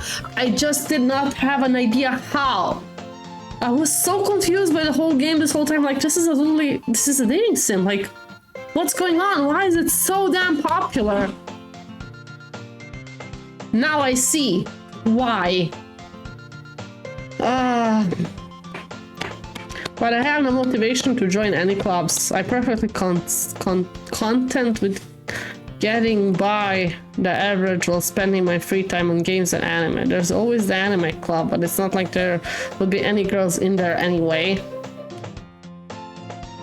The school days is ordinary as ever, and it's over before I know it. After I pack my things, I stare blankly at the wall looking for an ounce of motivation.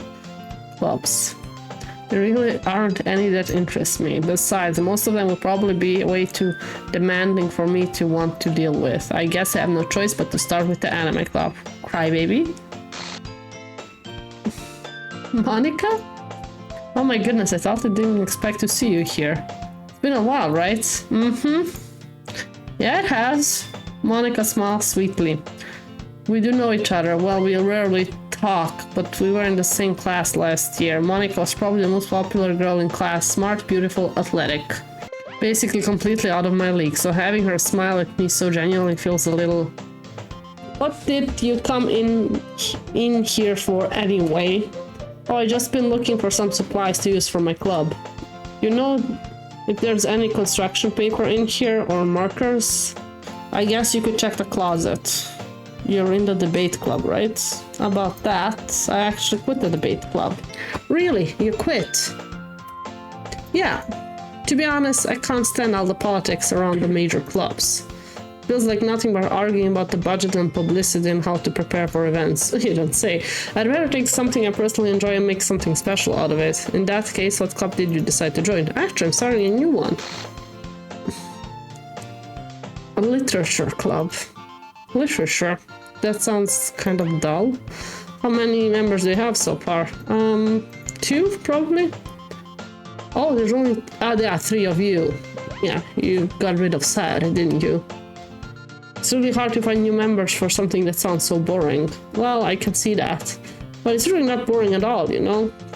Literature can be anything: reading, writing, poetry. I mean, one of my members even keeps her manga collection in the club room. Wait, really? Yeah, it's funny, right? She always insists that manga is literature, sure, too. I mean, she's not wrong, I guess. And besides, a member's a member, right? Did Monica say she? Hey, Crybaby, by any chance, are you still looking for a club to join? I mean, I guess so, but in that case, is there any chance you could do me a big favor? I won't ask you to join, but if you could at very least visit my club, it would make me really happy. Please? Well, I guess I have no reason to refuse. Besides, how could I ever refuse someone like Monica? Sure, I guess I could check it out. Awesome. You're really sweet, Crybaby, you know that? That's nothing really. Shall we go then? I'll look for the materials another time. You're more important. And thus, today marks the day I sold my soul to Monica and her irresistible smile. Yeah, you sold a soul for Monica, didn't you? Didn't you? I dejectedly follow Monica across the school and upstairs, a section of the school I rarely visit. Monica, full of energy, swings open the classroom door. I'm back! And I brought a guest with me. I think I should, update this fucking scare count, but I don't know how many times. I guessed? Seriously, you bought a boy. Way to kill the atmosphere. Don't be mean, Natsuki. But anyway, welcome to the club, Crybaby. Oh, words escape me in this situation. This club is full of incredibly cute girls. So let me guess, you're Monica's boyfriend, right? No, I'm not. Natsuki, the girl with the sour attitude whose name is apparently Natsuki, is one I don't recognize. Her small figure makes her look a first-year student. Anyway, this is Natsuki, energetic as usual. And this is Yuri, the vice president. It's nice to meet you. Yuri, who appears comparably more mature and timid, seems to have a hard time keeping up with someone like Natsuki. It's nice to meet both of you. So I ran into Crybaby in a classroom and he decided to come check out the club. Isn't that great? Wait, Monica. Didn't I tell you to let me know in advance before you bought anybody new? That was going to do well, you know. Sorry. Make cupcakes? I didn't forget that. I just happened to run into him. In that case, I should at least make some tea, right? Yeah, that would be great. Why don't you come sit down, Crybaby? And I'm not doing voices anymore because I'm afraid. The girls have a few desks arranged to form a table. Yuri walks to the corner of the room and opens the closet. Meanwhile, Monica and Natsuki sit across each other. Still feeling awkward, I take a seat next to Monica. So, I know you didn't really plan on coming here, but we'll make sure you feel right at home, okay? As president of the literature club, it's my duty to make the club fun and exciting for everyone. I'm surprised there aren't more people in the club yet. It must be hard to start a new club. You could put it that way. Not many people are very interested in putting out all the effort to start something brand new, especially when it's something that doesn't grab your attention, like literature. You have to work hard to convince people that you're both fun and worthwhile. But it makes school events like the festival that much more important. I'm confident that we can all really grow this club before we graduate. Right, Natsuki? Well, I guess. Natsuki reluctantly agrees. Such different girls, all interested in the same goal. Monica must have worked really hard just to find those two. Yuri returns to the table, carrying a tea set. She carefully places a teacup in front of each of us before setting down the teapot in the middle. We keep a whole tea set in this classroom? Don't worry, the teacher gave us permission. After all, doesn't a hot cup of tea help you enjoy a good book? This is very repetitive from the first time we were here. I guess. Don't let yourself get intimidated. Yuri's just trying to impress you. That's not. Insulted Yuri looks away. I mean, that, I believe you. Well, tea and reading might not be the pastime for me, but I at least enjoy tea. I'm glad. Yuri faintly smiles to relief in herself. So, baby, what kind of things do you like to read? Well, Considering how little I read this past year, I don't really have a good way of answering that. Manga. Mother. Okay, I can do the controller. Natsuki hat suddenly perks up. It looks like she wants to say something, but she keeps quiet. Not much of a reader, I guess. Well, that can change. What am I saying? I spoke without thinking after Yuri's sad smile. Anyway, what about you, Yuri? Well, let's see. Yuri traces the rim of her teacup with her fingers. My favorites are usually novels that build deep and complex fantasy worlds. The level of creativity and craftsmanship behind them is amazing to me. And telling a good story in such a foreign world is really impressive. Yuri goes on, clearly passionate about her reading. She seems so reserved and timid since the moment I walked in, but it's obvious by the way her eyes light up that she finds her comfort in the world of books, not people. But you know, I like a lot of things. Stories with deep psychological elements usually immerse me as well. Isn't it amazing how a writer can so deliberately take advantage of your own lack of imagination to completely throw you off for a loop? Anyway, I've been reading a lot of horror lately. Have you? I'm living the horror right now. I read a horror book once. I'm reading a light novel, visual novel horror right now. I desperately grasp something I can relate to on a minimum level. At this rate, Yuri might as well be having a conversation with a rock. I expect it from you, Yuri. It suits your personality. Oh, is that so? Really, if a story makes me think or takes me to another world, then I really can't put it down. Surreal horror is often very successful at changing the way you look at the world, if only for a brief moment. I hate horror. Why is that? Well, Natsuki's eyes darted over to me for a split second. Never mind. That's right, you usually like to read about cute things, don't you, Natsuki? What? What gives you that idea? You left a piece of scrap paper behind last club meeting. It looked like you were working on a poem called Don't Say It Out Loud, and give that back. Fine, Natsuki, you write your own poems? Oh well, I guess sometimes. Why do you care? I think that's impressive. Why don't you share them sometimes? No. Natsuki averts her eyes. You wouldn't like them. Not a very confident writer yet. I understand how Natsuki feels. Sharing that level of writing takes more than just confidence. The truest form of writing is writing to oneself. You must be willing to open up to your readers, exposing your vulnerabilities and showing even the deepest reaches of your heart. Do you have writing experience too, Monika? Maybe if you share some of your work, you can set an example to help Natsuki feel comfortable enough to share hers. I guess it's the same for Yuri. We'll all sit in silence for a moment. Hey, I just got an idea. How about this? Natsuki and Yuri look quizzingly at Monika. Let's all go home and write poems of our own. Then next time we meet, we all share them with each other.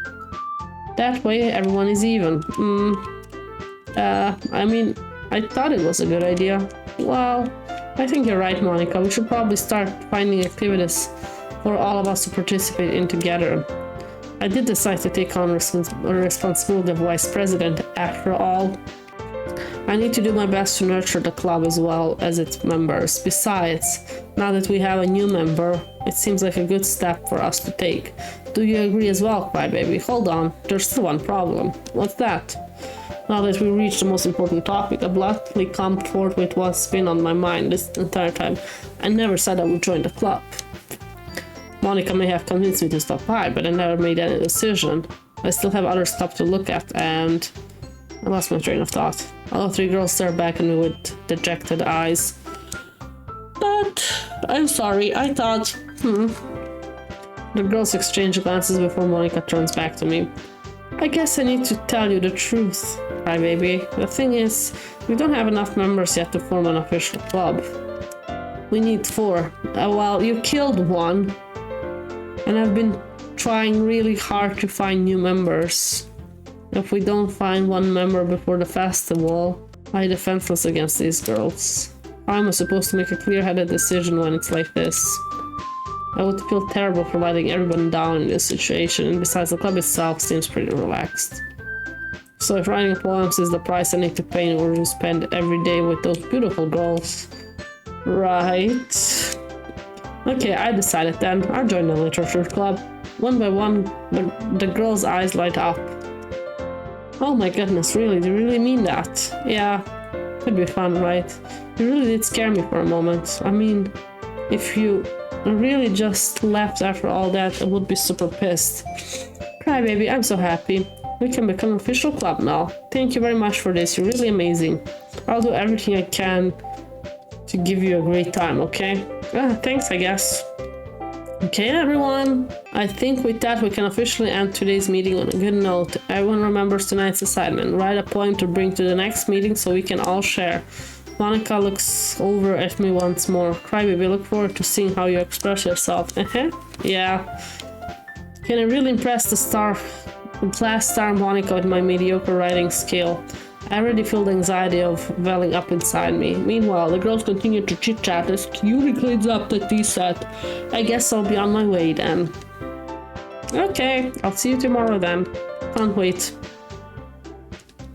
With that, I departed the club room and made my way home. The whole way, my mind wanders back and forth between the three girls. Natsuki, Yuri, and of course Monica. Will I really be happy spending every day after school in the literature club? Perhaps I'll have the chance to grow closer to one of those girls. Alright, I'll just need to make the most of my circumstances, and I'm sure good fortune will find me. Will it? And I guess let's start with writing a poem tonight. Sure. You have unlocked a special poem. Would you like to read it? Yes? Well, yeah, that's special. It's like a puzzle. Okay, now the question. Nice rhyme, special poem, yeah. Should we write a poem for Yuri? Or Natsuki?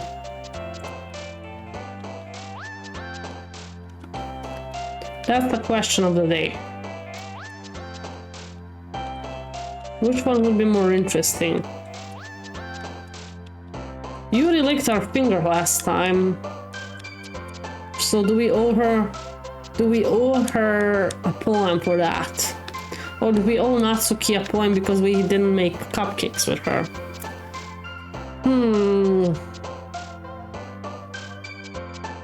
Let's just go with what I like and then we'll see who it gets. I think that's fair. Okay, sticky universe, peaceful, sing, extreme, puppy marriage. Let's go with universe. Lifetime Alice, special, explode, vicious, hair, fantasy, tears, bad, fantasy. Dark, defeat, prayer, calm, proof, color, determination, ribbon, intellectual, vertigo. Oh, I like the word vertigo. Wrath, summer, wrinkle, melody, vivid, despise, charm, cloud, vivid. Bubbles, daydream, mouse, dazzle, blanket, love, dream, dance, inside, dream. I'm going for Yuri, looks like it. Yeah, I know I wrote each of them one. That's why I'm thinking, like, who should I write again? But, like, we're just gonna go. How about we don't look and just, like, click around and see where it lands? Oh, that won't work. Okay. I like Doki Doki. Shiny. Suicide. Massacre. I have a bad feeling about this. Rose. Fireworks. Pleasure. Sugar. Kiss. Smile. Memories. Aura. Starscape. Ooh, Valentine.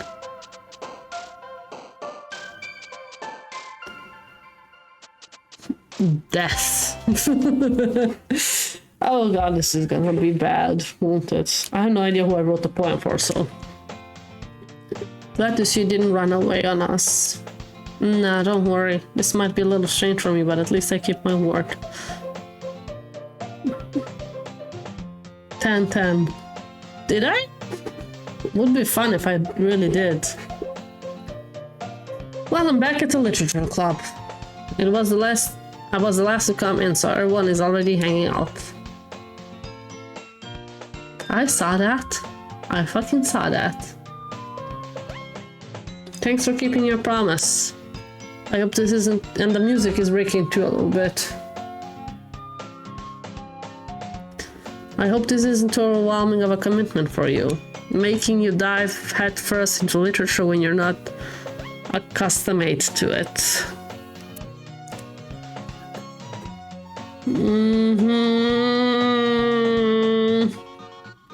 Okay, oh come on, like he deserves any slack. You already had to be dragged here by Monica. I don't know if you plan to just come here and hang out or what, but if you don't take us seriously, then you won't see the end of it. She's in front of the text! How does she do that?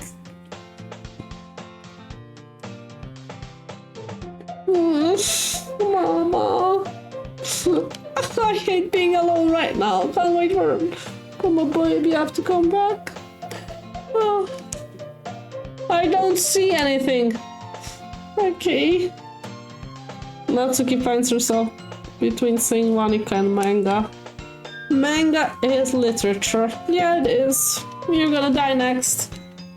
Briefly defeated, Natsuki plops back into her seat. I'm sorry, crybaby. We'll make sure you put your comfort first, okay?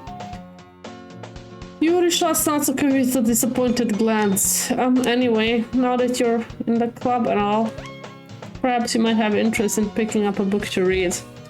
Oh god. Well, I can't really say no either way. Like you said, I'm in this club now, so it only feels right for me to do something like that if you ask.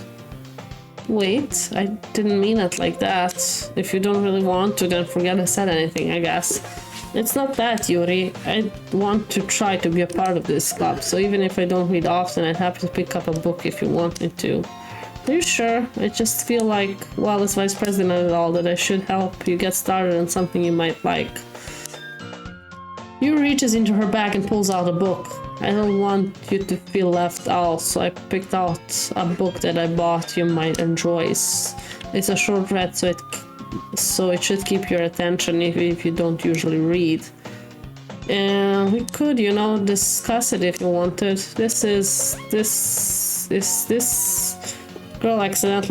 How is this girl accidentally being so cute? She even picked out the book she thinks I like, despite me not reading much. Yuri, thank you. I'll definitely read this. I enthusiastically take the book. Pew. Well, you can read it on your own pace. I look forward to hearing what you think. Now that everyone's settled in, I expect Monica to kick off some scheduled activities for the club. Crybaby truly is fickle. It sure is. But that doesn't seem to be the case. Yuri's face is already buried in a book. I can't help but notice her intense expression, like she was waiting for this chance. Meanwhile, Natsuki is rummaging around in the closet. I'm really curious to talk to Yuri a little bit more, but at the same time I feel really bad for distracting her from reading. I catch a glimpse of the cover of her book. It looks like the same book she lent to me. More than that, she seems to be in her first few pages. Crap. I think she noticed me looking at her. She sneaks another glance at me and our eyes meet for a split second. But that only makes her hide her face deeper in her book. Sorry, I was just spacing out. I muttered this, sensing I made her uncomfortable. Oh, it's fine. If I was focused, then I probably wouldn't have noticed in the first place, but I'm just rereading a bit of this, so that's the book that you gave, right? I want to reread some of it. But were her eyes just weird? Or did I imagine that? Just curious, how come you have two copies of the same book? Well, when I stopped at the bookstore yesterday... That's not what I meant. I mean, I just happened to buy two of them. I see. There's something fairly obvious here that Yuri isn't telling me, but I decided to let it go. Perhaps your eye deceived you. Pandora. Oh, PTSD working there. I'll definitely start reading it soon. I'm glad to hear. Once it starts to pick up, you might have a hard time putting it down. I don't remember if we had this particular conversation first time around. It's a very engaging and relatable story. Is that so? What's the story about? Well, I look at the cover of the book. The book is titled Portrait of Marco. There's an ominous-looking eye symbol on the front cover. Basically, it's about this religious camp that has turned into a human experiment prison. Okay, this is definitely new. And the people trapped there have this trait that turns them into killing machines that lust for blood. But the faculty even gets worse, and they start selectively breeding people by cutting off their limbs and affixing them to... I think you wrote your first poem for Sari, so this has to be different. So my poem now is for Yuri, you say, right? Oh, that might be a little bit of a spoiler, but anyway, I'm really into it. The book, I mean, not the thing about the limbs. That's kind of dark, isn't it? Yuri made it sound like it was going to be a nice story, so that dark turn came from nowhere. Are you not a fan of that sort of thing, Crybaby? No, it's not that. I mean, I can definitely enjoy those kind of stories, so don't worry. I hope so. Yeah, I totally forgot that Yuri is into these things. She's so shy and reclusive on the outside, but her mind seems to be completely different. It's just that this kind of story, it's the kind that challenges you to look at life from a strange new perspective. When horrible things happen, not just because someone wants to be evil. Why is the text bold and black? But because the world is full of horrible people and we're all worthless anyway, then suddenly... Okay, I got chills all over my body. This is fucking terrifying. Not again, I'm sorry. Hey, don't apologize, I haven't lost interest or anything. Well, I guess it's alright then, but I feel like I should let you know that I have this problem. When I let things like book and writing fill my thoughts, my whole... What? I kinda forget to pay attention to other people. I'm gonna cry how terrified I am right now. So I'm sorry if I end up saying something strange, and please stop me if I start talking too much. I really don't think you need to worry. That just means you're passionate about reading. The least I can do is listen. You can see it in history if you miss the bold text.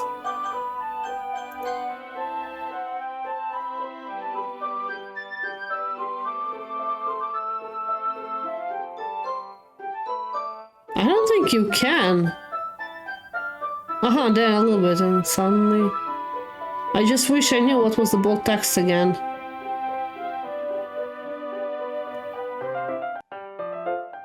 Okay. Maybe not then. I'm not sure, like, I don't know what the bold text was. The least I can... We're gonna try it the next time. It's a literature club after all. Well, that's true. In fact, I might as well start reading then. And will I jump every time at each glitch? I mean, you don't have to, but what are you saying?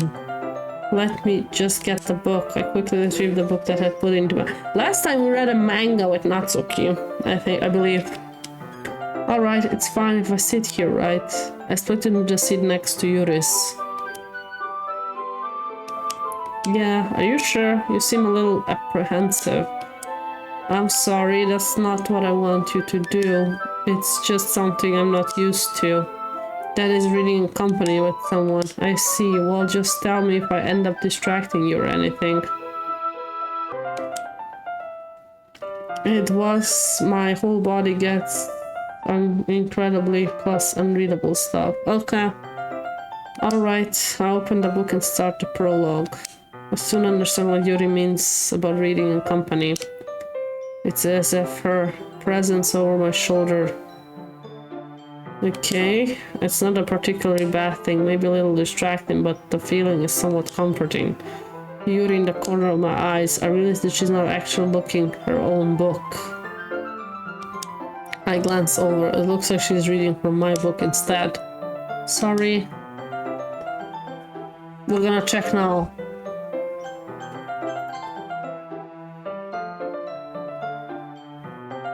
No, there's nothing. Okay, that's creepy. That's just creepy. Yuri, you really apologize a lot, don't you? Yeah, nothing strange or scary was happening. No, never. Never. This game is not scary at all. I do? I don't really mean to.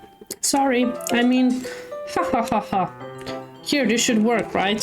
I slide my desk until it's against Yuri's, then hold my book more between the two of us. Two of them. Huh? Okay. I suppose so.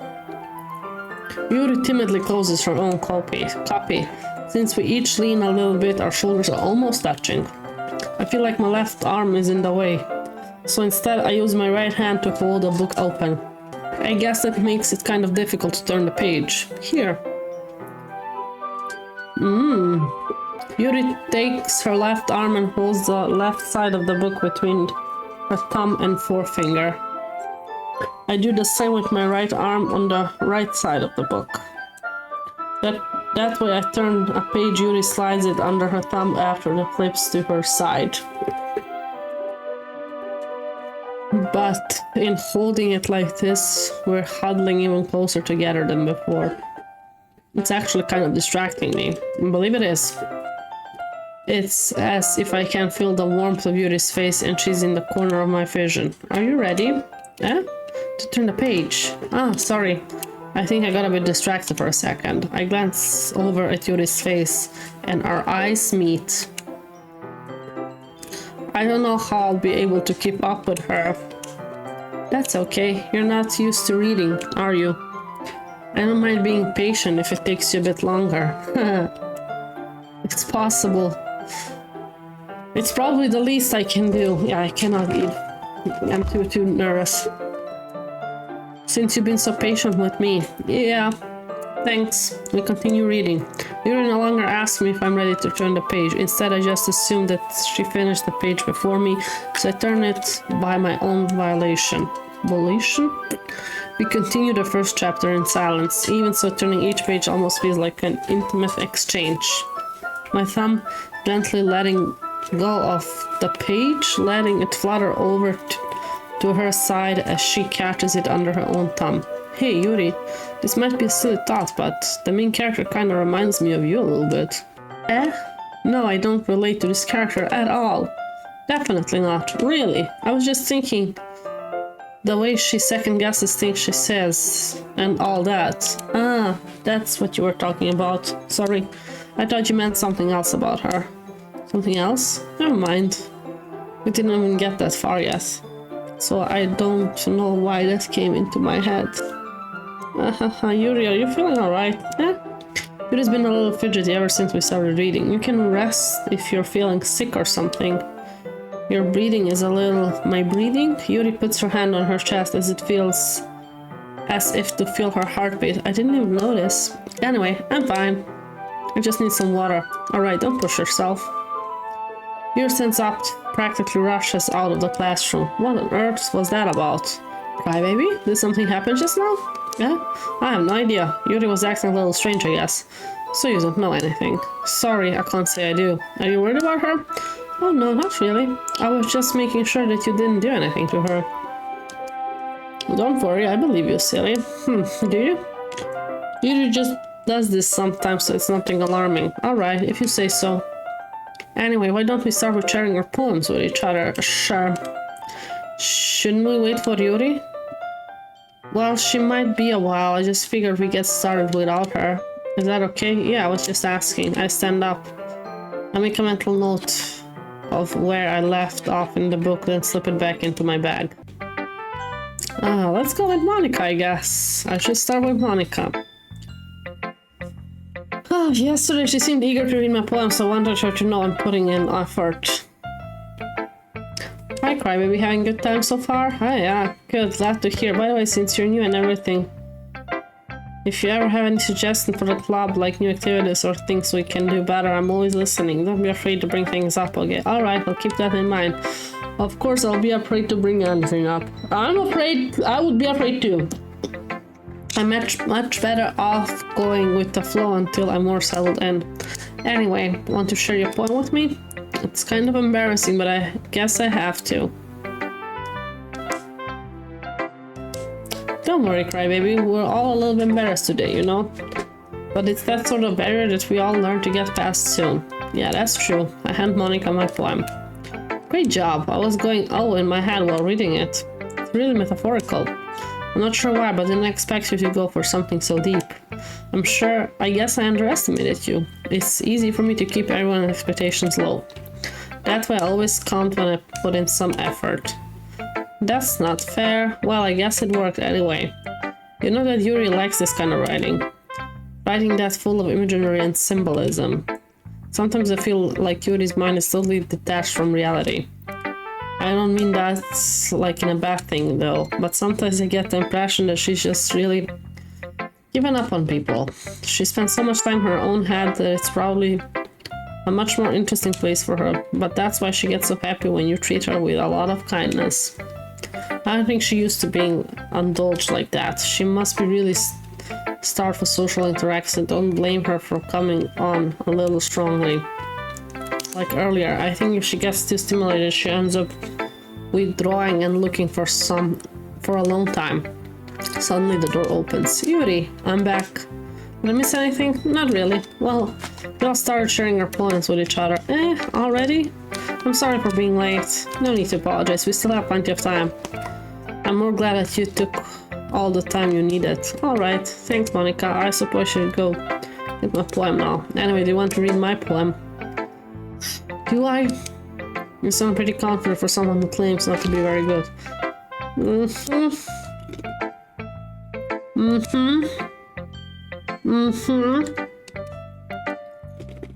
I don't want to read your poem though. Oh, it's the same poem. Didn't expect that. Okay, I think we are the hole in wall, right? Hole in wall, but it wasn't looking at me, confused. I frantically glanced at my surroundings, but my burned eyes can no longer see color. Are there others in this room? Are they talking, or are they simply poems on flat sheets of paper? The sound of frantic groveling playing tricks on my ears. The room begins to crinkle, closing in on me. The air I breathe dissipates before it reaches my lungs. I panic. There must be a way out. It's right there. He's right there. Swallowing my fears, I brandish my pen. Well, it's not the same. I feel like the title is the same, but not the poem. Interesting. So what do you think? It's very freeform, if that's what you call it. Sorry, I'm not really the right person to ask for feedback. It's okay. Yeah, I think so. Okay, so I guess I'm right. It's hole in wall, like the title is the same, but the poem itself is different. It would be boring if it was the same poem. Yeah, it's kind of a style that's gotten pretty popular. That's it, a lot of poems have been putting emphasis on the timing between words and lines. When performed out loud, it can be really powerful. What was the inspiration behind this one? Well, I'm not sure if I know how to put it. I guess you could say that I had some kind of epiphany recently. That you're inside a PC? That you're a game? That you're a program? It's been influencing my poems a bit. An epiphany. Yeah, something like that. Kind of nervous to talk about deep stuff like that because it's kind of coming on strongly. Maybe after everyone is better friends with each other. Anyway, here's Monica writing tip of the day. Okay, here comes something. Sometimes when you're writing a poem or a story, your brain gets too fixated on a specific point. If you try too hard to find it perfectly, you'll never make any progress. Okay, that's the same as last one. Just force yourself to get something down on the paper and tidy up later. Another way to think about it, if you keep the pen in the same spot for too long, you'll just get a big dark puddle of ink. So just move your hand and go with the flow. That's my advice for today. Thanks for listening. Let's keep Yuri for last. Let's go with Natsuki this time. Well, it's about what I expect from someone like you. That's a little blunt. Well, excuse me, it's not like I said it was bad. Just didn't invoke any emotions. So basically, it's not cute enough for your taste. Do you want to get smacked? I'll pass. Well, anyway, I guess I need to show you mine. Not that you'll like it. Eagle can fly. Oh, that one is the same. Yeah, it's the same. Monkey can climb, crickets can leap, horses can race, owls can seek, cheetahs can run, eagle can fly, people can try, but that's about it. Yeah, I told you weren't gonna like it. I like it. What? Just be honest. I am. I do like this poem of hers. Why are you so convinced that I wouldn't like it? Well, because everyone in high school thinks that writing has to be all sophisticated and stuff.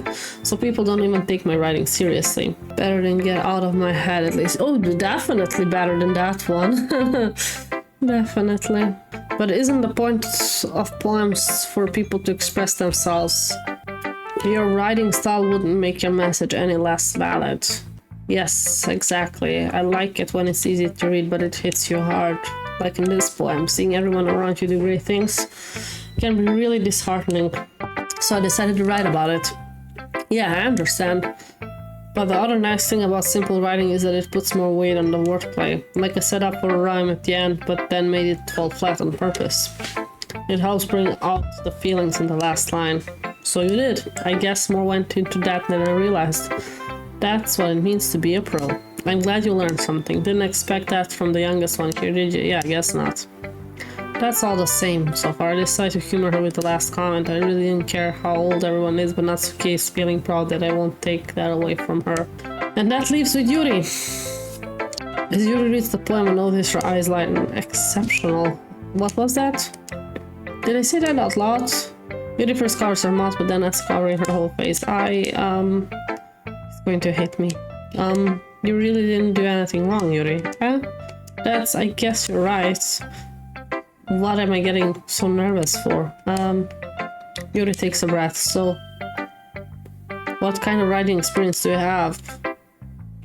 Your use of imagery and metaphors indicates you're writing a lot of poetry before. Really?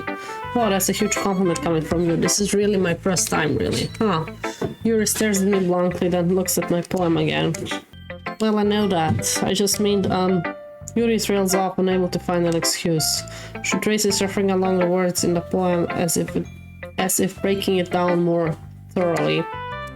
Okay, this is the reason I was able to tell. It's just that there are specific writing habits that are usually typical of new writers.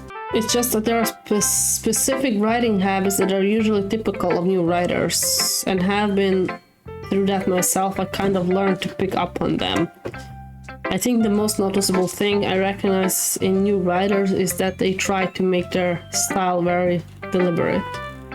In other words, they tend to pick a writing style separate from the topic matter and they form fit the two together. The end result is that both the style and the expressionist are weakened. Wait, let me just... I can skip all of that. So all of that is already seen. So let's do that. If everything's the same. Shit, maybe I shouldn't have done that. Save before skipping. Well... Okay. This is nothing, really. Yours was impressive, too. Nah. What was her poem again? You think so? Yeah, of course. You know, I was really nervous about doing all this, but in the end, I enjoyed it. I'm going to keep doing my best for you. Me too. Okay. Phew. I guess that's everyone. I glanced around the room. That was a little more stressful than I anticipated. It's as if everyone is judging me for my mediocre writing abilities, even if they're just being nice. Oh, the music changed! Ugh. There's no way my poems can stand up to theirs. This is a literature club after all. I sigh.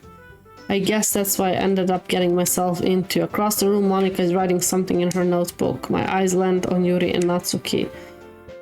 They gingerly exchange sheets of paper, sharing their respective poems. As they read in tandem, I watch each of their expression change. Natsuki's eyebrow furrow in frustration. Meanwhile, Yuri smiles sadly. What's with this language, eh? Did you say something? Oh, it's nothing. Oh yeah, they're catfighting now. Natsuki dismissively returns the poem to the desk. Oh, I don't have Sayori now to back me up here. Shit. I guess you could say it's fancy. Thanks. Yours is cute. Cute? Did you completely miss the symbolism or something? It's clearly about the feelings of giving up. How can that be cute? I know that. I just meant the language, I guess. I was trying to say something nice. Eh? You mean you have to try that hard to come up with something nice to say? Thanks, but it really didn't come out nice at all. Well, I do have a couple suggestions. If I was looking for suggestions, I would have asked somebody who actually liked it. Which people did, by the way. Monica liked it, and Crybaby did too. So based on that, I'll gladly give you some suggestions on my own. First of all, excuse me? I appreciate the offer, but I've spent a long time establishing my writing style. I don't expect it to change anytime soon, unless of course I come across something particularly inspiring, which I haven't yet. And Crybaby liked my poem too, you know. He even told me he was inspired by it. Natsuki suddenly stands up. Oh, I didn't realize you were so invested in trying to impress your new member, Yuri. That's not what I... You're just... Yuri stands up as well. Maybe you're just jealous that Crybaby appreciated my advice more than he appreciated yours. And how do you know he appreciated my advice more? He didn't appreciate my advice more. Are you that full of yourself? No. If I was full of myself, I would deliberately go out of my way to make everything I do overly cutesy. Well, you know what? I wasn't the one whose boobs magically grew a size bigger as soon as Crybaby started showing up. Natsuki, that's a little... It doesn't involve you. Taking our own insecurities out like that. It's glitching!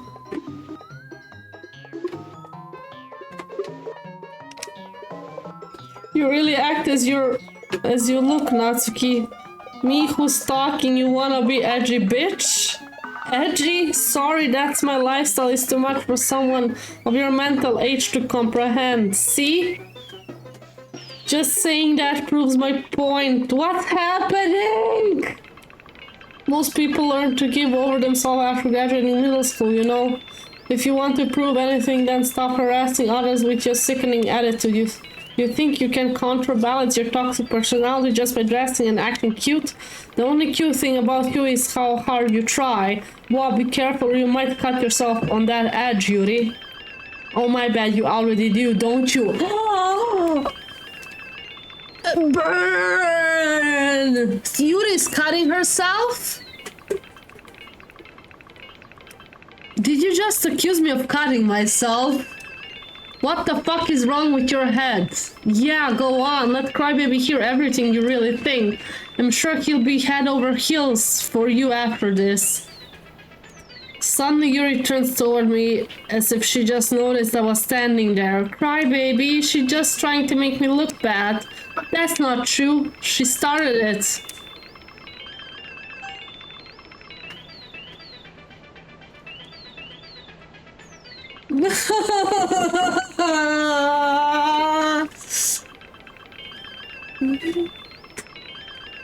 I don't wanna choose. Where's Sayori? I need Sayori here. Oh, God. God has forsaken me. Yeah, let's go with Yuri. No? Natsuki? No?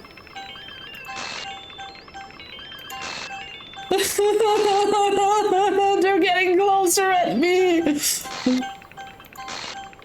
How close are you getting to me?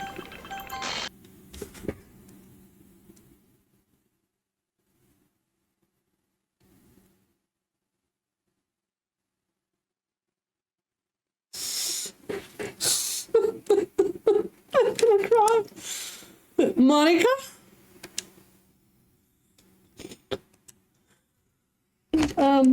Hey, Crybaby. Step outside where? Out of my balcony? Yeah, I will. Okay? Sorry about that. About what? About the fucking glitching? They really shouldn't have tried to get you involved. It's probably better for us to stay out of this. We'll go back inside once they're done yelling. Mm-hmm. Some president I am, right? I can't even comfort my own members properly. I just wish I was able to be a little more assertive sometimes, like Sayori. But I never have it in me to put my foot down against others. You understand, right? Anyway, if this makes you want to spend less time with the others, then that's fine. I'd be happy to spend time with you instead. Suddenly Natsuki runs out of the classroom. Oh, she's crying. She quickly runs away. Oh dear. Well, it looks like they're done. I didn't mean it. I didn't mean it. I didn't mean it. Yuri is rocking back and forth in her desk with her palms on her forehead. Yuri? I didn't mean it. I believe you. I have no idea what Yuri might have said to Natsuki or did. Cry, baby. Please don't hate me. Please. I'm not like this. There's something wrong with me today. It's fine, Yuri. We know you didn't mean it, do we? Besides, I'm sure Natsuki will forget about it by tomorrow. Completely. Anyway, the meeting is over. So you can go home now if you want. Yuri looks at me like she wants to say something. But she keeps glancing at Monika. You can go first, Monika. I'd like to stay a little bit longer. And the president should be the last one out. I'll wait for you to be done. Well, I'm vice president, so please let me take responsibility today. You kind of sound like you don't want me around for something, Yuri. It's not that. It's not that. I didn't get much of a chance to discuss my book with Crybaby. It would just be embarrassing with you listening. I guess I don't really have a choice, do you? I'm sorry for causing troubles, but what just happened?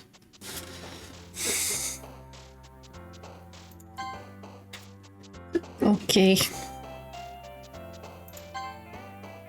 Oh, wow. What would that be?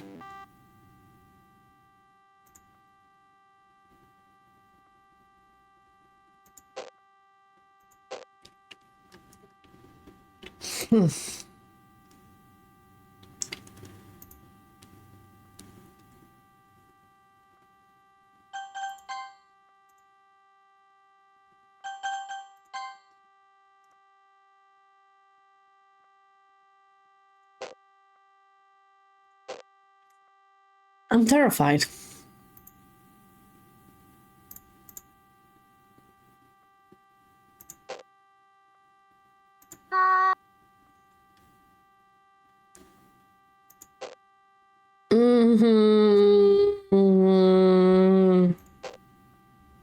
I'm afraid something's gonna scream on my head again.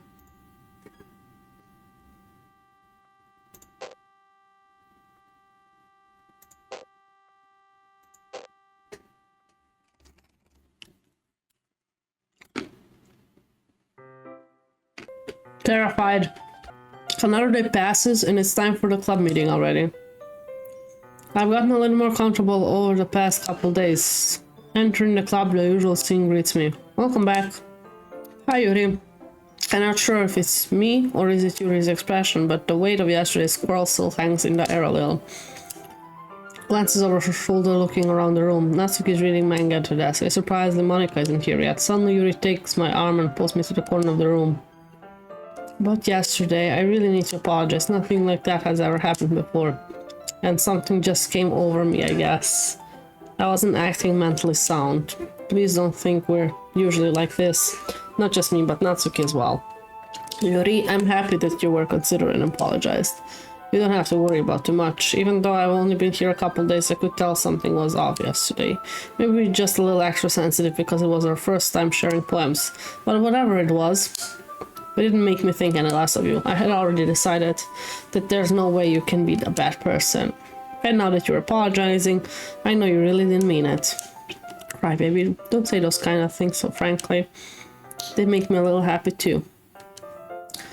I'm really glad that you're such an understanding person. I'm really glad that you joined this club. Everything is a little brighter with you around and...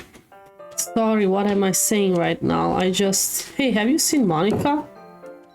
No, I haven't. I was also kind of wondering where she was.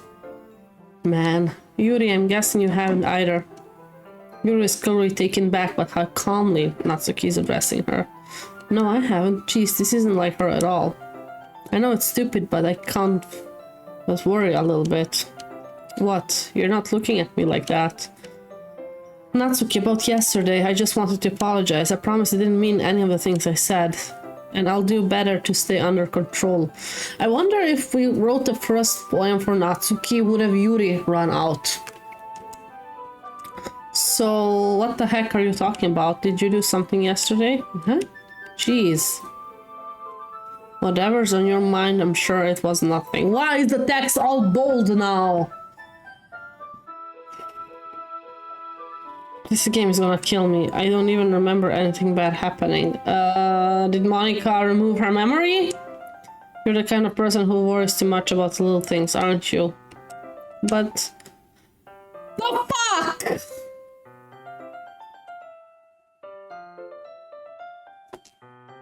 Tell me this isn't creepy. I mean, yeah. Thank you. She's like that emotes they put on, like, not emote, like the eyes, mouth, eyes, but like instead of the eyes, it's two black squares. I wonder whose mouth that really is. I'm trying to decipher what she's saying. Mibul, sailcloth, blindside, lifeline, anan, recti, petality, faultlessly offered, scleromalacia, naked, catholicate. The fuck?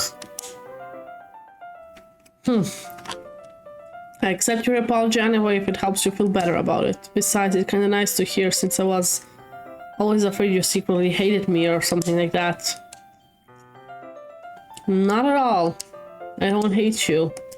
Well, you're kind of weird, but I don't hate you either. Natsuki turns to me. You're still on trial, though. Hey!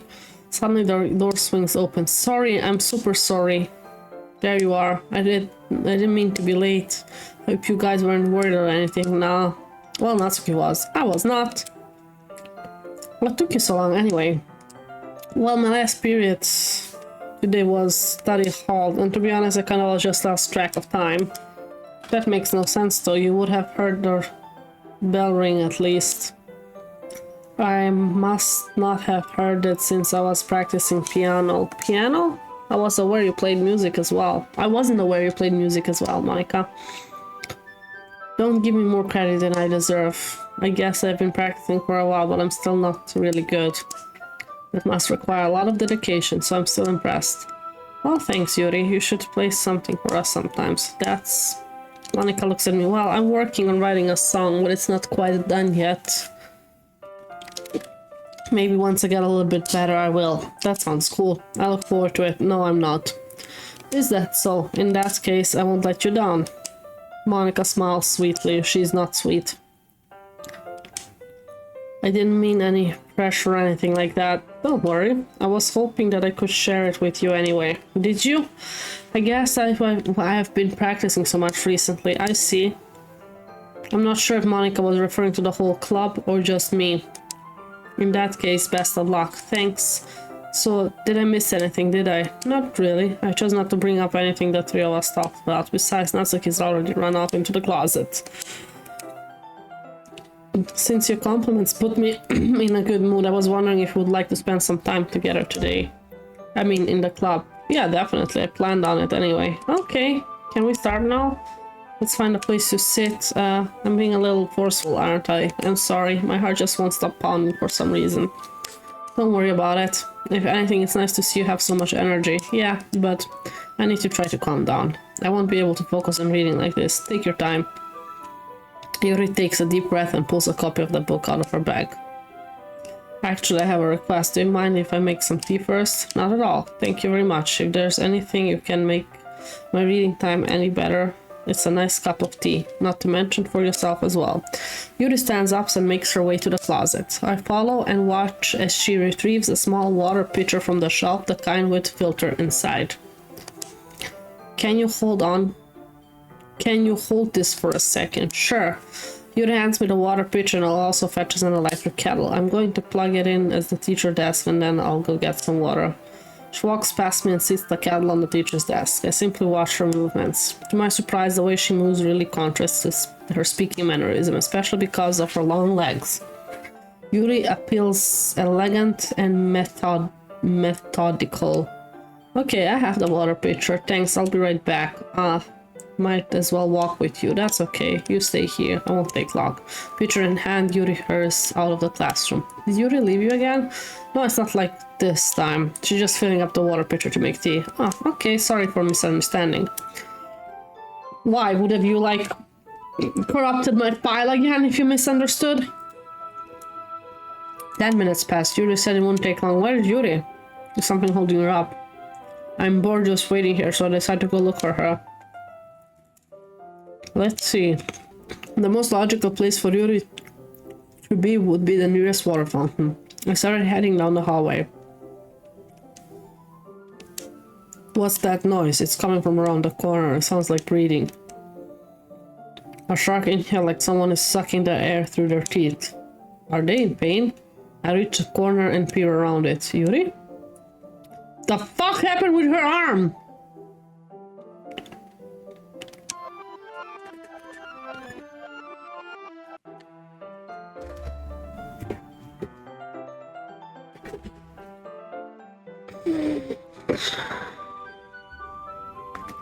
Okay, let's continue.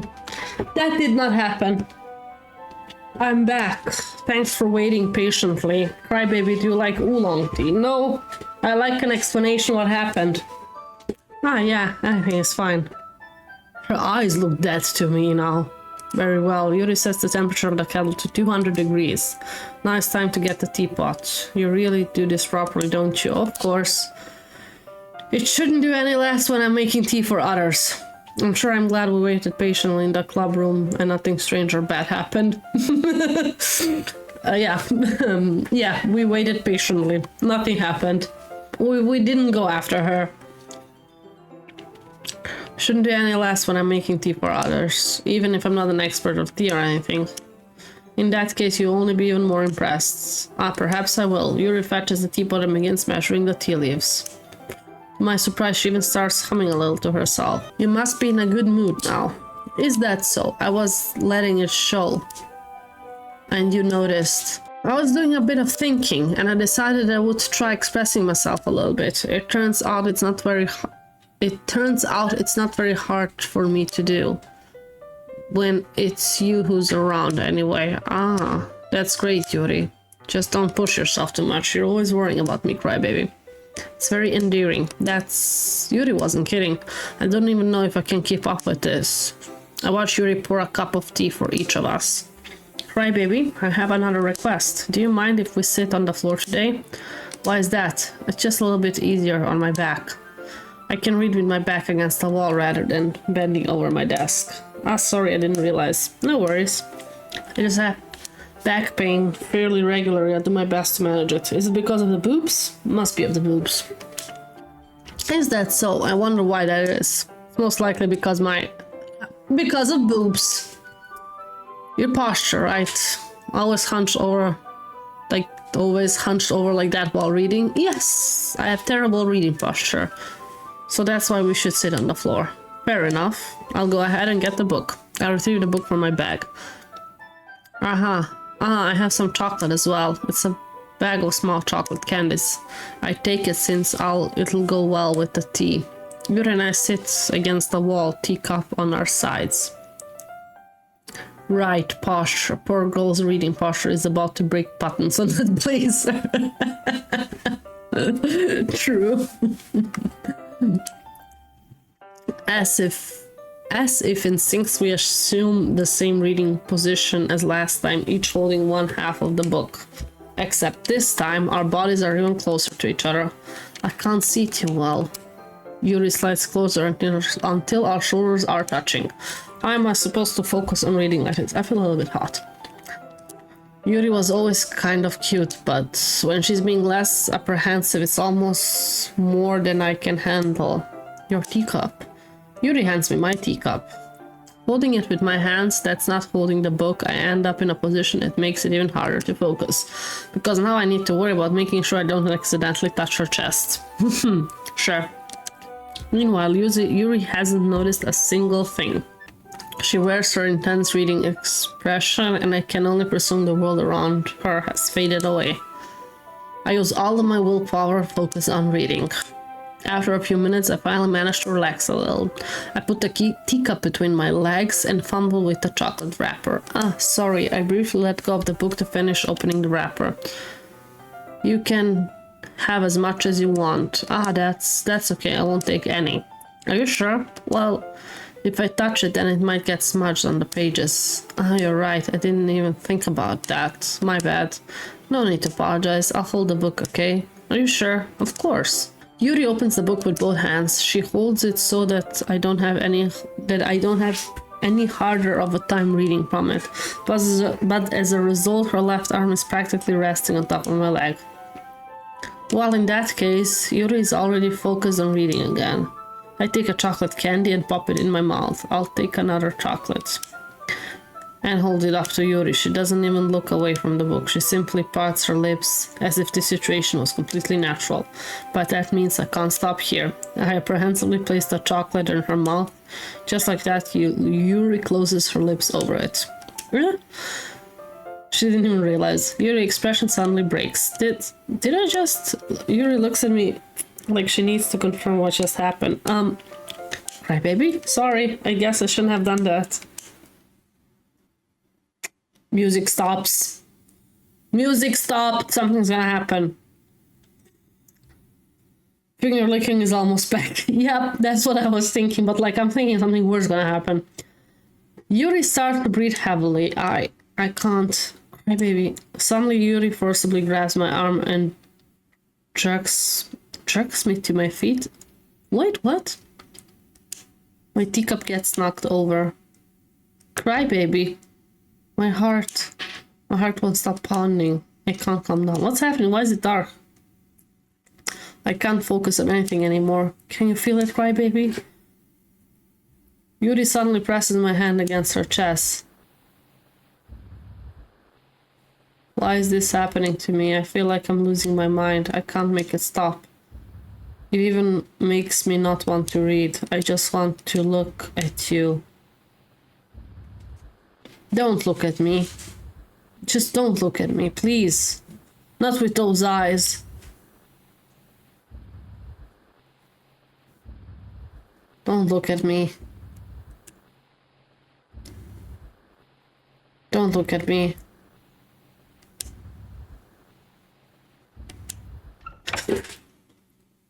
God, fuck!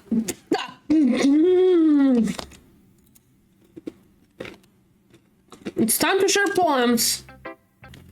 Who should I show my poem first? Anybody has an idea? Let's see, you're on a second poem. So Natsuki? I think I also wrote it for Natsuki. I tried to write it for Natsuki, so couldn't really see who you were writing for.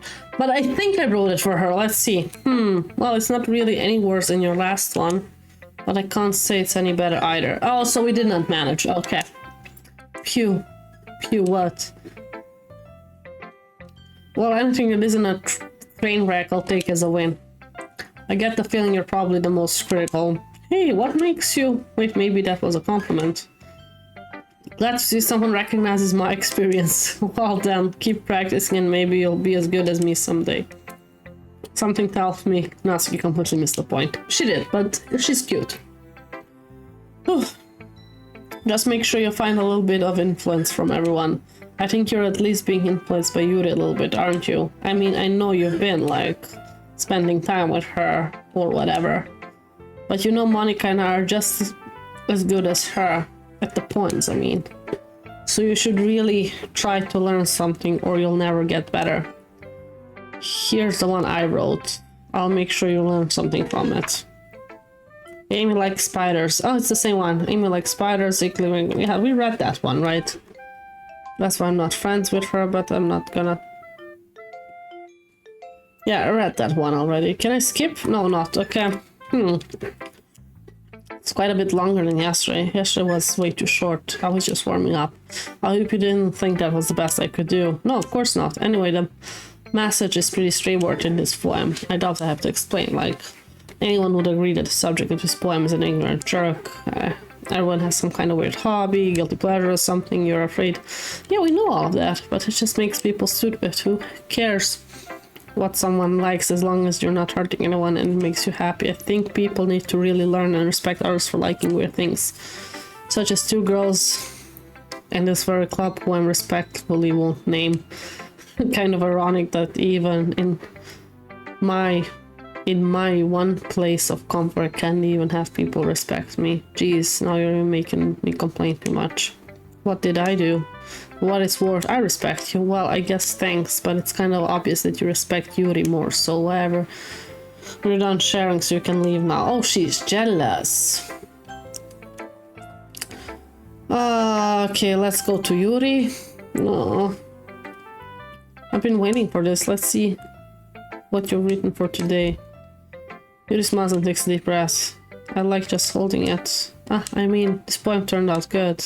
It's, well, there are some things that you could work on, but that doesn't really matter. It feels like anything written by you is a treasure. Haha, that came out a little awkward. Let's move on. Here's a poem I wrote. You don't have to be anything to like it or anything. Oh, that's new. Okay, that's new. God, I hate her handwriting. I hate her fucking handwriting. Okay, let's try to read this. Wheel. A rotating wheel. Turning an axle. Grinding. Bolt head. Liner gearbox. Falling sky. 7 holy stakes. A docked ship. A portal to another world. A thin rope tied to a thick rope. A torn harness. Parabolic gearbox. Expanding universe. Time controlled by slipping. Slipping what? Yuri, maybe try not spilling anything on tomorrow's poem. Did she spill anything on the poem? Wait, where was I? The slipping cogwheels. Existence of God. Swimming with open water in all directions. You mean this thing? Swimming with open water in all directions, drowning, a prayer written in blood, a prayer written in time, devouring snakes with human eyes, a thread connecting all living human eyes, a kaleidoscope of holy stakes, exponential gearbox, a sky of exploding star, God. Also on top of the left side. You mean this, right? Okay, let's try. Okay, let's read it from the beginning. Wheel. A rotating wheel, turning an axle, grinding, bolt head, linear gearbox, falling sky, 7 holy stakes, a docked ship, a portal to another world, a thin rope tied to a thick rope, a torn harness, parabolic gearbox, expanding universe, time controlled by slipping cogwheels, existence of God, swimming with swimming with open water in all direction, drowning, a prayer written in blood, a prayer written in time, devouring snakes with human eyes, a thread connecting all living human eyes, kaleidoscope of holy stakes, exponential gearbox, a sky of exploding stars. God disproving the existence of God. Oh wow. A wheel rotating in 6 dimensions. 40 gears and a ticking clock. A clock that ticks 1 second for every rotation of the planet. A clock that ticks 40 times every time it ticks every second time. A bolt head of holy stakes tied to the existence of docked ship to another world. A kaleidoscope of blood written in clocks. A time-devouring prayer connecting a sky of 40 gears and open human eyes in all directions, breeding gearbox, breeding bolt head, breeding ship, breeding portal, breeding snakes, breeding God, breeding blood, breeding holy stakes, breeding human eyes, breeding time, breeding prayer, breeding skies, breeding will. Yeah, she spills all over it. Makes a lot more sense when we're reading it, doesn't it? No, it makes fucking 0 sense. Makes fucking 0 sense, and I'm terrified. A kaleidoscope of blood written in clocks would be a rock metal album. I agree. I agree. My favorite part is this. Wait. God disapproving existence of God. I love that sentence somehow. I don't know. As an atheist, That hits hard. Okay, continue. Yeah, Yuri. It doesn't really matter what it's about. My mind has been really hyperactive lately, so I had to take it out on your pen. That's it. A pen fell out of your backpack yesterday, so I took it home for safekeeping, and that's creepy. I just really like the way that it writes, so I wrote this poem with it, and now you're touching it. I'm okay. You're not okay. What did I just... Can we pretend this conversation never happened? I would love to. You can keep the poem, though. Only leaves Monica. I think you saw something earlier that you weren't supposed to see. I didn't want to have to tell you this, but I don't think I have a choice. I'm getting kind of dangerous for you to spend so much time with Yuri. I don't know why, but she seems pretty easily excitable when she's around you. Which shouldn't be a problem in itself, but when Yuri gets too excited, she finds a place to hide and starts cutting herself with pocket knife. This isn't that kind of messed up? She even brings a different one to school every day, like she has a collection. Oh yeah, I remember her knives.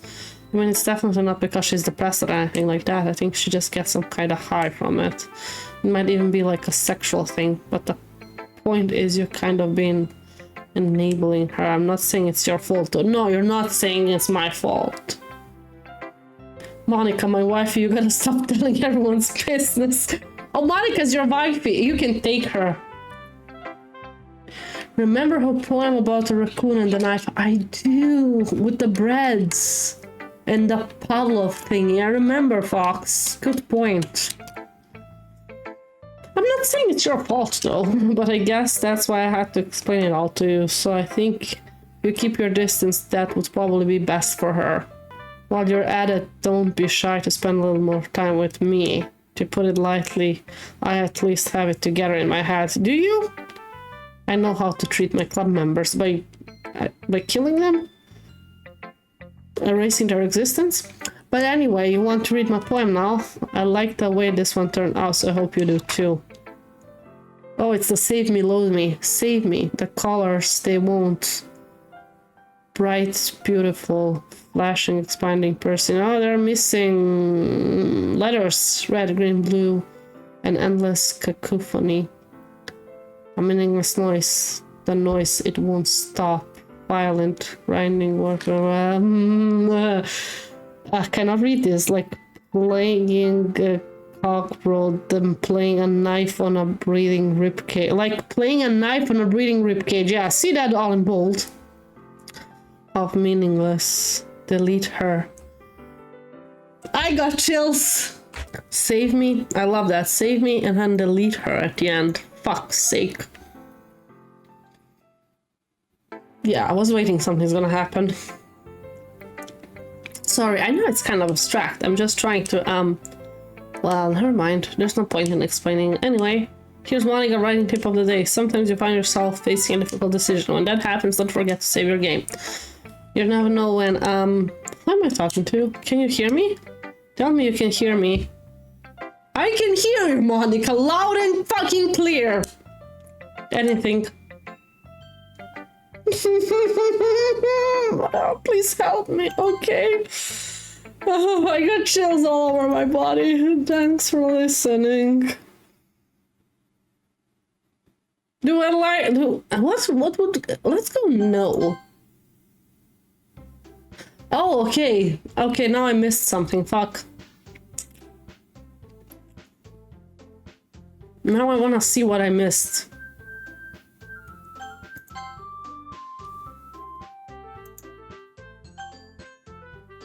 Shit, I didn't save for a long time. Yeah, never mind, I missed a special poem. I thought it's gonna be like, well, you have no choice, here's a special poem. Okay, fuck. It does look like redirected came to visit your club though. What? It does look like redacted came to visit the club though. Okay.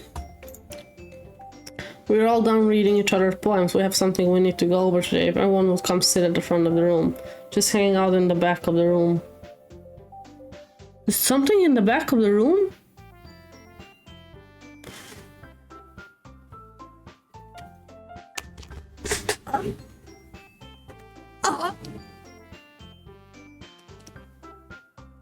When did that show up? When did that show up? I got chills. I'm so afraid of this fucking game. Oh, God. God has forsaken me.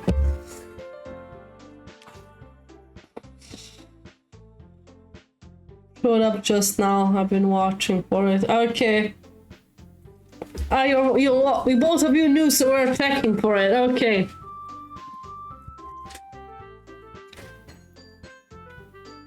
I want to go back though. It has a random chance each time it loads the club room. Ah. Interesting. Is this about the festival? Well, sort of. Do we really have to do something for the festival? It's not like we can put together anything good in just a few days.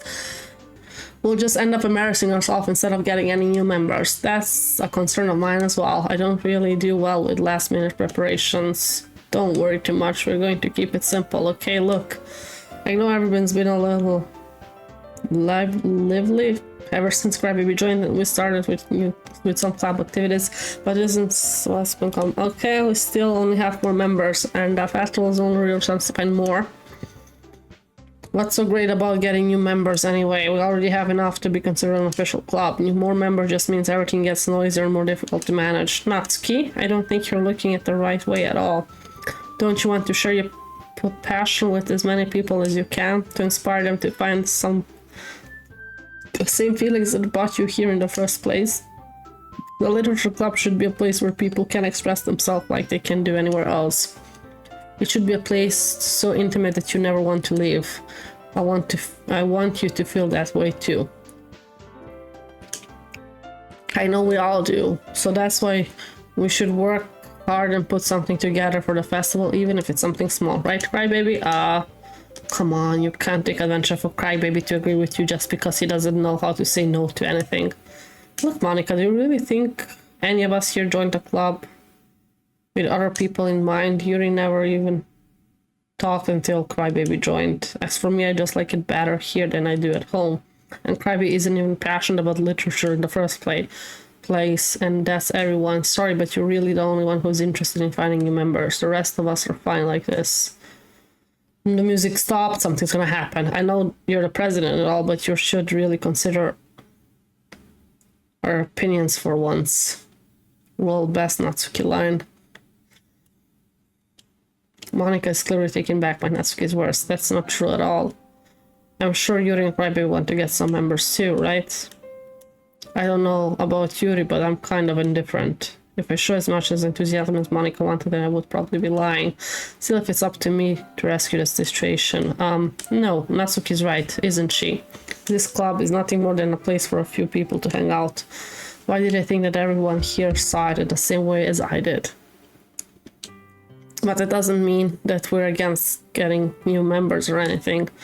Why did you even join this club? Because of pretty girls? What were you hoping to get out of it? A girlfriend?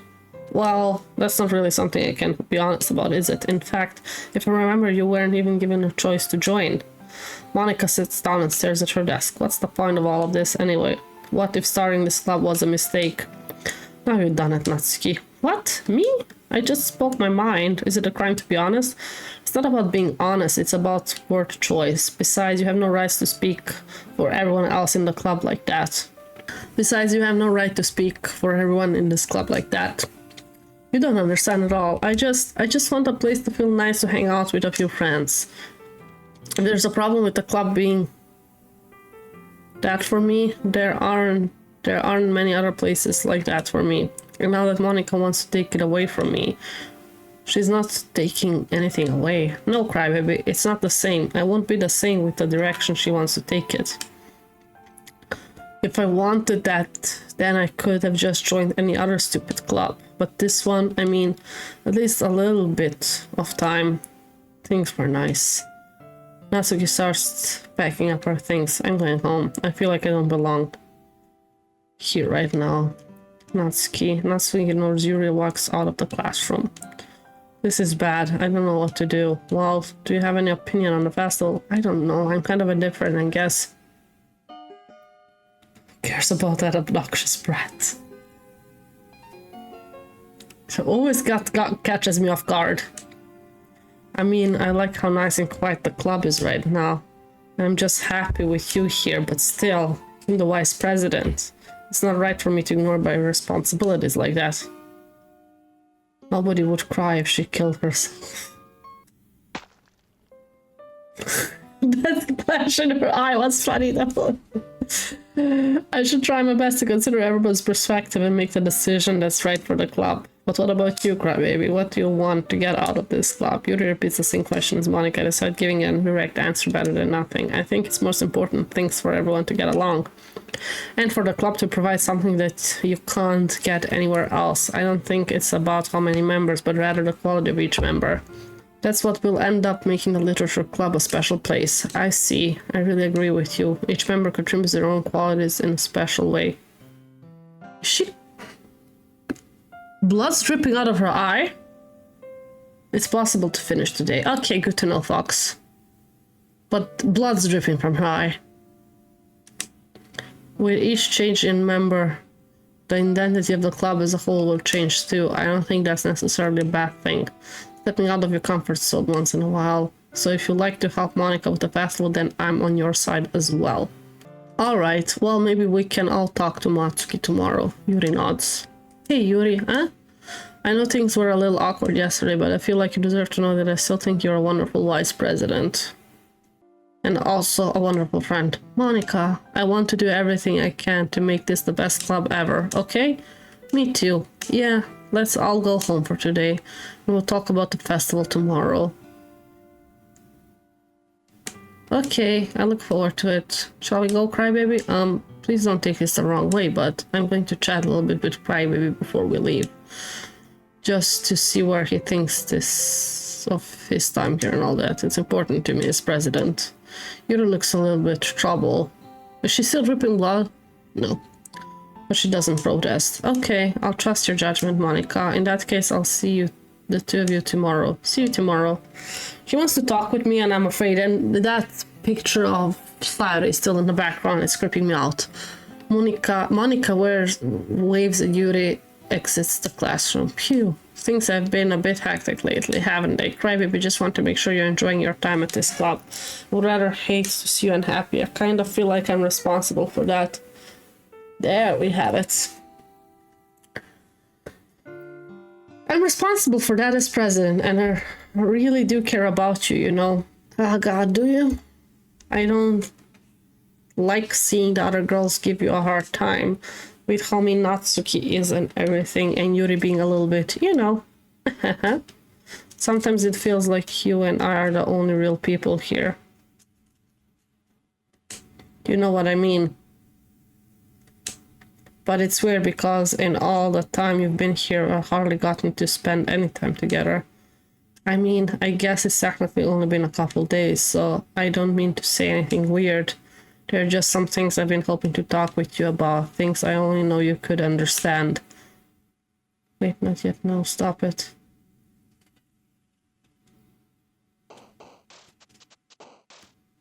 There we have it. They don't let Monica speak, I guess. I wanna go with Natsuki today. Bunny. Milk? Yeah. Kitty. Love. Jumpy. Lazy? Yes. Fluffy. Jump. What the fuck? The letters. Play. Awesome. Fox. Special. That's so creepy. Summer. How much? 1, 2, 3, 4, 5, 6, 7, 8, 9, 10, 11, 12, 13, 14, 15, 16, 17. 3 more. 18, 19, 20. More? Okay. Maybe I didn't. Okay. Hi, crybaby. I've been waiting for you. Are you ready to continue reading? I bought the best tea today. Monica, I told you not to. Is she really late again? I'm considerate as usual, Natsuki. Excuse me? Must you always interrupt my conversation with your incessant yelling? What are you talking about? You're saying like I do it on a regular basis or something. I was just paying attention, okay? Seriously, what's gotten into you lately? Look, I did something about yesterday and I was a little more hostile than I meant to. I guess I really felt threatened or something, but I know this is something we're doing together. Another new member wouldn't hurt as long as they're cool. And I guess another girl would be nice this time. So, Natsuki, nobody cares. Why don't you go look for some coins under the vending machine or something?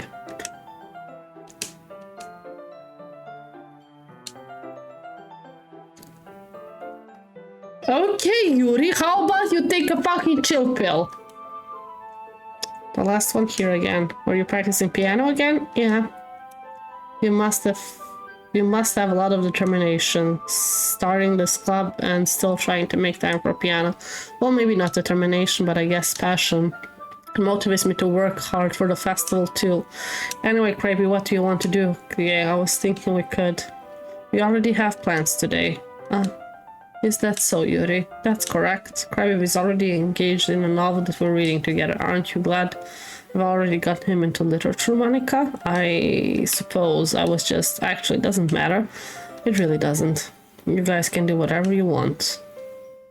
Thanks for understanding, Monica. Actually, I have a request. Do you mind if I make some tea first? Not at all. Thank you very much. Is there anything make my reading here any better? It's a nice cup of tea. Not to mention for yourself as well. We can skip it? Okay.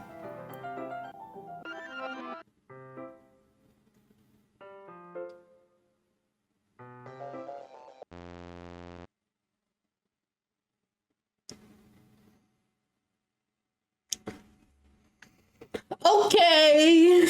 Wait, how did I? Sorry, I just really weird deja vu. Me too. This hasn't happened before or anything, right? My hair has been a little fuzzy lately. Hope it hasn't really been showing or anything. I would hate for you to think I'm weird just after we started spending time together. I mean, everyone has a few unusual things about them, but expressing those things as soon after meeting someone is usually seen as inappropriate or unlikable. At least that's what I've discovered. When I was a bit younger, I think I would come on really strongly and get a little too intense. I made people not want to be around me, so I started hating those things about myself. My obsession with certain hobbies and the way I can control myself when I get too excited about something. So I eventually stopped trying to talk to people. If nobody could ever like me for the things that matter most to me, then it's just easier if I close myself off. But recently something's been wrong. I don't know what it is, but every time we come to the club, my heart starts to go crazy, like I'm going to rip out of my chest. It overwhelms me with energy and emotions that I can't let out. I've been making me do weird things. I don't know why it's happening. Crybaby. Is it just me or has Monica been acting a little off lately? You're the one also who's been acting a little bit off lately, Yuri. She's always been a sweetheart ever since I joined the club, but recently I've been feeling somewhat sharp whenever she's around. I'm not crazy, right? Asking with those eyes? Please tell me I'm not. I couldn't say anything before because she's always listening. But anyway, we're alone. Can we just stay here for a while? Yeah. I just want to stay here. Just the two of us. Can we stay here until the club ends? And then we'll have the club room all to ourselves. Nobody to interfere with our reading time. Nobody to make me feel like stabbing myself in the throat. I see a double face. I see Monica's face as well. That was a joke. Just a joke. I do like knives though. Sounds strange, but you would understand if you've never seen how beautiful they can be. I have an idea. Do you, Monica? Do you, Yuri? Do you have an idea? Why don't you come to my house sometimes? How about no? I can show you my collection. I've gotten them all of Warriors Artisans. Is Monica getting stronger? I make sure to give them all to their fair share of use. I don't want them to get lonely or anything. Nobody deserves to be lonely. Nobody. And that's why I'm so happy you joined the literature club, crybaby. Now we don't need to be lonely anymore because we have each other every day. That's all we need. You know what? Let's quit the literature club.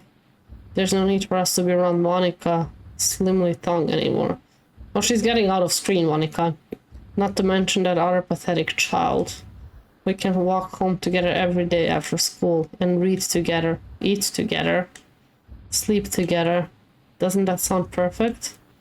It's everything we could ever want. Isn't that why you joined the club in the first place? It's almost if it's fate. Fate that we would meet each other. And now we get happy ending that I've patiently waited years for. Will you do that with me, crybaby?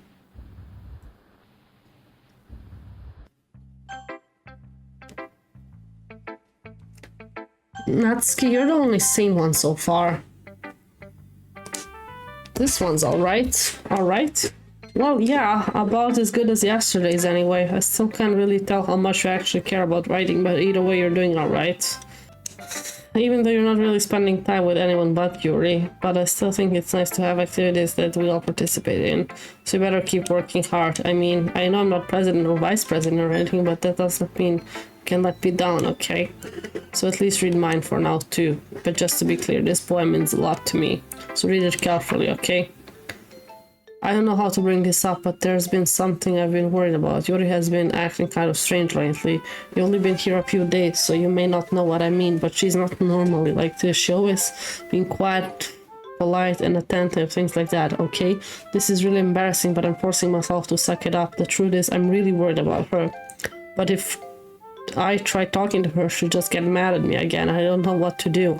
I think you're the only person that she'll listen to. I don't know why, but please try to do something. Maybe you can convince her to talk to a therapist. I'm always wanted to try being better friends with Yuri, and it really hurts me to see this happening. I know I'm going to hate myself later for admitting that, but right now I don't care.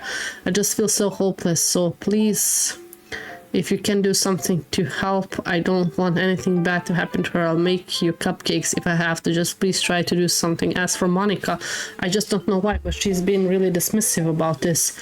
It's like she just wants to ignore it. Us to ignore it. So I'm mad at her right now.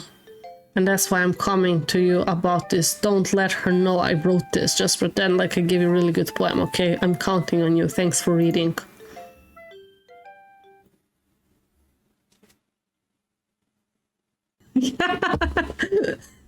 I changed my mind. Ignore everything you just read.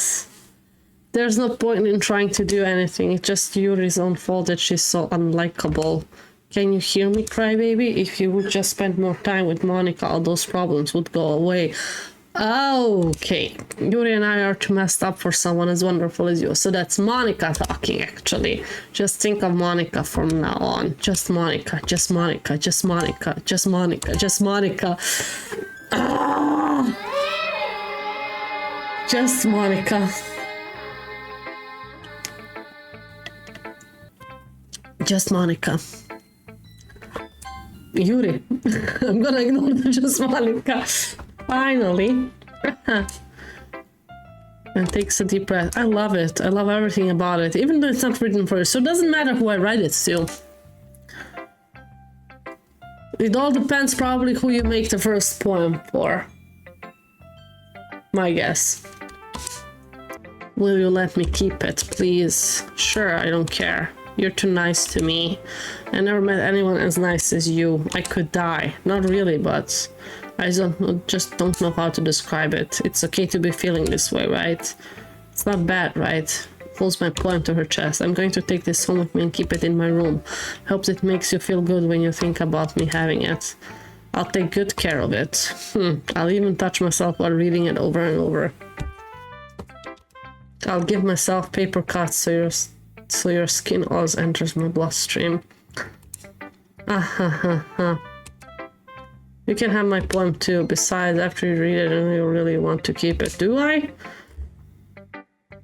Here, take it. I can't wait any longer. Hurry, read it.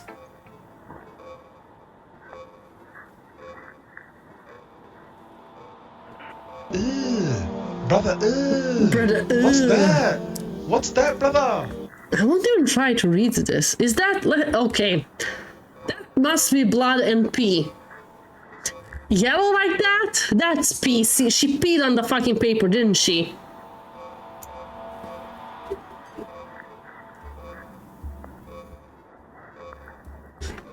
She peed on the fucking paper. Do you like it?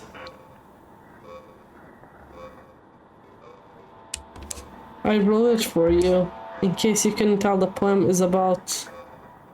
Couldn't tell. More importantly, I endowed it with my scent. See, aren't I the most thoughtful person in the club? I think I'm going to vomit. Me too! Remember in the first part when you said her eyes looked weird? Yeah, I did. I did, didn't I? I was thinking about that too. Don't say I didn't warn you.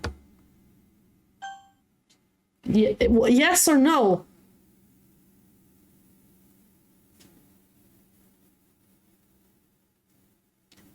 So most of the poem is gibberish, but there is some text at the bottom of it. If you'd like, I can grab it off the wiki. Yes, if it's not too much trouble, please do. What should I go here? Yes or no? Like, does it make a difference? Does anybody know?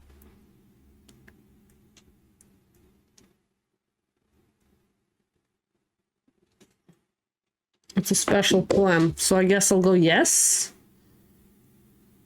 Fresh blood seeps through the line, parting her skin and slowly colors her breast red. I begin to... Wait, there's too much. Wait. Fresh blood seeps through the line, parting her skin and slowly colors her breast red. I begin to hyperventilate as my compulsion grows. The images won't go away. Images of me driving the knife into her flesh continuously. Oh, fucking her body with the blade, making a mess of her. My head starts going crazy as my thoughts starts to return. Shooting pain assaults my mind along with my thoughts. This is disgusting, absolutely disgusting. How could I ever let myself think those things? But it's unmistakable. The lust continues to linger through my veins.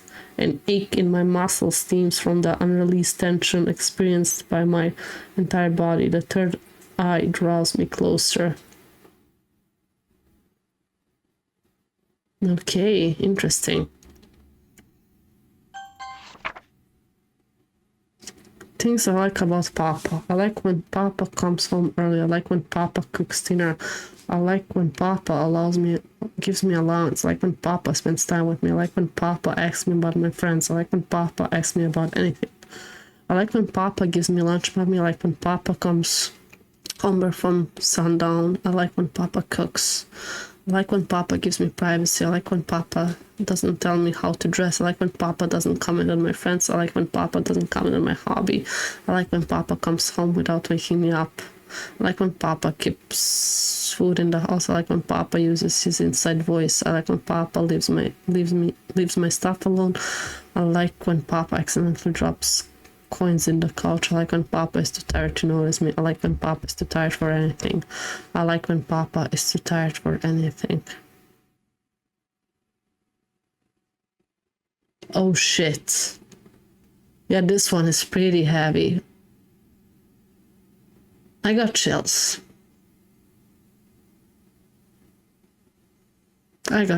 Fuck.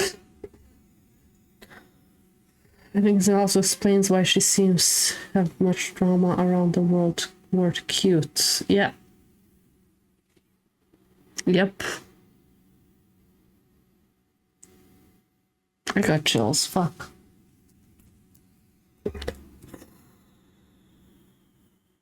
Okay.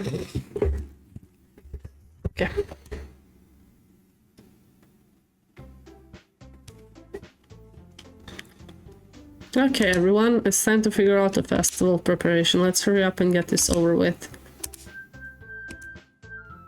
Stagnating air is commonly foreshadowing that something terrible is about to happen. Oh, don't you say. Look, we can just get this done. I'm going to be printing and sampling all the poetry pamphlets. Natsuki, you can make cupcakes. I know you're at least good at that. Yuri, you can... Well, it doesn't matter. Do whatever you want as long as you think it'll help. Monica, I'm not useless, you know. I know that. I already know what I'd like to do. We can't run a successful poetry club without having the right atmosphere for the occasion. So I'm going to make decorations, set up a nice mood lighting. There, see? That's a great idea. And that gives us something to do. What about Crybaby? Crybaby is going to help me. Wait, you? You have the easiest job, Monica. Sorry, but that's just how it is. Like hell it is. What are you trying to pull? I agree with Natsuki. Not only is your work already most suitable for one person, but my task is laborious enough to benefit from an extra pair of hands. Mine too. What? Your cupcakes? Please. Like you would freaking know. All you care about is dragging Crybaby around with you and your stupid books. Most people think the Sayori Central special poem are the most messed up ones. I disagree, it's that one. Suicide or SA, pick your poison. Yeah. I don't know Sayori's special poems because I didn't get to see them. But that's why I want to play this a few more times. I want to see everything. I mean, it's easy just to deal with the skips, right? At some point, at least on the beginnings. You and Monica. Hey, I don't even do anything. Okay, then not let Brave decide. I'm not abusing my power. Yes, you are, Monica. Let's just Crybaby make the choice. Okay, fine. Fine. Jeez. Can just Natsuki shut your fucking mouth and let him decide for himself. Wow, you shut your mouth. For God's sake, this is never going to end. Just make the decision, okay? Ah! It's not letting me decide. Wait, I'll try.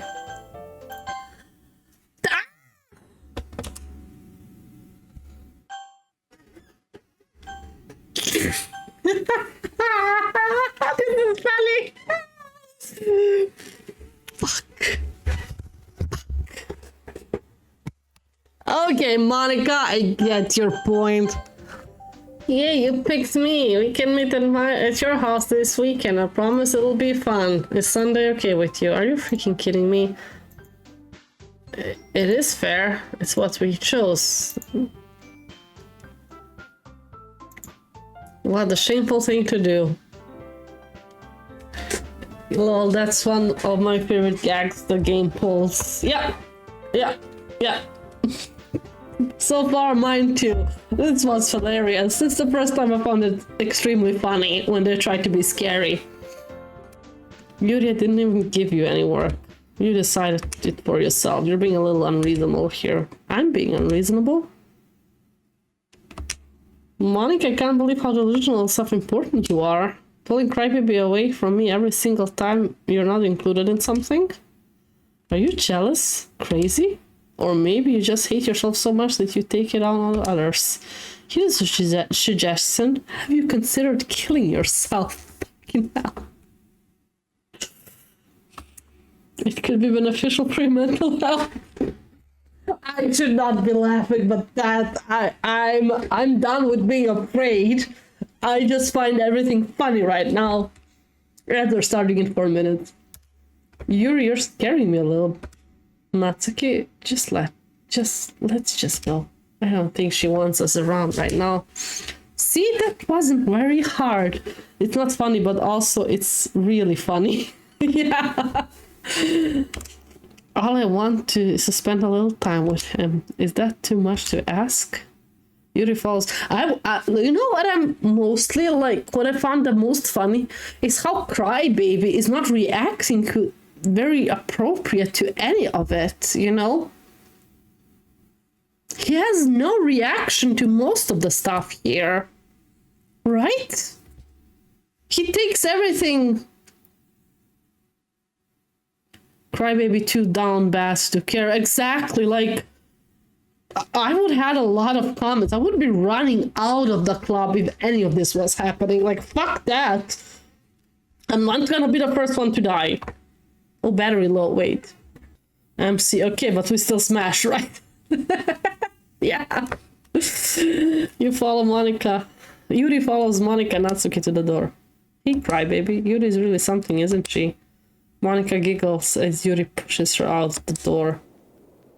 Oh, yeah, it works. Is that her breathing? Finally, this is really all I wanted. Crybaby, there's no need to spend a weekend with Monica. Don't listen to her. Just come to my house instead, the whole day, just the two of us. Doesn't that sound wonderful? Oh, there's really something wrong with me, isn't there? Oh, there is! Crybaby checking the hot to crazy ratio. The Barney Stinson one.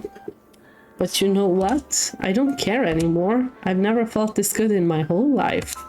Just being with you is far greater pleasure than anything I could imagine.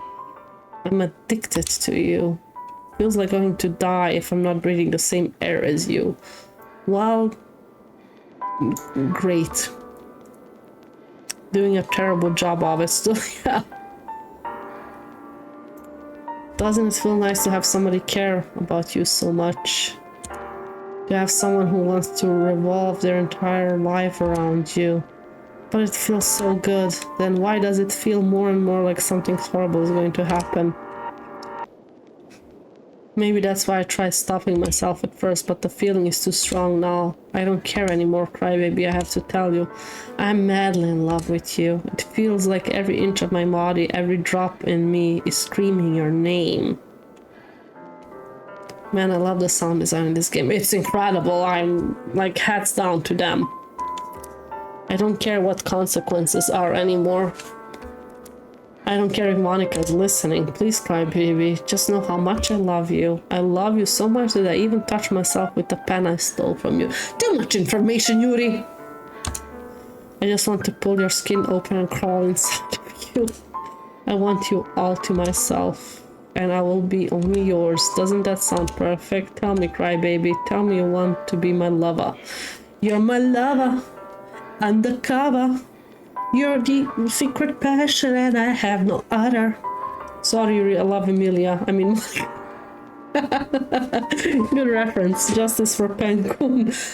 Justice for Pencun. And Paper Coon as well. The one she cuts herself with and touches herself while reading it. Tell me you want to be my lover. Do you accept my confession? God. So, do we go yes or no? I forgot the question. Like, are we gonna spend the day with her? If we go no, will she stab me if I go no? That's the real question here. Will she stab me? What does chat say? God, Fox, you're no help, but let's go yes.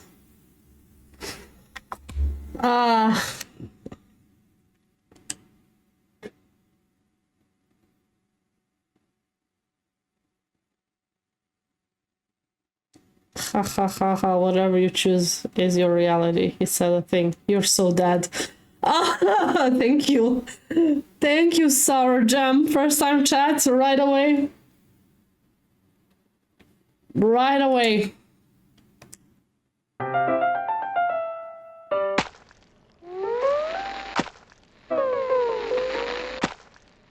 Okay, I did not expect that. I did not expect that. I thought she's gonna kill us. Good thing you didn't restart the YouTube stream. If they were already pissed at you at Sayori's scene. Yep. I have to counter that strike that they gave me. Okay, Yuri killed herself. Okay. We can even skip? Wow, no, we won't skip this.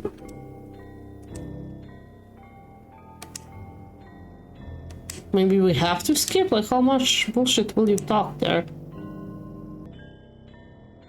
I think in that one you can check history.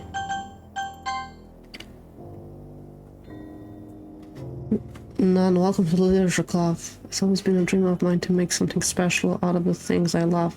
Now that you're a club member, I can help you make the dream come true in this cute game. Every day is full of chit-chat and full activities with all my adorable and unique club members. Sayori, the youthful bundle of sunshine who values happiness the most. Natsuki, the deceiving the cute girl who packs an assertive punch. Yuri, the timid and mysterious one who finds comfort in the world of books.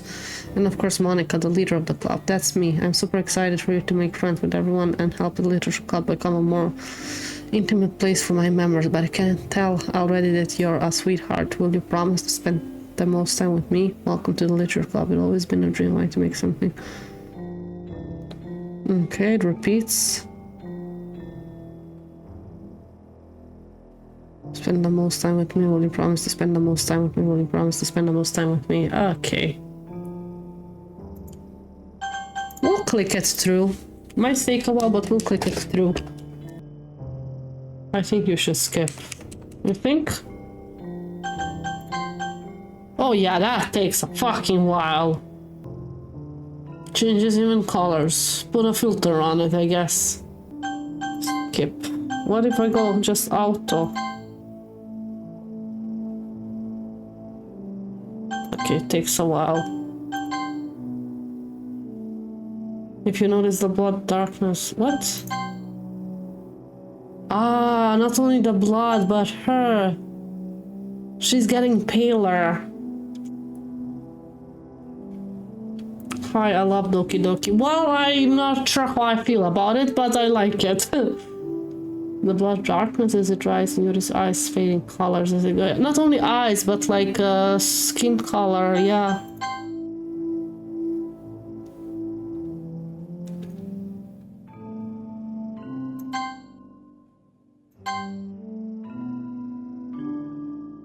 And we're just standing there and looking at her. We are the most creepy in this club, to be honest. Yep.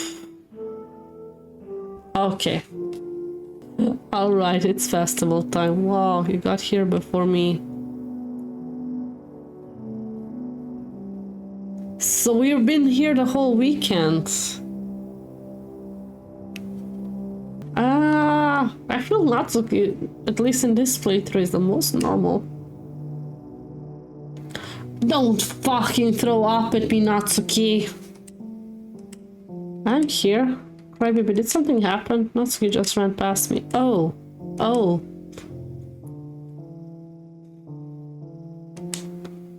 You're laughing, of course. Well, that's a shame. Wait, you were here the entire weekend? Oh, jeez. I didn't realize the script was broken that badly. I'm super sorry. I must have been pretty boring. I'll make it up for you, okay? Just give me a second.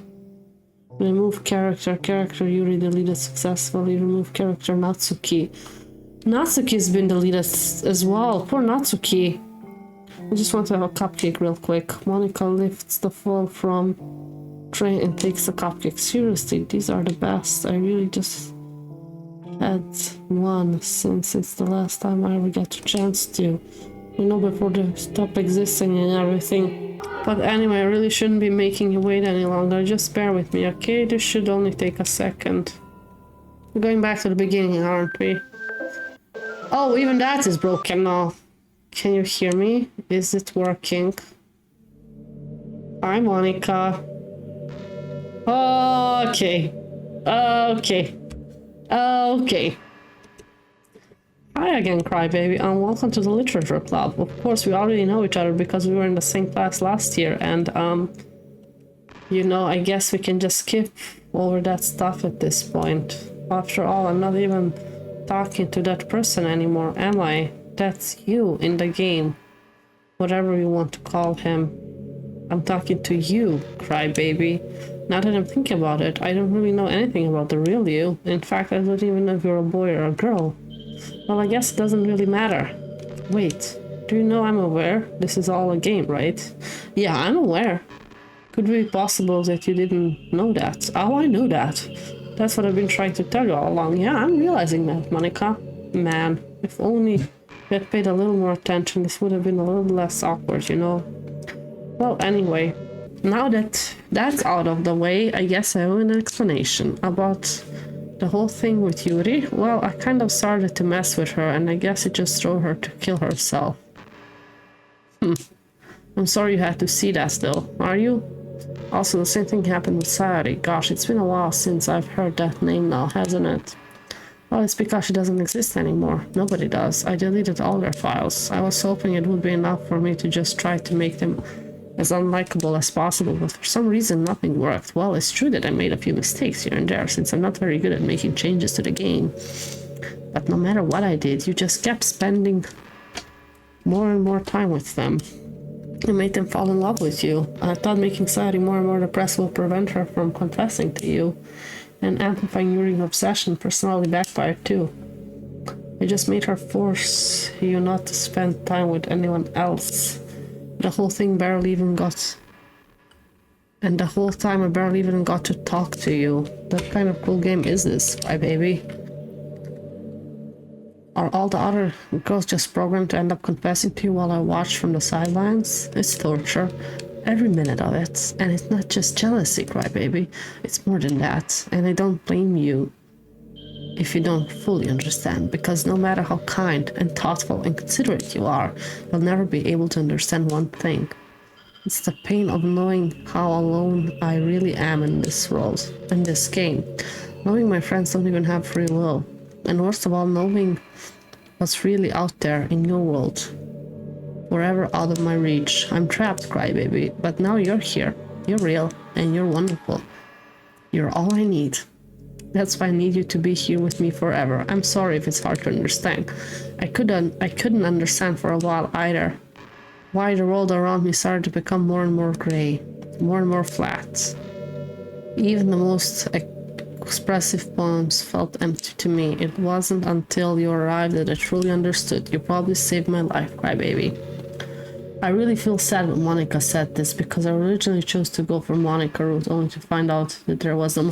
Same, thank you, Zako. Same, I tried the first time around. I was like, oh, I like Monica, I'm gonna go for Monica. And then, probably later than you, I realized there is no option for Monica. I was like, but I want Monica.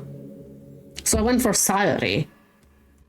Because Monica wasn't an option. I thought Monica's just gonna end up being how do you call it? A wingman? Wingwoman in this case. You probably saved my life, crybaby. I don't think I could ever... I could have continued to live in this world if I hadn't met you. And as for the others, how could I miss them? A group of autonomous personalities designed only to fall in love with you. I tried everything I could prevent them from doing so, but it must be some kind of inventable act into this game. I really feel bad that you had to witness some nasty things, but I realize that you have the same perspective as I do. It's all just some game, and I knew you would get over it. So that being said, crybaby, I have a confession to make. I'm in love with you, and you are truly the light in my world. When there's nothing else in this game for me, you're here to make me smile. Will you make me smile like this every day from now on? Crybaby, will you go out with me? Oh, no option. The foreshadowing in all of Monica's poems is crazy. I kinda missed those. I'm so happy, you really are my everything. The funny part is, I mean that literally. Ha ha ha, there's nothing left here, just the two of us. We can be together forever, seriously, don't even think time is passing anymore. It really is a dream come true. I worked so hard for this ending, crybaby. The game wouldn't give me one, so I had to make one myself. The script is broken at this point, so I don't think anything will get in the way anymore. And you wouldn't believe how easy it was to leave Natsuki and Yuri. I mean, there's a folder called characters right in the game. It kind of freaked me out how easy it was. Imagine if you could delete your existence with a click of a button. Well, I guess the plus side, it gave me an easy out if things didn't go my way. Ha ha ha. Thankfully it didn't come to that. Instead, we finally got a good ending. Gosh, I'm so overwhelmed with emotions. I want to write poems about this, don't you? I wonder if that part of the game still works. I guess there's only one way to find out, right? There's the Monica option. I really love the way they present the characters as one note trope character, but they start layering on all those experiences and traumas and complexities as it makes them so compelling to see interaction. What would have you done if you were in her position? The Monica review. I have no idea what I would have done if I was in her position. Completely no idea. Completely no idea. Yeah, Onika. Mshnik. Moja. Minika. Monka. Monk. Monique. Monica. Monica. Moika. Monica. I'm trying the one that I can read. Monica. Moni. Monka. Monique. Monica. Monica. Monica. Monica. Monica. Monica. Hi again, Crybaby. Did you write a good poem today? Don't be shy. I'd love to see what you wrote. Oh, Crybaby, did you write this poem for me? That's so sweet of you. There really is no end of your thoughtfulness. I'm just falling more and more in love with you. But you know, the poem I wrote is also for you. Will you please read it? Oh, I'm afraid. It's easy to see how the whole realization just completely destroys her. That is true. Happy end. Pen in hand, I find my strength, the courage endowed upon me by my one and only love. Together, let us dismantle this crumbling world and write a novel of our own fantasies. With a flick of her pen, the lost finds her way in a world of infinite choices. Behold this special day. After all, not all good times must come to an end. I hope you enjoyed it. I always put all my heart into the poems that I write. The truth is, all poems I've written have been about my realization, or about you. That's why I never really wanted to go into detail about them. I didn't want to break the fourth wall, I guess you could call it. You did break the fourth wall a few times though. I just assumed it would be best to be part of the game like everyone else. Like that would help the two of us end up together. I didn't want to ruin the game or anything, you know? You might have gotten mad at me, maybe even deleted my character file if you preferred playing without me. That's a possibility. Gosh, I'm relieved. Now we don't need to hide anything anymore. Are you ready to spend our eternity together, Crybaby? Is she aware that I could just like close the game? I have so many things to talk about. Where do I start? Hold on a second. You're recording this, aren't you? I sorta am. I'm streaming it. Hi everyone. Oh, she's talking to you guys. Sorry, I can't exactly read your comments from here. Okay, that's creepy. Hi, Monica. Hi, Monica.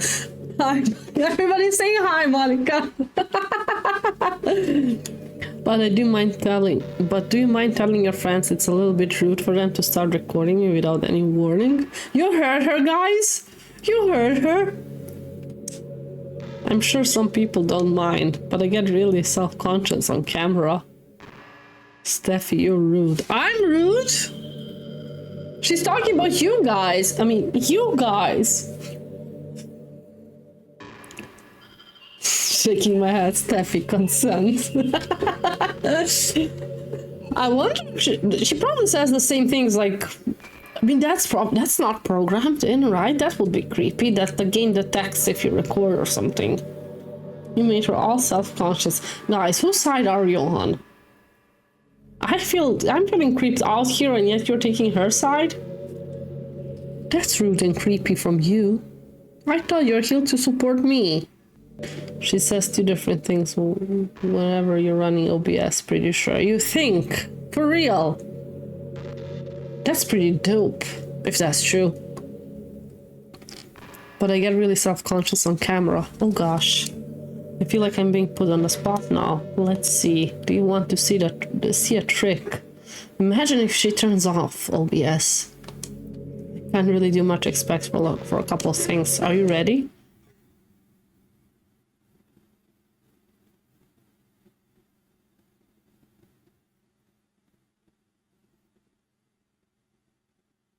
God, that scared me.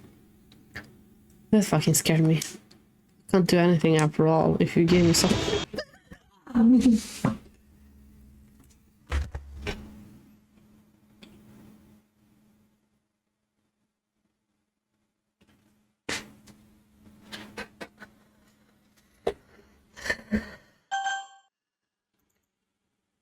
Scare count. I totally screamed like a banshee.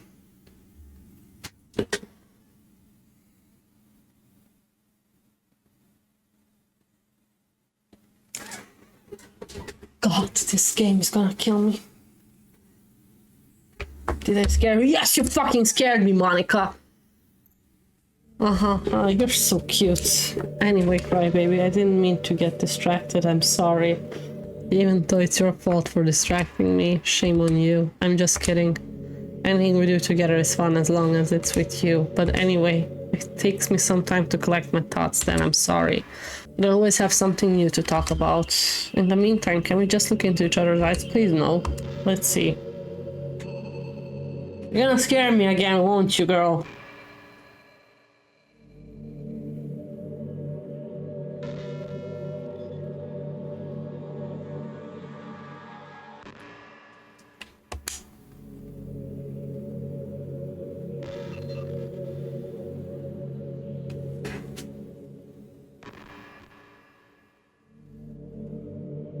Okay, we're just staring into each other's eyes, I guess. Did you know I'm on Twitter? That came out of nowhere. My username is Lil Monix X. Let me check that. Is that for real? Monix3. It's real. Wow. Let's follow. She hasn't been she hasn't been posting in a while. Okay. Well, I guess someone has kind enough to make an account for me. I picked the username though. I love sharing my thoughts and chatting with the world, the real world. So make sure you follow me, okay? I followed you. It would really mean a lot to me with how much you mean to me and all. I would really make me feel loved. We're staring into each other again. Okay, we're staring into each other. I'm scared now. I'm cold again because I got goosebumps.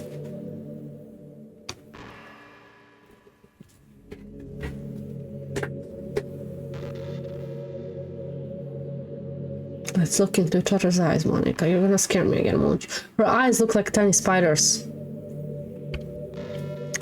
I can't help but feel a little sad sometimes. Knowing that this is the closest I can get to you. There's nothing more I want than to be in the same room as you. And to feel your warmth. And to hear the sound of your heartbeat. Oh, you can hear my heartbeat through the other room right now.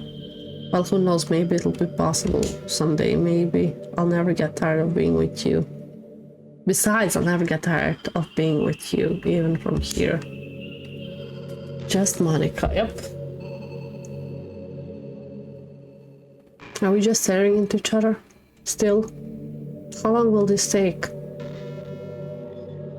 I feel like another set of ads will start, Monica. We should hurry this up. Doing the same pose. Yeah, I'm doing the same pose on purpose.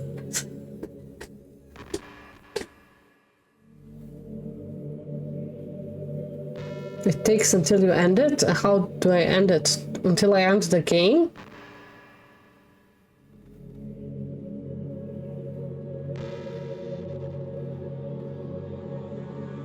There's a really popular character type called tsundere. It's someone who tries to hide their feelings by being mean and fuzzy or trying to act out. That's Natsuki, right? Sure, it's obvious, but Natsuki was the embodiment of that. At first I thought she was just like that because it's supposed to be cute or something, but once I started to learn a little bit more about her personal life, it made a little more sense. It seems like she's always trying to keep up with her pants, you know?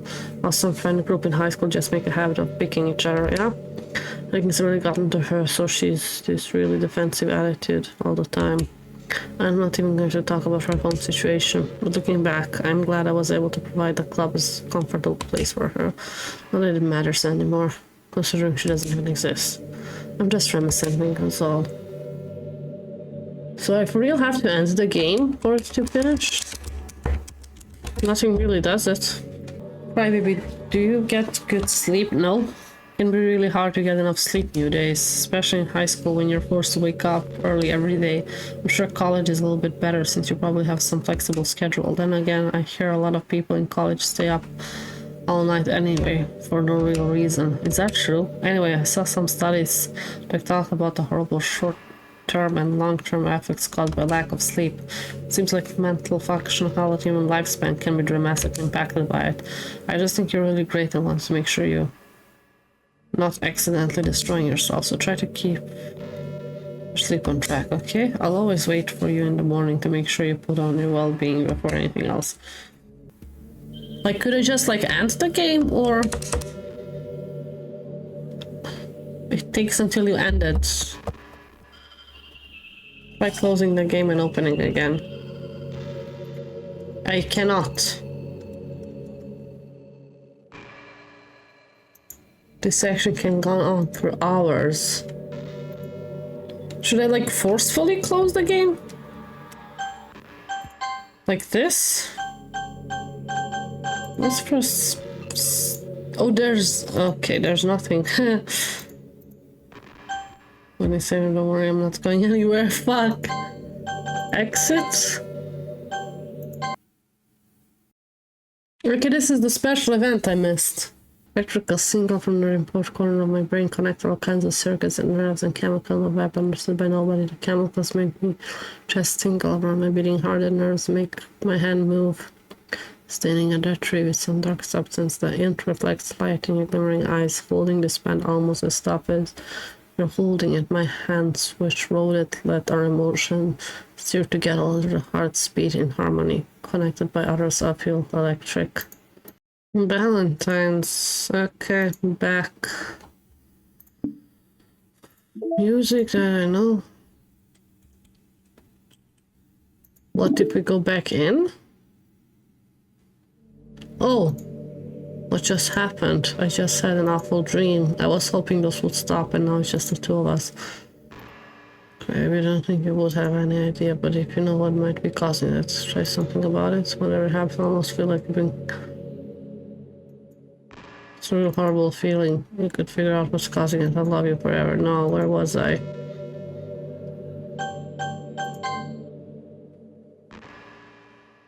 You're not letting me.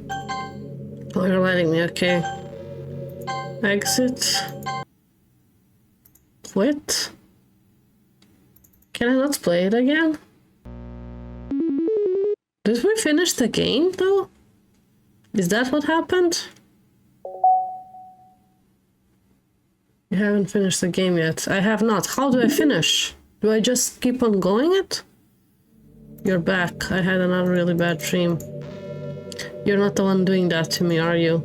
It seems it happens whenever you quit the game. So if you could try to avoid doing that, I would be really grateful.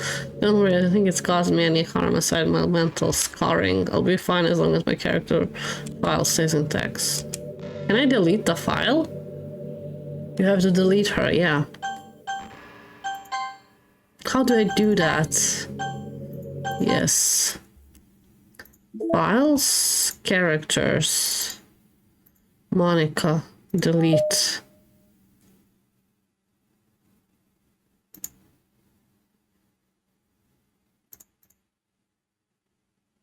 Okay, and now...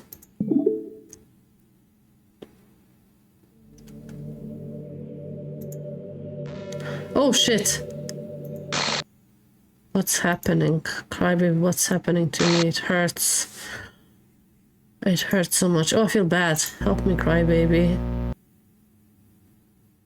Please hurry up and help me. Help me.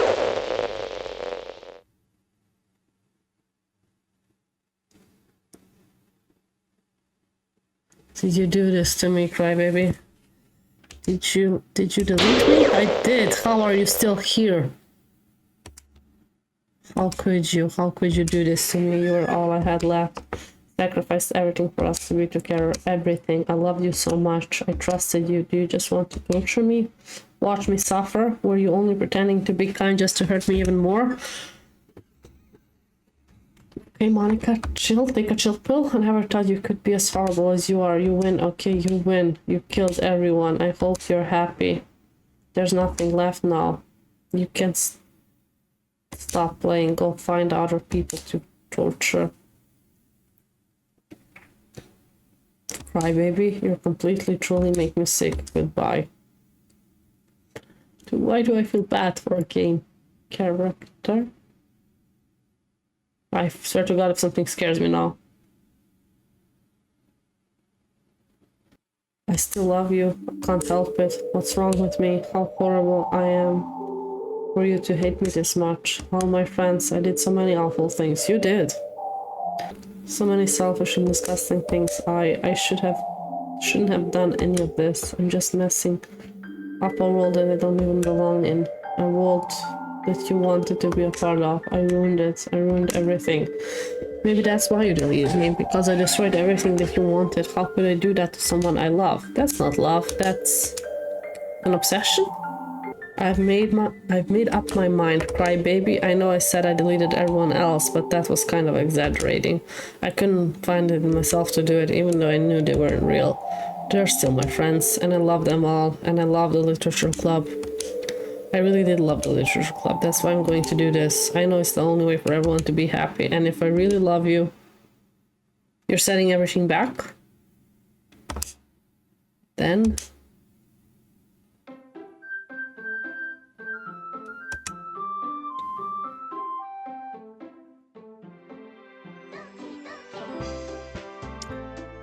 it's without her this time. Ooh.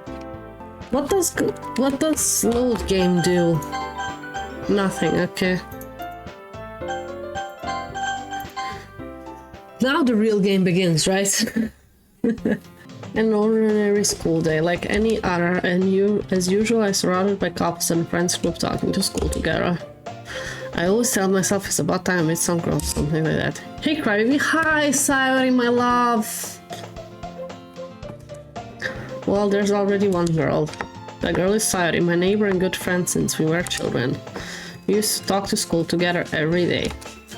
And recently I picked up that habit once again. Crybaby, are you proud of me? For what? You know, for waking up on time. Yes, I am. Well, you've been doing that for a while now. Uh-huh. But you never even said anything about it. Even though we walk to school together every day. Well, yeah, I always thought it was implied. It's embarrassing to say out loud. Come on, please. It's good motivation. Fine, fine. I'm proud of you, Sayori. We cross the street together and make our way to school. As we draw near, the street becomes increasingly speckled with other students making their daily commute. By the way, crybaby, have you decided on a club to join yet? A club? I told you already, I'm not really. I start to say what I always do, that I'm not interested in joining any club, but something tells me Sayori would take more offense to that now. After all, how could I tell her that clubs are a waste of time when she's starting a club of her very own? Oh, actually, yeah, I think I've decided on a club. Really? Which one? Tell me. I think I'll keep it a surprise. Boo, you meanie. Be patient, you'll find out soon enough. I used to ask myself why I let myself get lectured by such a carefree girl. But I started to realize that in a way I envy her, that Sayori puts her mind to something she can accomplish great things. That's why I feel like I should do something special for her. The school day is as ordinary as ever, and it's over before I know it. After I pick up my things, I stand up gathering my motivation. Let's see. I recall the room number of the club from a flyer I saw. I walk across the school and upstairs a section of the school I rarely visit. Before long, I find a room. I timidly opened the door in front of me. Hello? Hi, baby. What are you doing here? Well, I glanced around the room. Huh? So you're the crybaby that Sayori always talking about. Thank you for stopping by. It's a pleasure to meet you. We're the literature club. I hope you enjoy your visit. Come on, Yuri. No need to be so formal. He's gonna think that we're really strict or something. Sorry, Natsuki. The tall one whose name is apparently Yuri seems to be quite shy compared to the others. In comparison, the girl named Natsuki, despite her size, seems like she's the assertive one. Well, it's nice to meet both of you. I look forward to working with you. Working? Crybaby, don't tell me. That's right. The club I've decided to join is yours, Sayori. The literature club. Sayori's eyes lighten up. They're so wholesome when they can be themselves. True. No catfight. Sayori's eyes lighten up. But are they truly themselves if they're coded? No way. No way! Sari wraps her arms around me, jumping up and down. Hey! Well, if Sayori is this happy, then I'm sure it won't be as bad to have you around. Not to mention there's 4 of us now. That means we can become an official recognized club. I don't know what to say, we have to celebrate. Woohoo, what an appropriate day for that, isn't it? Yeah, after all, Natsuki decided to. Don't ruin the surprise. Sorry. Everyone sit down at the table, okay? How about I make some tea as well? The girls have a few desks arranged to form a table. Natsuki and Yuri walk over to the corner of the room where Natsuki grabs a wrapped tray and Yuri opens the closet. Still feeling awkward, I take a seat next to Sayori. Natsuki proudly marches back to the table, tray in hand. Okay, are you ready? Ta-da! Wow. Natsuki lifts the foil of the tray to reveal a dozen white fluffy cupcakes decorated to look like little cats. The whiskers are drawn with icing, a little piece of chocolate were used to make ears. So cute! Oh, that looks amazing. Well, you know, just hurry and take one. Sayori grabs one first, and I follow. It's delicious. Sayori talks with her mouth full and has already managed to get icing on her face. I turn the cupcake around my finger, looking for the best angle to take a bite. Natsuki is quiet. I can't help but notice her sneaking glances in my direction. Is she waiting for me to take a bite? I finally bite down. The icing is sweet and full of flavor. I wonder if she made it herself. This is really good. Thank you, Natsuki. Well, of course it is. I'm a pro after all. There's no need to thank me or anything. As Natsuki struggles to accept the compliment, Yuri returns to the table carrying a tea set. She carefully places a teacup in front of each of us before sitting down the teapot next to the cupcake tray. You keep a whole tea set in the classroom? Don't worry, the teachers gave us permission. After all, doesn't a hot cup of tea help you enjoy a good book? I guess. Already trying to press a new member, Yuri. That's not. Insulted, Yuri looks away. I mean that, you know, I believe you. Well, tea and reading might not be a pastime for me, but I at least enjoy tea. I love how he says tea and reading might not be a pastime, but I like tea. He's either implying he does not like reading, or I don't know what he's implying, but that sentence always sounds weird to me. Yuri faintly smiles to herself in relief. So, Crybaby, what kind of thing do you like to read? Well, considering how little I've read this past few days, I don't really have a good way of answering that. Manga. I mutter quietly to myself while joking. Natsuki's head suddenly perks up. It looks like she wants to say something, but she keeps quiet. Not much of a reader, I guess. Well, that can change. What am I saying? I spoke without thinking after Yuri's sad smile. Anyway, what about you, Yuri? Well, let's see. My favorites are usually novels. Oh, it's all the same. Why can't I not skip this, though? My favorites are usually novels that build deep and complex fantasy worlds. Yeah. We read all of this. She seems so reserved and timid since the moment I walked in. It's obvious, blah blah blah. But you know I like a lot of things. Don't feel intimidated if you don't read much, okay? I'm certain we can find something we have in common. Hey Yuri, huh? Well, about, the first thing you said, manga? That's right. Natsuki tends to read manga in the classroom. Don't just say it. For some reason, Natsuki seems embarrassed about it. Besides, manga is literature too, So if Krabi wants to read some of my manga, then don't try to stop him or anything. Natsuki, I wouldn't do such a thing. However, it could also be nice for us to diversify ourselves a little. He can take this opportunity to try something new as well. Wouldn't you agree, Crybaby? Maybe. Sensing the tension, Saru jumps in. Maybe we could all try something new. I think it could be fun. And we'll all get to know each other a little bit better too. I mean, that's all kind of a literature clubs do, right? I don't disagree or anything. Yeah, you're right, as usual, President. Guess that means I should try picking up a novel or something, huh? Well, that would make the two of us. I wouldn't mind doing it if I'm not the only one. Then as for Yuri... So, Monica, you left the game and came into the chat. Love that. I have to read manga? Jeez, you were the one who suggested we diversify. You should be a little more open-minded. It's kind of hurtful. Hurtful? I didn't realize. With a guilty expression, Yuri thinks to herself, I'm sorry to distract your interest, Natsuki. If you're into it, then I'm sure it's a worthy form of literature. Are you just saying that? No, I realized my error. So if you're willing to consider starting a novel, then I'll offer my gratitude to finding a manga to read as well. Really? I mean, it makes me happy that you do that for me, Yuri.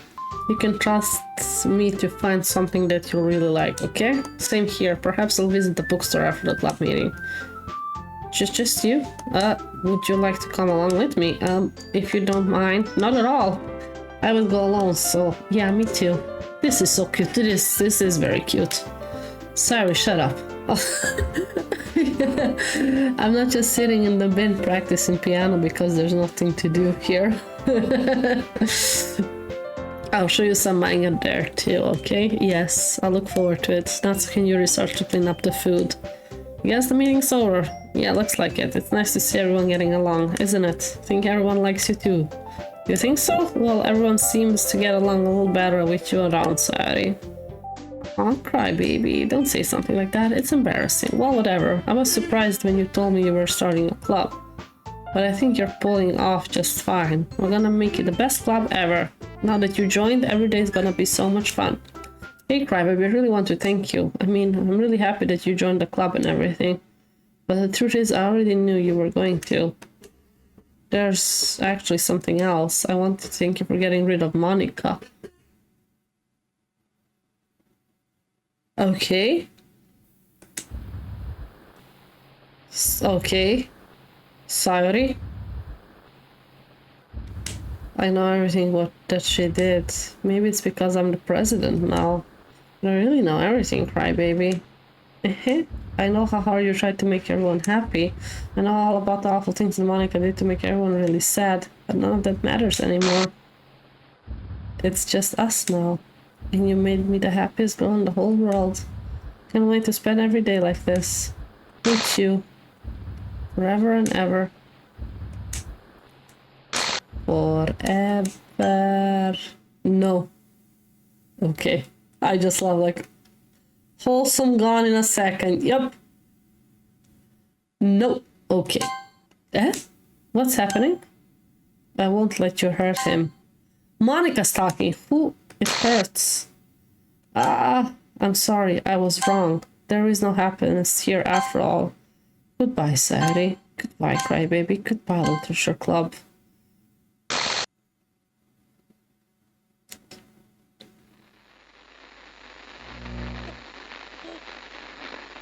This game is so fucked up. I love it. Is that a baby sound? Can you hear me? Hi, it's me. So you know how I've been like practicing piano and stuff? Okay. And not really any good at it yet, like at all. But I wrote you a song, and I was kind of hoping that I could show it to you because I worked really, really hard on it. Okay. Yeah.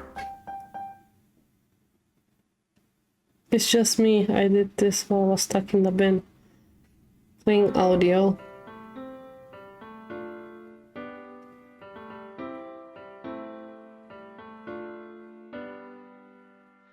Every day I imagine a future where I can be with you. In my head, Yep, Monica composed the background music. poem of me and you. I'll just dismiss the ads for now. The ink flows down into a dark puddle. Just move your hand right the way into his heart. But in this world of infinite choices, what will it take just to find that special day? What will it take just to find I that like special it. day? Okay, I guess that's the true ending, maybe? Have I found everybody a fun assignment to do today? Deleted image. Wow! When you're here, everything that we do is fun. Oh, I did not get that one. Got to see all the one that I missed, I guess. When I can't even read my own feelings, what good are This is one way, words cool way to do if post-credit scene. And if this world won't write me an ending, what will it take just for me to have it all? Oh, okay. Would that happen if we made cupcakes? Was it matcha cake?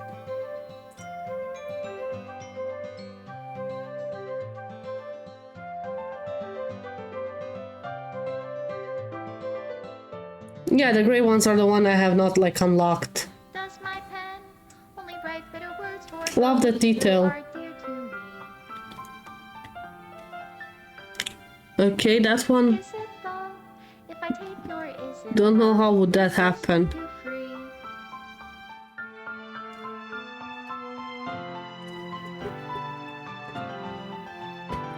Can you get all the routes in one playthrough? Into a dark puddle.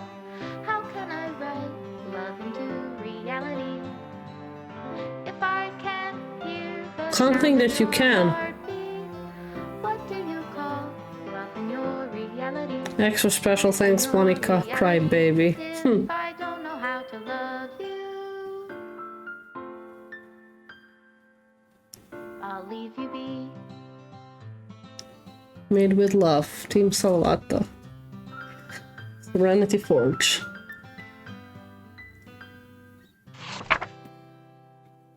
By the way, congrats on beating the main story and the DLC. Thank you. It took a while. I liked the game. It's interesting. It was a huge plot twist. Like I was expecting something to happen because of the popularity, but not like to this extent. Not to this extent. This is my final goodbye to the literature club. I finally understand the literature club is a truly place where no happiness can be found. To the very end, it continued to expose innocent minds to a horrific story, a reality that our world is not designed to comprehend. I can't let any of my friends undergo the same hellish epiphany. For the time it lasted, I want to thank you for making all of my dreams come true, for being a friend to all the club members, and most of all, thank you for being a part of my literature club. With everlasting love, Monica. Required files are missing or corrupt. Please run reset H to repair and reset the virtual machine. Run what? Please run the reset SH. Okay, in the files, I would guess.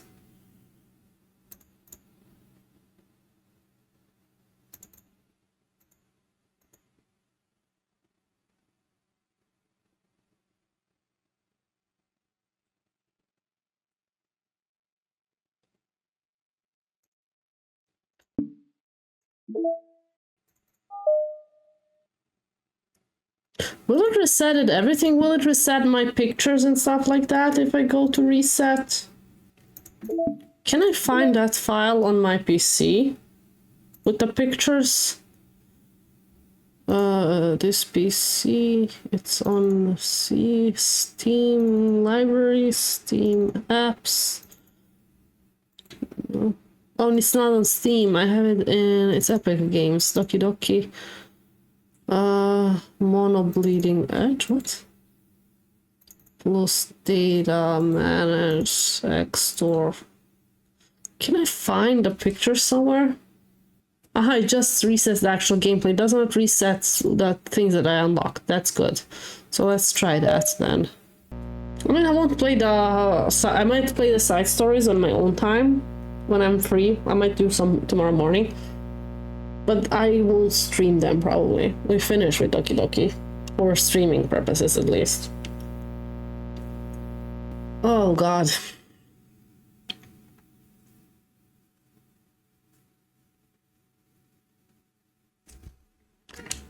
Mm-hmm. No. Yeah, I agree. There we have the 4 girls.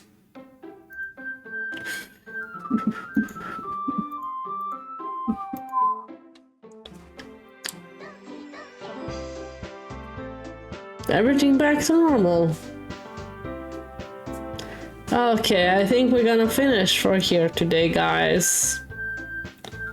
This was amazing. Thank you for tagging along, like, you guys were amazing. It was so much fun. It was incredibly fun.